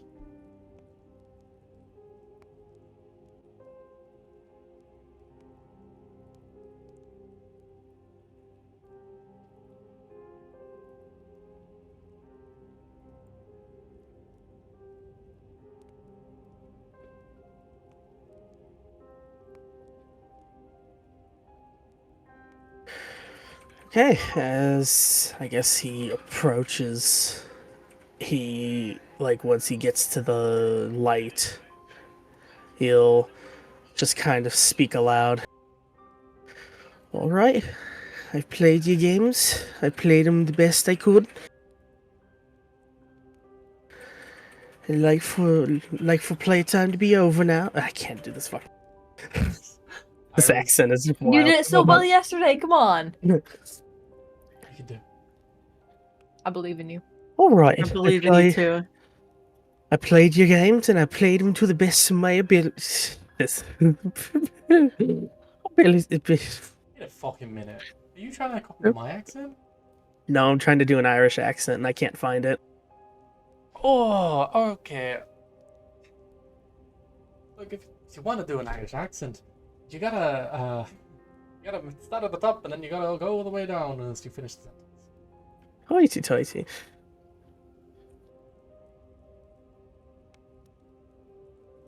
I appreciate my hands back, please.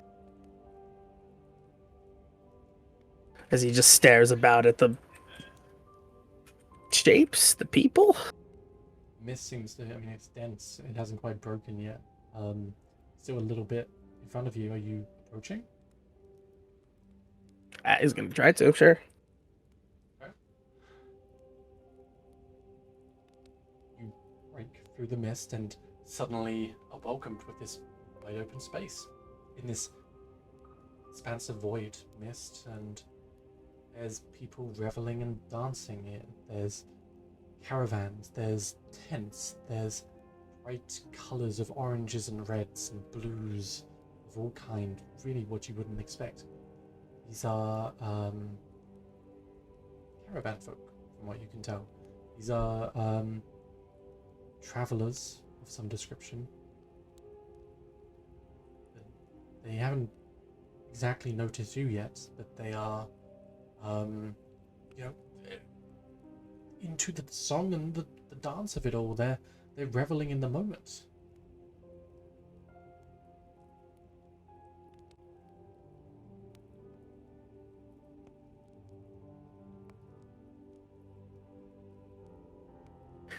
I guess as he approaches, he'll go ahead and he'll do like a little twist as he's moving.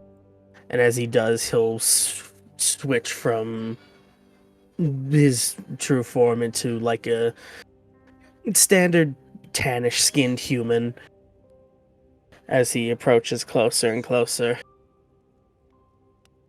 Oh, excuse me. Pardon me. He says to like the whoever he runs into the closest. It'd be this one fella, colourful tops or like very warm colours. They're just in the middle of a dance, like they're like hopping on one leg at this point, holding a goblet with like wine kind of sloshing free. They look at you and, hello, my friend, are you here for the party?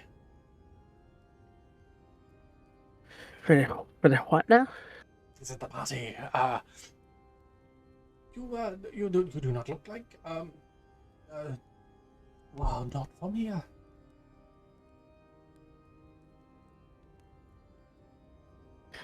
No, I'm not quite sure where here is, honest. Mist made it real hard to find where I was heading. They'll pass the goblet, like thrusting it into your chest. It's filled with, like, instead of with like a spiced wine. Not quite the most refined, not a Nezrim kind of drink, but like a very like hearty, like this is a party kind of drink, you know. This is a like spiced, maybe like a pumpkin or something like that in there.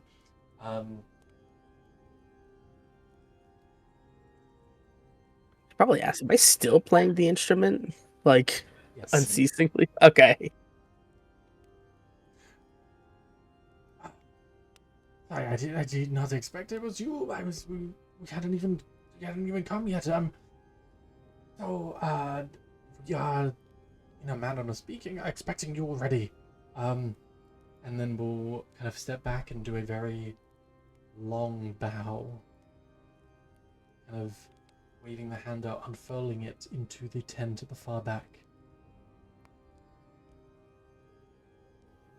Okay, before he bows, Mez will just lean forward and grab the cut with his teeth and just push his head back and just down it all in one go. It just hurts. Well, it'd be rude for me not to accept. After all, have you been waiting for me? And he's just like forgotten about the kind of weird situation and is super into the party now. Going straight towards that tent. My friend, you still carry a fire beneath your eyes. I thought you would be lost. Many people are. Aye, but many people have homes to return to. Not I. Traveling is a home of sort. And I've never felt more at home as in the middle of an event. He says, gesturing to all the dancing people. They will head over to you, between you and the big tent. Look, my friend, I like your spirits. It would suck to see that fade. And they'll put their hands cupping over yours. Do not lose that. Don't worry, I have a constant reminder of how brightly I truly shine, and he just shifts back into his changeling form, which, is it currently, like, night? Like, what time of day? It would appear dusk-esque. You don't see a sun. Don't see a sun. Well, as he changes back to his changeling form, his white skin looks like it glistens and twinkles and shines under the, I guess, the dimmed firelight. You pull their hand away. In the palm of your hand, very small, seems to be this very small, like almost gear-like mechanism. Very simply, it is like a fantasy fidget spinner. It has like a little rune kind of carved in the top, and around is kind of like a gear which kind of shifts in place. There's other buttons and sequences kind of dotted throughout as well. Examining it, some of the spokes on this gear appear to almost jut out as if they can be pressed in some kind of a sequence. This figure will step back. The light of the firelight moving away as they step into the mist, and their form fades. It is just you in the tent. Well, ain't this a neat little doodah? He says as he just peers at the, as his surroundings kind of still like playing with the object he was handed in his hand.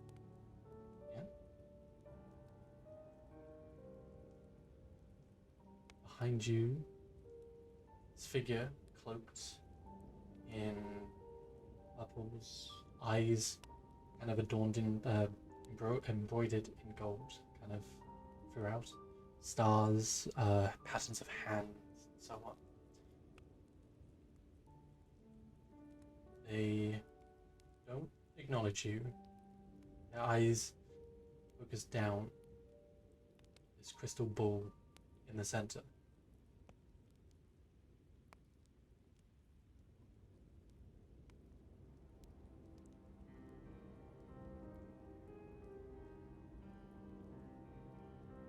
What are you doing? I like the tone shift of that music. I suppose he will just sort of move forward. I guess now that he's no longer playing that, that instrument, he's gonna go ahead and he's gonna just try to lash it back on, not lash it, get it back onto his back, kind of stretching out his fingers after him having to play like straight as he was for a bit. As he kind of walks forward and sees that, tries to get a better look at the individual and their crystal ball. You step into the room. The head flicks up, and these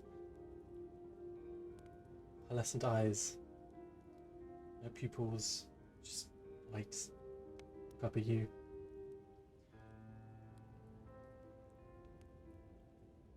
Their bony hand suspended over the crystal ball in place, slowly kind of circling with one hand.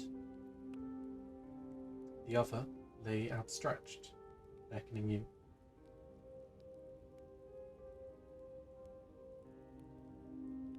All right, if you insist. Says, proceeding closer.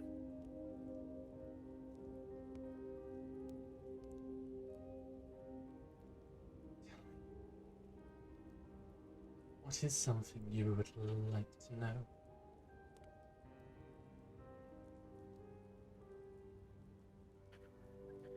Something I'd like to know. One thing. From the future? The distant future? Immediate, maybe? Some people were concerned with the manner in which they die. Others ask for they marry, or fortune in whatever form that takes. What is it you want?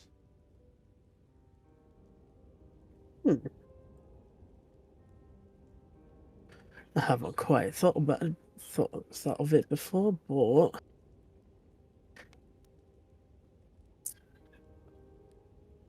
if I had to pick one, I'd like to know if do I die happy?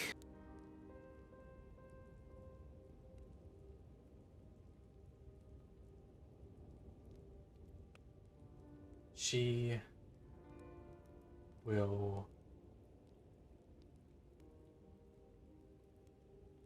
look into the ball, focus entirely on it. The entryway which you came in before, the curtains close suddenly as if the wind had just drawn them closed. Mist starts to leak on the inside of this tent.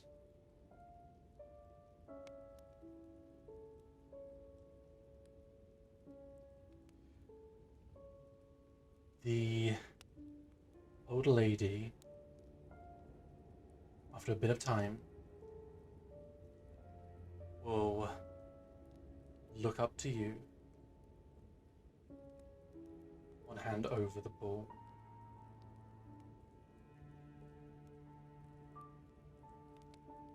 No. She's going to grab the crystal ball as you hear the breaking of bones, her body starting to swell. She fills the tent. This most blur hag or troll-like creature filling the tent in front of you, monstrous boils sprouting from all parts of his flesh which is visible to you. What are you doing? Oh dear fiddling shit. He just, like, in complete terror tries to... he just fucking turns and runs. He's just gonna barrel through the wall of the tent. As, like fabric, you go to push it and even try to, like, rip it open and tear it, maybe pulling out a weapon, a dagger or something and trying to slash at it. It catches it. The sharp objects seemingly sliding off.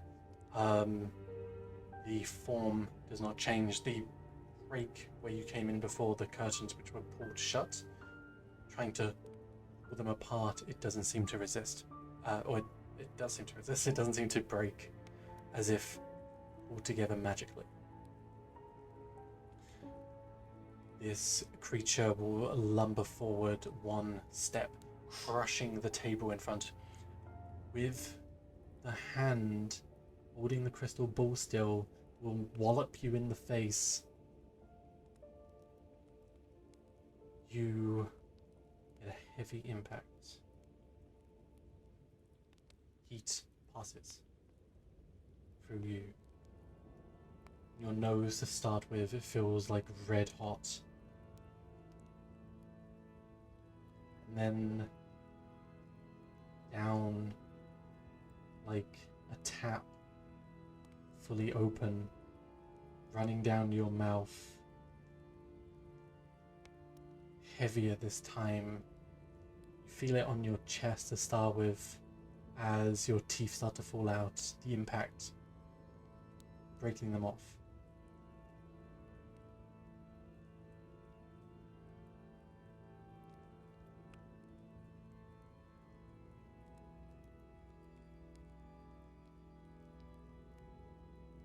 Ow.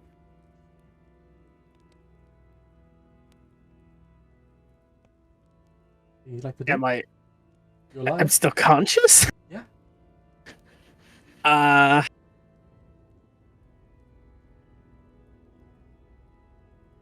Don't suppose switching to another face will fix my teeth, will it? Wanna try? Sure, what the hell? He's just gonna go ahead and, after getting walloped in the face, and he's just gonna like lean backwards, and when he pulls himself forward, he's got the face of a Skaven instead. You do so, the teeth magically kind of shift.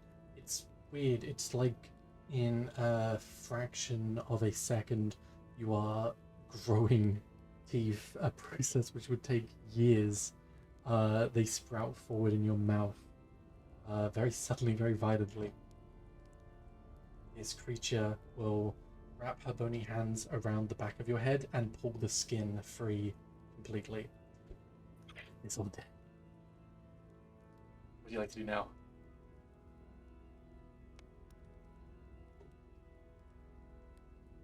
Fucking yikes. What can I do?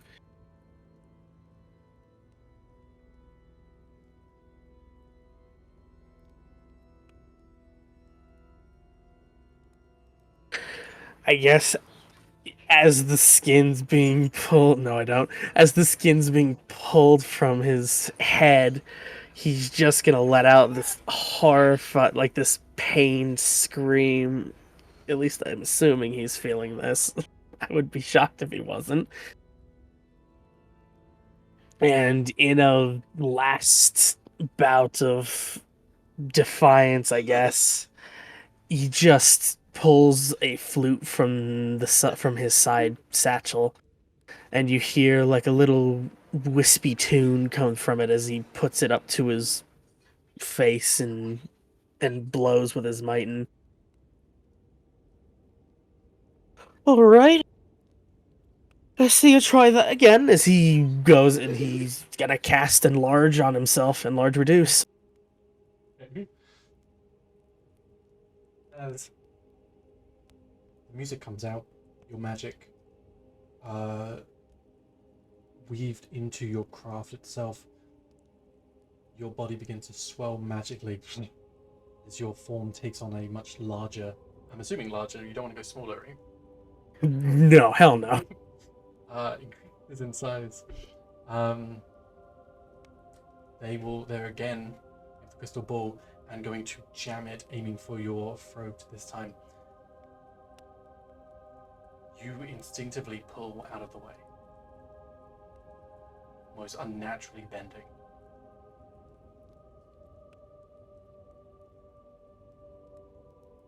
Your mouth drops for a moment to gasp. But not your actions. That wasn't you. From your mouth. Your mouth stops moving, but the sound of a voice comes out. It's no fun. It's no blinksy. And a fist will come out of your mouth and punch this figure back, sending him a good 10 feet backwards.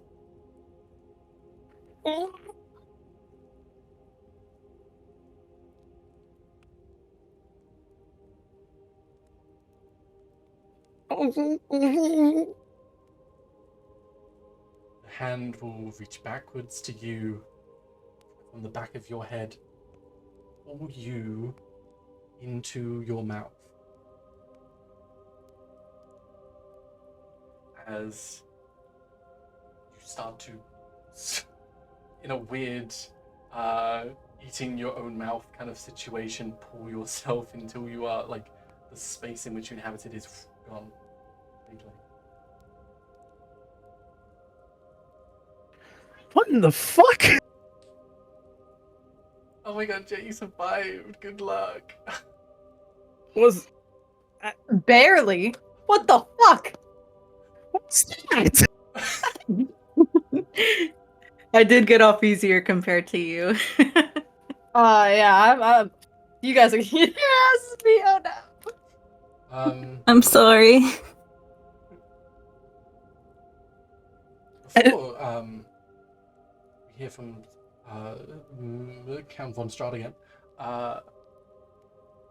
Omega, you've been sitting here for a long time. I'm sorry. Do you want to describe your character and where you are right now? Let me see.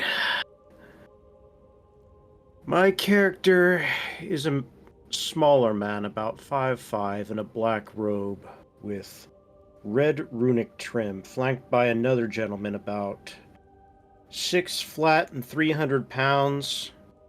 That one's faceless, but big and husky, also in a robe. Pale complexion of what you can see, his face is covered. Piercing blue eyes. And, as he does as a caravan merchant, he's on the road with another shipment, on his way to make a delivery. What is the shipment? It's a parcel of various potions this time. It's not mine, I just get paid to deliver it, you know. Mm-hmm. The road around you, you've probably done this track a few times at this point. This is a fairly well-established track. The markings in the road, almost like ingrained in time, a part of the actual landscape itself. Merrier problem have ever seen you through here before. Likely maybe a few years ago you heard of like bandits and such, but the town's guard did, come to the aid and stop the people that was kind of in control. The path has been very well protected for a long, many years at this point. You are heading forward on this track, and a figure, kind-faced, waves you over. Traveler on the side of the road, huh?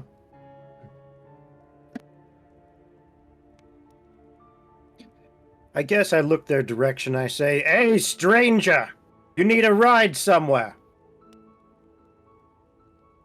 Yes, please, I would like one. Hop on in the wagon. We'll get you where you're going. Well, I thank you. Your name? Just Vin will do. Hello, Vin. This is my compatriot, Mason. Come on, get on. Hello, Mason. I am in need if you are in need of Coin, maybe you can spare me a few health potions. I'm on my way to meet a friend. These roads are dangerous. I'm sure I could spot you and cover the difference with as many as I'm sending to this trip. I wouldn't worry about it too much now. Absolutely. I mean, what is the price for one? Oh no, I have a bit of coin. I'll cover it. You don't have to worry about that. We'll just get you where you're going safe and sound. I appreciate it a lot. Tell me, how long have you been a traveler for? Oh, goodness me. Let's see, I've probably been doing this specifically 5 years, but I've been in trade for probably closer to 15. You see a lot of things, you know. Yes. Many things. There was one time I was on the road and a series of ghouls were attacking a live cow on the road. A live cow at this point. The guts were mostly ripped out, but it was still kicking. Grisly indeed. Lucky it was just a cow, though. With as much as you travel these parts, I've had to bury a few friends over time. Sad state of affairs, really. That was just on the road. When I got to the town, very similar fates. Roads are not always safe.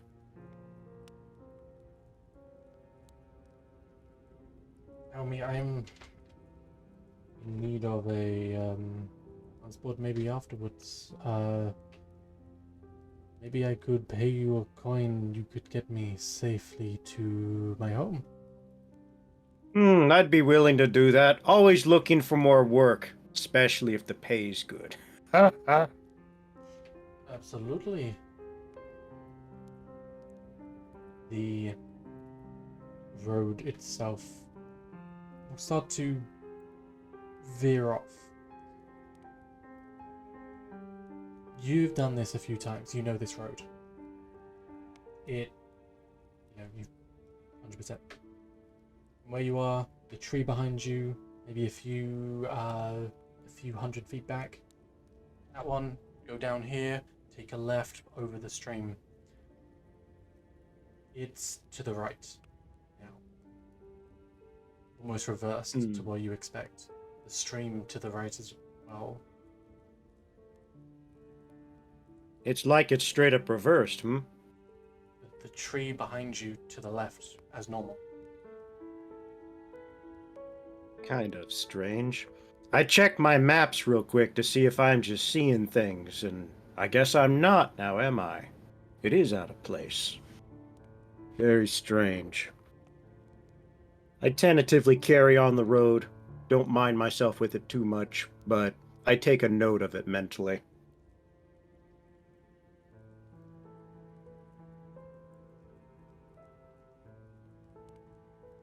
You on further and further. At some point, the animals, the horses pulling the cart, seem to stop suddenly. That's a bit odd. Do I feel anything strange going on with the animals acting this way? I mean, they are pulling against the reins, like halting in their tracks, like they are not wanting to take another step forward. Can I do an Arcana check? Sure, on what? Just the general area to see if there's magic present. Actually, right now, no need for a check. All right. You're an artificer, so how are you checking? I was going to either use Arcana or Investigation. Does not seem to be illusion or conjuration or abjuration. Definitely not teleportation. Definitely not. You're ruling off some things in your mind. Mm-hmm. There does seem to be around you little wisps. This black and green mist, inky. Not illusion, not conjuration, not abjuration, necromancy. Hmm.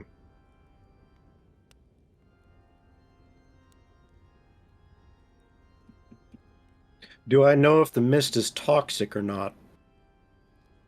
You don't know. That's unfortunate. The traveler's still in my wagon, right? Yeah. Any idea what this is, friend? No, why have we stopped? What is wrong with your horses? They're scared of the mist. I'm not sure what it is, but it's magical in nature. Probably shouldn't tarry too long.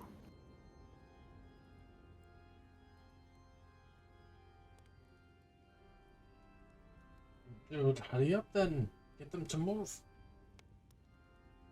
Well, I try to get the horses moving then, as I do. How are you doing this?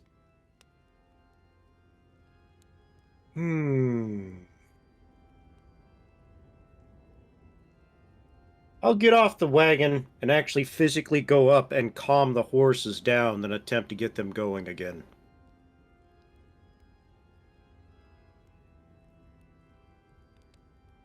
Begin to step onto the ground. Your feet sink. Maybe like an inch, but like more than you'd expect. The ground itself seems like soaked in like mud at this point. It hasn't rained in like many a day at this point. The wagon itself, you had no problem with it like sinking. As far as like it comes at a shock to you. That's not right.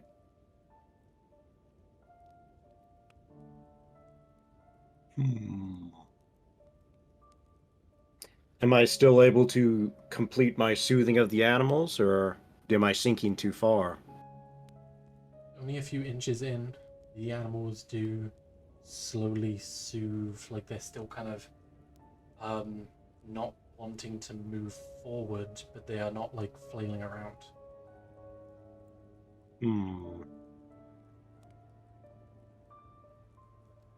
Can I look forward and run an investigation check to see if there's something there? You want to go forward? I want to look and see if I can see something. So generally, if it's looking, it'd be more perception. But even All without right, a check, I'll use perception then. even without Some a way check, to look. you would see in front of you the road continuing as per normal. Obviously reverse to where you would expect, but relatively normal. Can I throw a stone in front of the horses? In front of the horses? Yeah, I just want to throw it straight in front of me where the horses are facing to see if it hits something. Yeah, of course. Just hands into the mud. Nothing. You're noticing where the rock landed. It's indented the mud. So normally, if you were in a swamp, it would kind of land and then water would fill that in, right? Mm-hmm. Blood fills that in. A red maroon fills that in. That's a bit of a problem.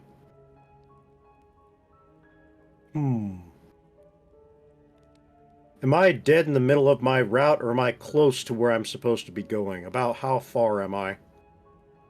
Like, still a ways out. You know where I'm the in road middle of is, nowhere. like... Yeah.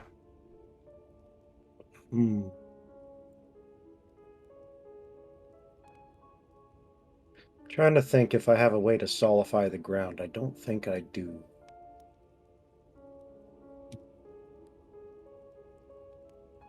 What is the holdup?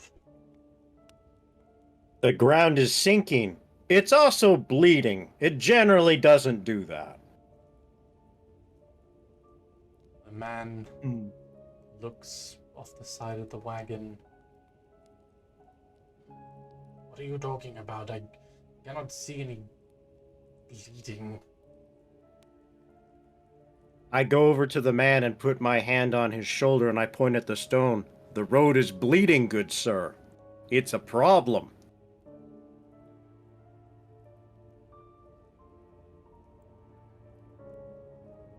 They'll look. I do not know what you're saying. I cannot see it.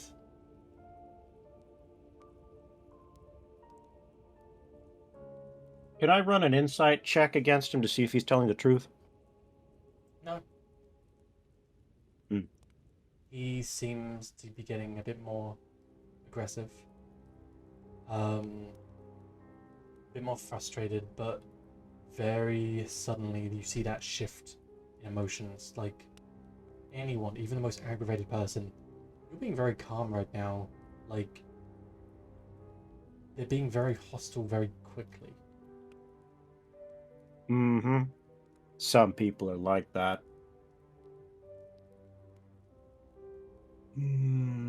Is there another route I could use if I were to backtrack? Potentially. Alright.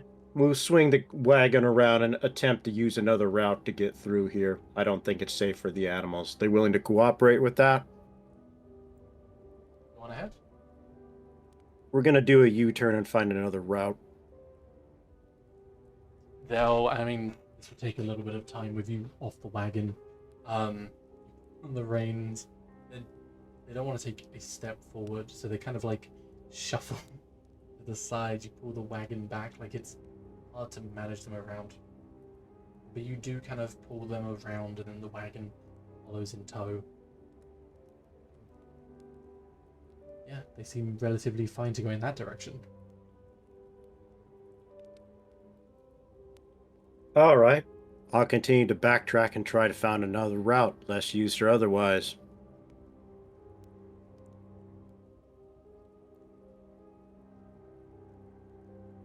You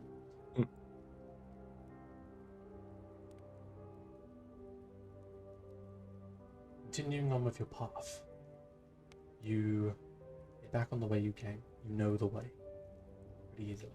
You know, as far as like the back of your hand, you've traveled this quite a bit, and I'm guessing on days when it's slow and you don't have like a pressing, like a deadline, you would go off into some of the back end just to be aware of like what's immediately around you. You'd kind of explore the area. You've been doing this for many years. Mm-hmm. Anomalies, shifts, trees appear where they shouldn't be. Roads bend in ways they shouldn't. But what strikes you the most odd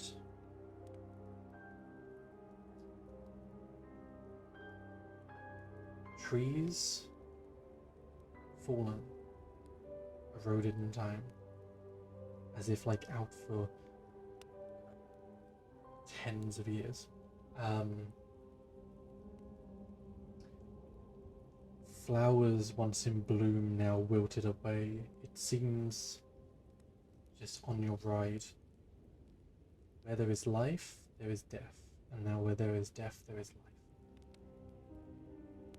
A reversal of normality and reality. And that's definitely strange.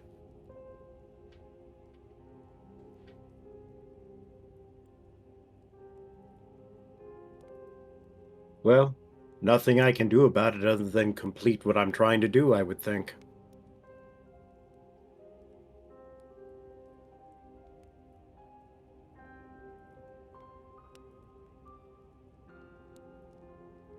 So, I'll continue proceeding along the road as long as I'm able to.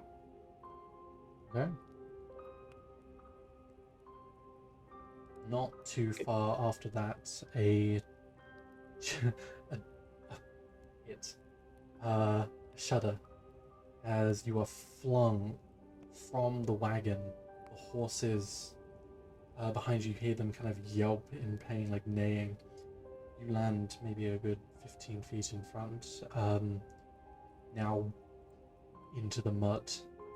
That crimson creeping into you or around you. The horses behind you neighing frantically. You're turning just in time to see them sinking into the mud as if a monster grabbing them and pulling them in.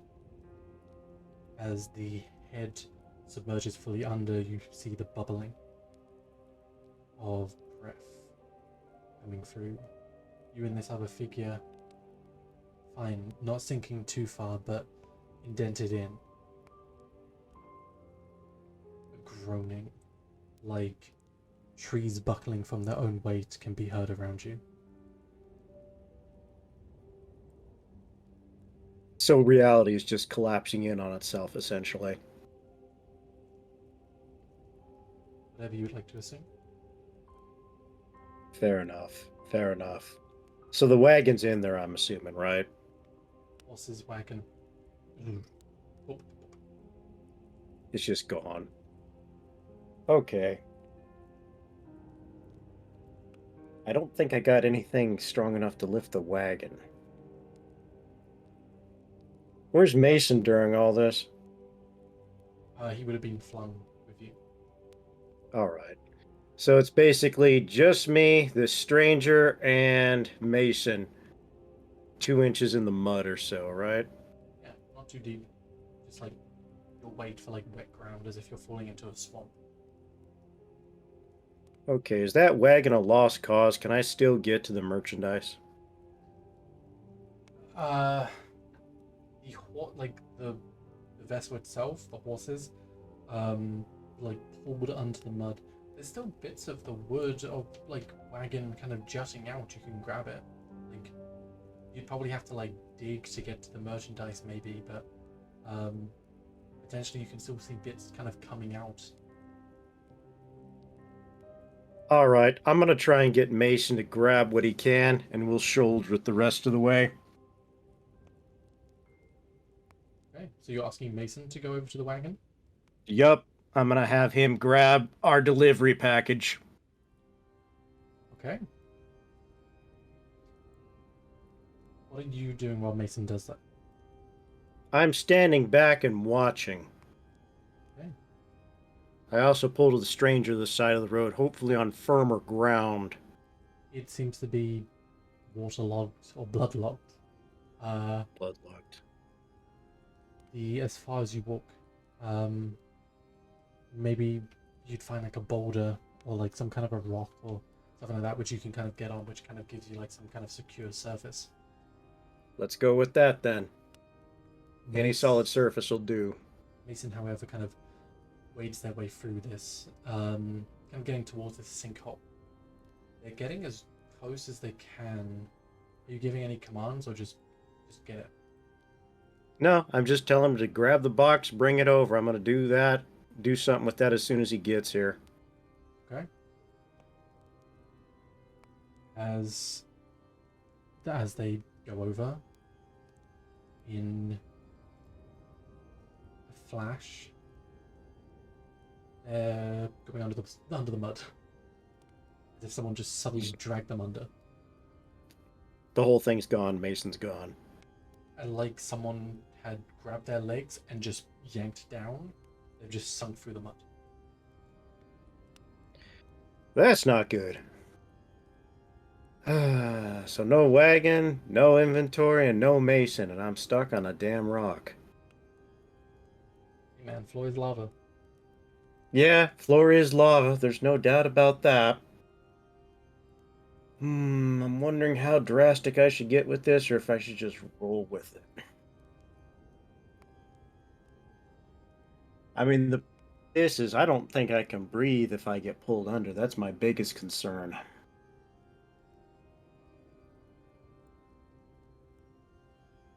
Man next to you getting more and more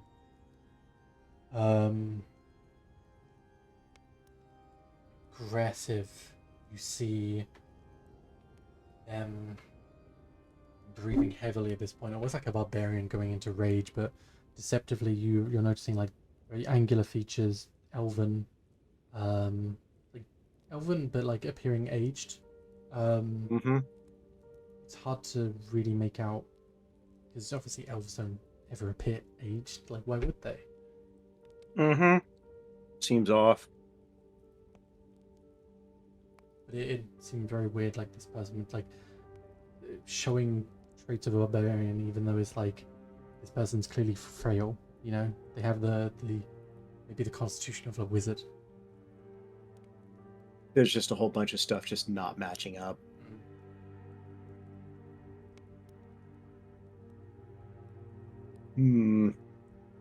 Well, I'd love to take you to your destination, but it's gotten a bit complicated, as you can see.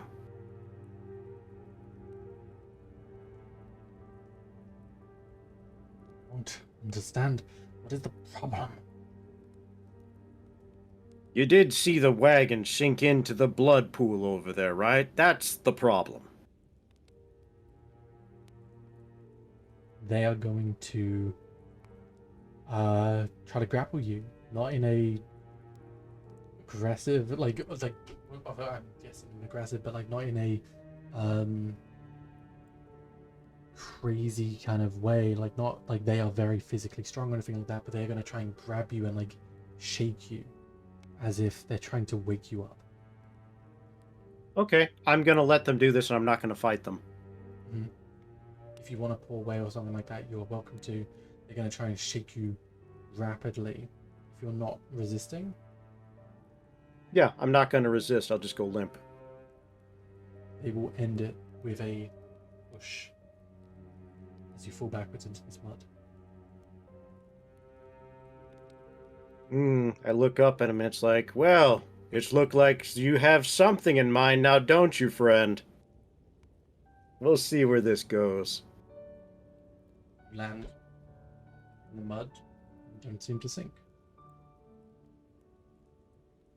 Now that's even more strange. It just stopped, huh? Care to explain this? What do you mean explain this? I don't understand what you're doing.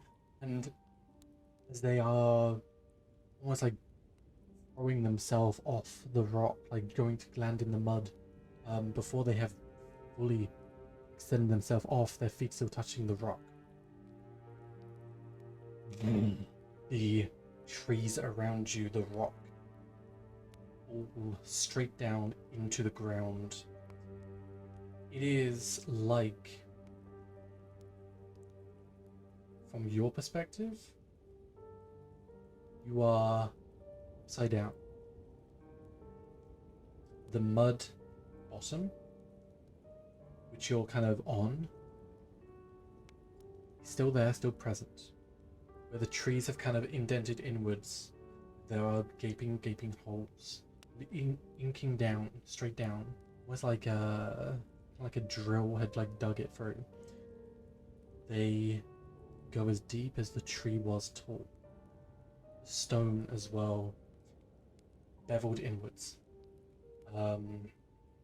So where am I physically? Am I on the other side of this mirror, or am I above it still? I believe I'm on the other side. You're on the original side. Everything has gone down fully, and you see the holes, the upside down of what this reality was originally. This figure before, as they had gone to jump off the stone, indented the other side. You wouldn't see them anymore. Just this expanse. Ditches have become hills, and hills have become swamps. And the figure, you don't see them, but as they would connect with the ground below, footprints where they stand. Dug like holes into the ground.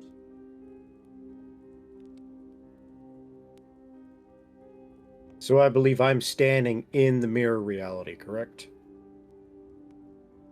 This is your reality. Okay, that's how we're going with it.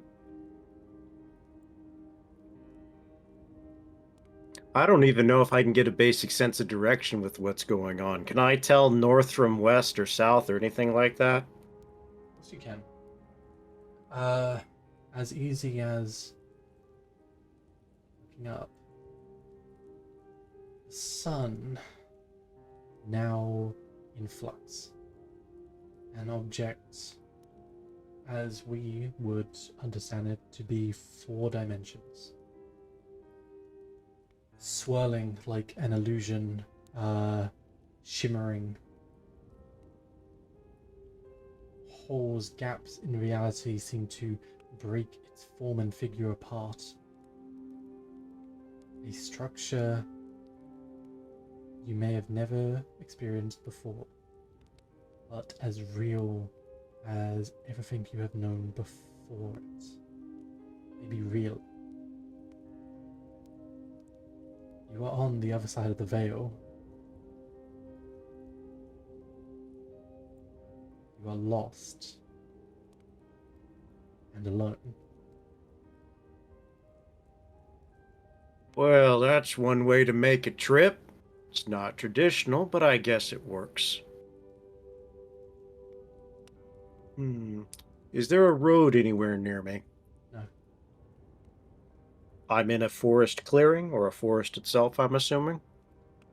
To you now, it appears like a flat world covered with holes. Covered with holes. Okay, I'm gonna begin walking north as well as I can tell.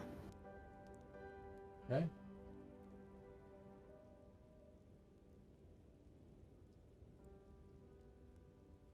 You begin walking north in this mist-like reality. How long are you walking? Would I even be able to tell? No? I'll walk until I get tired. Okay.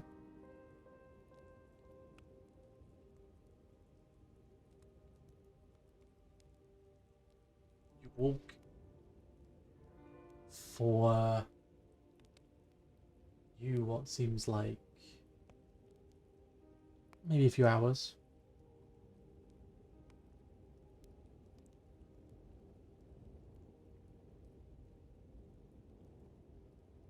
No change? Is my environment just the same as it was 3 hours ago? Yeah. It's not changing.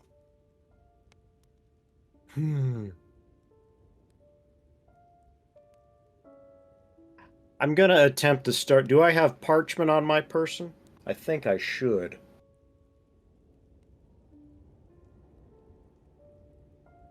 Pen, paper type of thing. Start making a map as I go. You have parchment on your character, then yeah.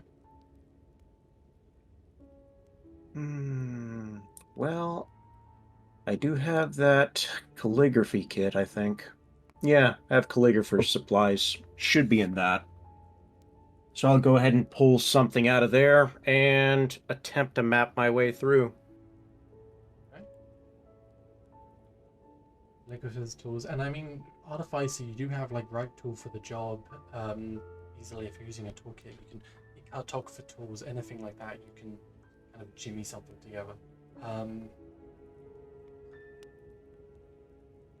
You're drawing like holes on a space, mapping them out best you can. The area around you frequently change. Like, it will take you a few tries of trying to map it, and then it's just holes and holes and holes. As far as I can see, it's endless space going to nothing, changing. This is defying logic as you know it. There is no path forward as you can tell, and it is changing, and there is nothing you can do to logically work your way through this.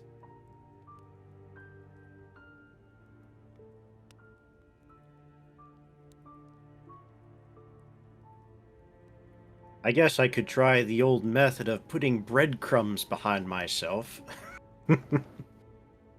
You are going to continue to map out this area, to walk, to breadcrumb, to try and find something at what feels like to you the next 1,000 years. Probably would. Of But you can't stay still. You have to keep moving, try to find something, you know? of no human interaction, nothing. Every now and again, maybe after some time, Mason doesn't come back. You have the ability to craft a new one fairly Oh, easily. I am aware of that. I'm aware of that. But it's not going to do any good if I'm lost. I'm probably going to have to camp before too long because at this rate, this is probably going on 6 to 8 hours, right? We're probably 1,000 years into this now. 1,000 years. Okay. Yeah, you know what? I'll set camp. All right, I will do that. Okay. If it's been going on that long, I will go ahead and set camp. I will make a fire. I'll make a bedroll, and I will get some rest. Okay.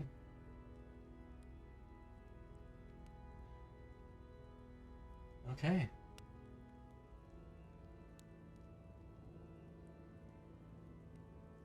Well then.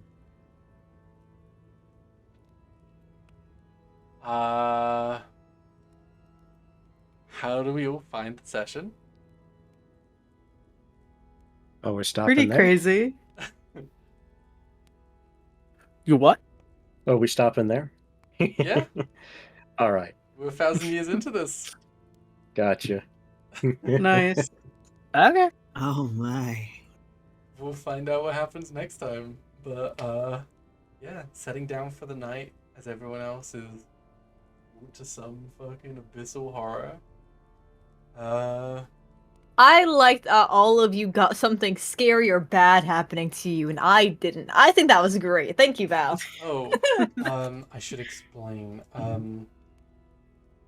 Jay, you have basically a fantasy fidget spinner.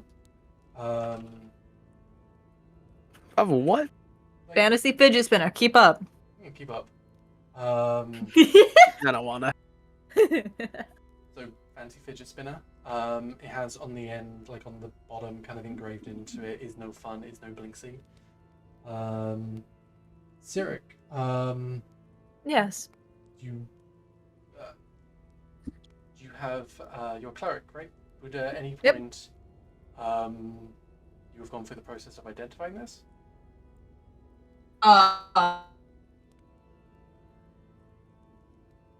Identify I'm a cleric? Don't. You do have Telling it. everybody or I feel like clerics do, don't they? God, why can't I hear you guys? Hold on. At the very least, I can put a image of the book in the Curse of Strahd chat. Okay, now I hear you guys. Like telling the party I'm a cleric or No, so I'm going to put an image of the book you have in your inventory in the chat. Okay. Oh no. Okay. If you, just for the sake of it, this may or may not be related, but if you could add to your inventory a book of vile darkness. Oh, great! Oh, boy. Sure! I would love to do that. A book of what? A book of vile darkness? You want me You to? know what that is, right? Or do you? Nope. Okay. Never I know played what this it game is. before. I know what it is. My guy's probably gonna know what it is, but he's nowhere near you. Nope. No. I'm sure it's fun. What else am I supposed to do? Was that all? out of the ordinary. Knowledge. That's what you were given by this this figure Well, of yeah. Baba Yaga. By Baba Yaga? Yeah, cool. Oh, Fantastic. It's just an overdue library book. Don't worry about it. Oh, you know, I should return this then. I think that's what my new goal is. That might be a good idea. Yeah. Oh, anyway, there's so much I completely forgot. I've completely forgot. Like halfway through when I was doing Jay's thing, we didn't even do like trigger warnings and what everyone was not comfortable doing. Yeah. Trigger warning: the ground may bleed, Ghostbusters style. Okay. Oh yeah, God forbid the ground may bleed as my face is being peeled like a fucking banana. There's also I just think it's crazy that you, for the last week, were like, yeah, you guys will, like, during session 0, you'll decide, like, what you want to spend the, like, 400 gold on. And then we immediately jumped into the session. I just think it's funny. I completely forgot that stuff. There is 400 gold for the party. So We can decide that before next session. Sure, there's Yeah. So there's 400 Oh, gold. look, there's 400 gold on the ground. Actually, I can cheat this real quick if the party wants to allow me to do it. Valiant, you impatient asshole. What's your plan, Omega? Can I convert the coins into gems? Yes. Why? Wait, yes, you can. You can convert them into Monday. What the fuck? Oh, that'd be cool. All right, well, I'll convert Although I them to did wanna gems, get and some. then we will use them later. Splendid. It actually works. Val, do you allow it so that I can have multiple, like, gems that add up to 300? Or does it have to be one diamond that's 300? You can have multiple diamonds. Okay, cool. You can I do think we can work the math out on that later. Yep. The rings which come together with each of us having like 50 GP worth of a diamond, and then we'll have to bump our fists together to revive someone. Yeah. Mm-hmm. We'll turn the plate back into existence. Mm-hmm. So 400 gold on the table. Whatever the party, that is party money. Whatever is not spent by the end of the next session is gone. Huh, okay. We'll go through that and we'll see your decision at the beginning of next session. I hope you all enjoyed. Ayla, that was your first session. Yay! Oops, I forgot to unmute. Yeah, it was. I hope I didn't scare you. No, it was good. I was just like, oh dang, I don't even know what I do in this situation. Just die, I guess. Was there a chance for any of us to actually die? Yes. Oh, splendid. Really? Oh, that's why you sounded Nice. so fucking thrilled when you're like, you live! Oh. Oh, so we did a good job. I mean, some situations were more dangerous than others, obviously. Oh, yeah, for sure. I Yeah, was for minding my sure. business. And some people were more cautious than others. I already know I was playing super conservative. So I think I did fantastic with walking up to the fucking monster in the room with me, personally. I was thinking about it, like, Val wouldn't kill us at this point, right? Well, No, he wouldn't. Iga, if Not on there's- purpose. If there's it needs to be an amount of gemstones worth that much in total. Yeah, so multiple gemstones are absolutely fine. I'm fine running that. Yeah, so each of you were kind of confronted by maybe a villain, maybe an ally, who knows? And yeah, if you had maybe mouthed off to that character or being disrespectful or something, they could have just fucking killed you. I was being pretty disrespectful, I feel like. Who knows? I don't know how. Uh-oh. Oh god. Victoria's mic. Oh no. Victoria, no. Victoria, no. no. Oh, okay. Wow. I thought Hildegard died. Huh? I thought I Hildegard mean, I just feel like I died. didn't die. I just got a really bad trip. No, I know, but like when the whole head twisty thing happened, I'm like, did my partner just die in session 0? Oh. That's kind of why I didn't even know what to say. I'm like, what? Oh my god, I hate you, Mike, so much. Mike, what have I done? I said the mic. Victoria, what were you saying? I don't know how I could disrespect groping hands, but you know.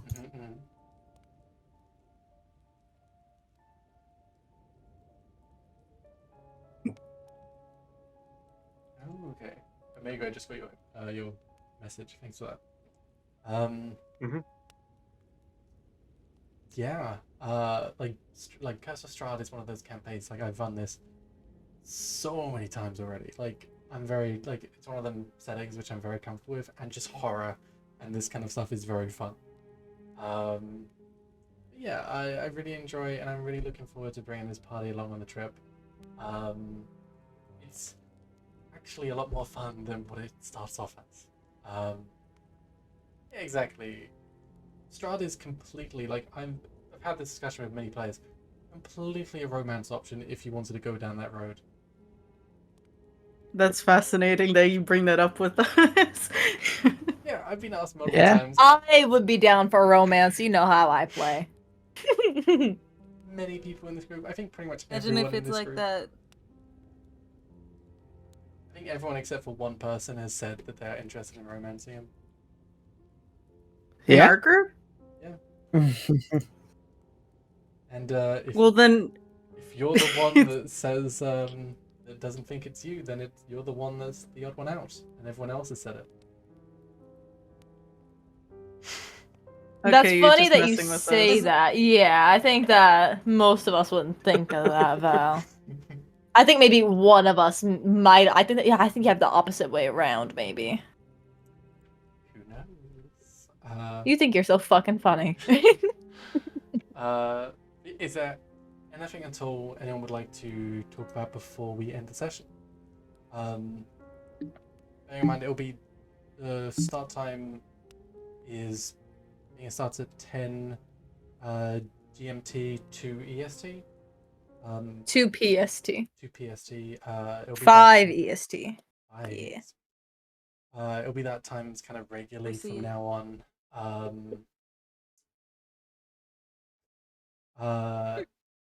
Yeah. Is there anything anyone would like to say beforehand? Or anything to ask about the session in general? So I'm not dead, right? No, you're fine. It was for context, that was the light being snuffed out, that was you being pulled into the mist. And then the figure which was in front of Garrison was the creature hunting you down. Just disguise self. Okay, fair. Do I still have my face? We'll find out in the next session. No. No, you don't get that. No face for you. No. What ability? What the fuck is up with that hand coming out of your mouth? Yeah. I don't give a damn about the hand coming out of my mouth. I want my face. I worked hard on this. Oh, Val, should we DM you who we decided to worship? Yeah. Okay. You probably already know what me and Garrison worship, but I'm just gonna put it on a thing anyway. Yeah, I mean, for sure, send over whatever, and I'll go through it. Yeah, I mean, I'm interested to see where kind of things play out. That's fucking the whole session. Tomorrow, I'm super busy most of the day, but around like 6 my time, we're going to be streaming once again. We're going 4 days for 4 times. I don't know what I'm going to do. I'm probably going to do some, I'm going to do some League of Legends. I don't have to fucking do League of Legends, but I want to play a bad game. League of Legends. I'm probably going to do some either Baldur's Gate, or I might try and get Overwatch 2 working, or God of War. I might try and do something arty, because I am in the middle of writing a feature film, and I might do some artwork because I do need to get it done for my Monday session. I also have a secret project I'm working on. Not much stuff I can do, so I guess we'll just find out next time, tomorrow. Who knows? Yeah. Hope you had fun. We're gonna raid Marin for their birthday stream. All right, it was fun, Val. I enjoyed myself. Looking forward to it. Yeah. I really need to finish everyone's art. I have 3 Ooh. left.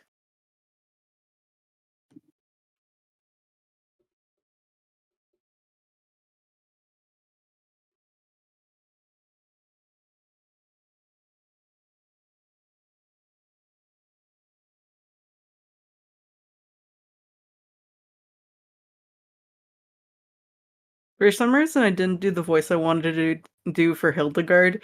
I just got really shy all of a sudden. I completely blanked on what the voice was for Sayota. To be fair, Val threw us into this a little bit. Well, I mean, we kind of knew that we were gonna get picked and called on one by one. I didn't think we were gonna start doing stuff though. Well, I mean, how else were we gonna start? I thought we were gonna start with the 400 gold that we had sitting over there. Same. Not gonna lie. I didn't think we were gonna get I started think Val with did fine. with our own little goosebumps story.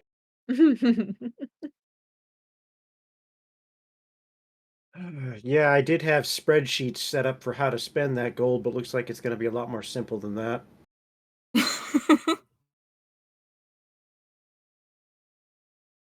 Really know. My Well, goodness. everyone's I alive. just wanted a shield. Yeah. We didn't die. That's a success in my book. We didn't die, but we haven't met each other yet. It's okay. It's okay. We'll be fine. Next session, we'll meet each other. Maybe. This session was completely inspired by Goose's improv to no rolling session. Oh, okay. Good. Like, there were, like, maybe 2 rolls at max for it, yeah. I wanted to try no rolling, because just, like... Yeah, I noticed that. I was like, because usually I feel like we roll a lot, and we kept asking, like, hey, can we roll this? And you're like, no. How are you gonna go about it instead? I mean, I kind of got the hint after the 3rd attempt on my part. Yeah, I can tell. Oh, this is who you worship? Mm-hmm. I like it, especially because It's very fitting, right? Also, Ava, you did so well. I'm so proud of you. I think I did better than I thought I would. Thanks. Yeah. Yeah, this is the first session for some of you, isn't it? For Ava, Who's mostly. the new ones besides me? I think it's just you. I'm not gonna lie. Oh. It's okay, you did great. Yeah, thinking about it, Thanks. Curse of Strahd could be very intimidating for a new player, especially if they Mhm. don't have some kind of grounding. Considering will that say I'm the in vibes are 2 immaculate. games with you, Ava, and it's this game, Curse of Strahd, you're and then a Ryutama one, there's a very big contrast between the 2. Well, I mean, There newer is, for players normally sure. get dropped in a town and they do it at their own pace, but there's tempo in this, obviously. I did like the murder cult thing. Oh yeah, we still need to figure out why that happened, huh? Probably. I'm putting Such a my money on the mystery, 'cause IRS. You don't know. IRS. That's a good theory. Yeah, that's a good one. Oh, I've been Fraud. writing down quotes I'm gonna have say